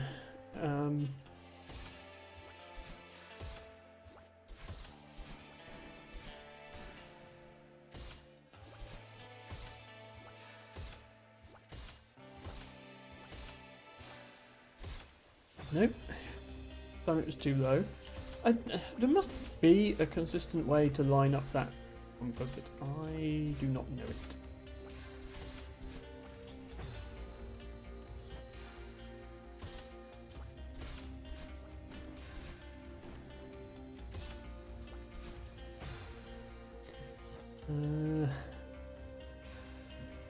Twin says to Ren, I love this. I love fun cat names. Mine are all named after noodles. Okay, noodles are an interesting thing to name your cat after. That does sound fun. Narcissistic has heard a small excerpt of Tibago reading Dylan Thomas.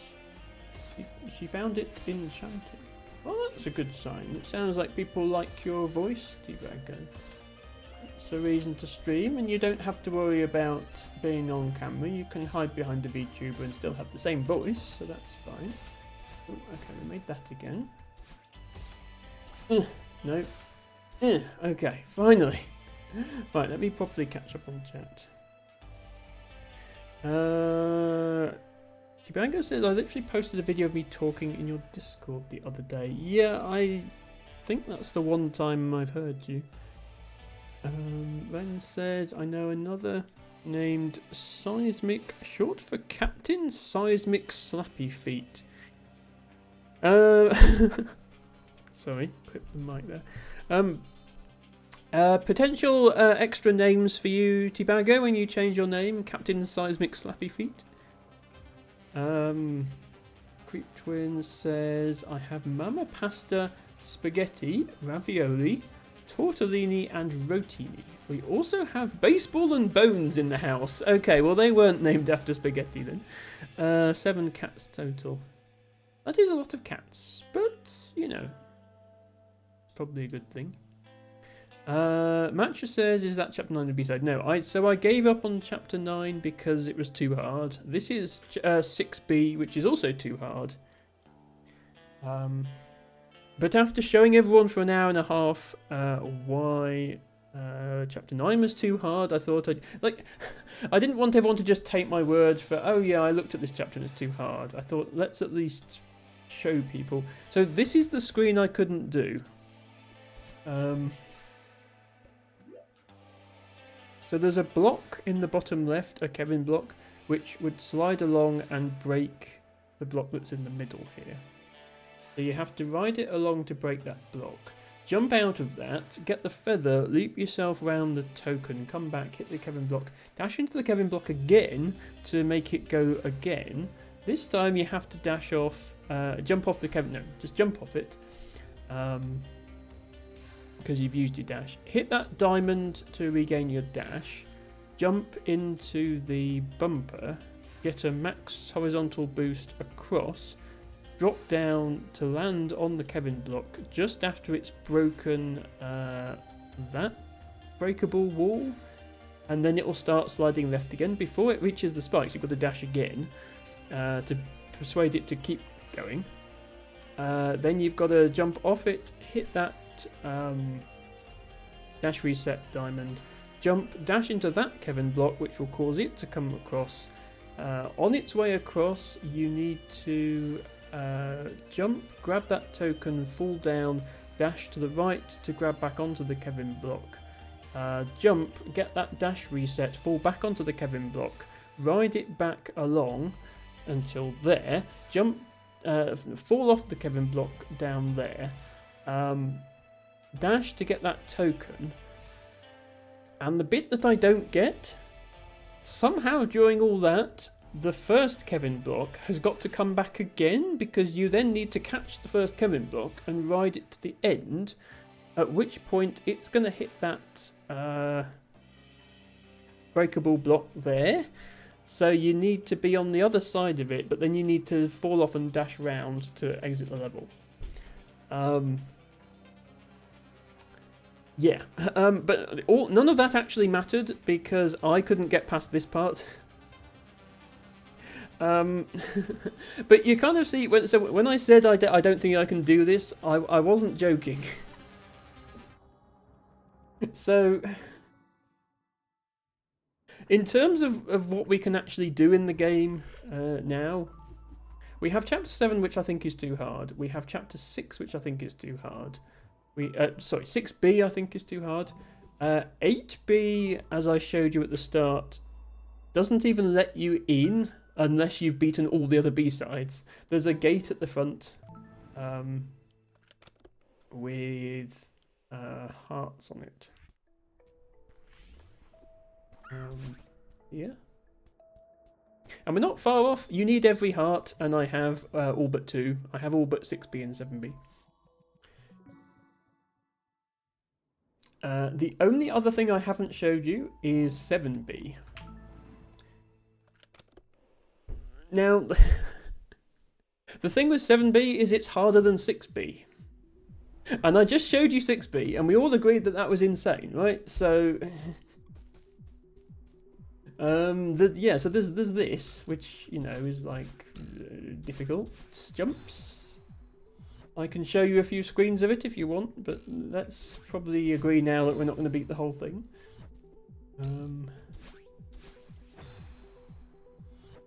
And because it's Chapter 7, it's going to take you through every chapter again, like the mechanics from every chapter, just like the original Chapter 7 did. So everything you might not like about the game, this level has it. This level has wind. This level has annoying cycles. This level has the bumper blocks. This level has feathers. This level has... the only thing it doesn't have is fish, because they only come in Chapter 9. So, yeah.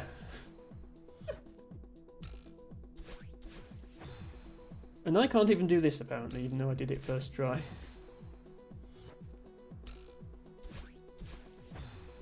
I did this one screen off stream, which is why I have why it's showing 19 deaths in this. Well, it was showing 19 deaths in this chapter. It's going to show a lot more in a minute.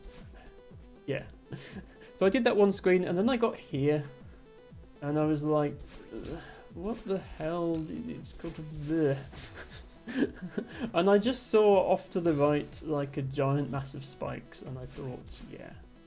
So I think I'm gonna just stop there. That has been Celeste. I enjoyed it a lot. I think it was one of the best platformers ever made. I just think I'm not that great at platformers. I got all the strawberries. I got all the blue hearts. I got 5 of the red hearts. I got all the B-side pips. I died lots.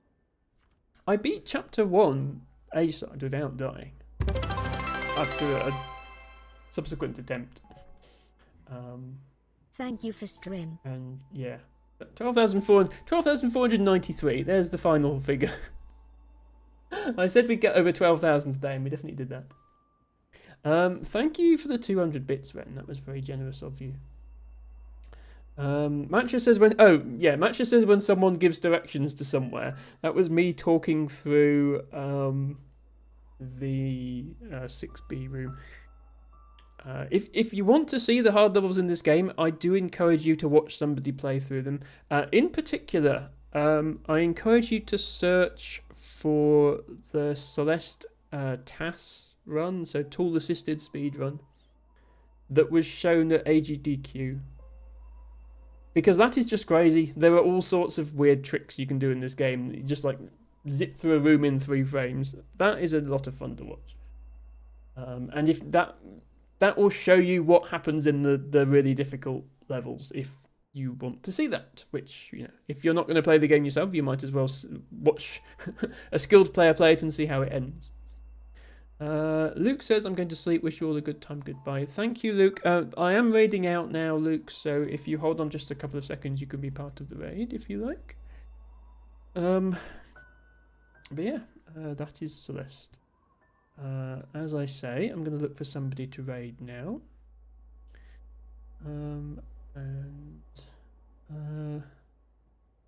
Before I do that, I'm going to say thank you, Ren, for the 200 bits. Thank you, Lana, for the resub. Thank you, UFC, for the raid. Thank you. We had a follow earlier as well. I have anonymous follows on, but thank you so much for that if you're still here. And I'll see who is on. We have gone a bit later than... Not really much good me starting earlier if I'm going to go later on my streams, is it? That defeats the point, but we did today. I'm going to look for a raid target. If anyone has a suggestion for a raid target that is sensible and fits at least somewhat with the vibe of my content, happy to consider it. See who is on. Oh, Equi's on playing Slay the Spire. We could go there because we haven't got to Equi for a while. Usually has a VTuber, but today has a screen labelled hand cam that is just a looping gif of him petting a bunny rabbit.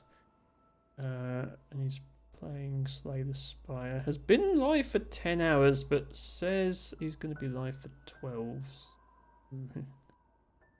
We don't go there often, so let's go there. In fact, is that the first time I raided Equi? No. Yes. No. Yes, it is actually. Okay. Yeah, let's go here because I've known Equi since the Scrabble days, but never raided.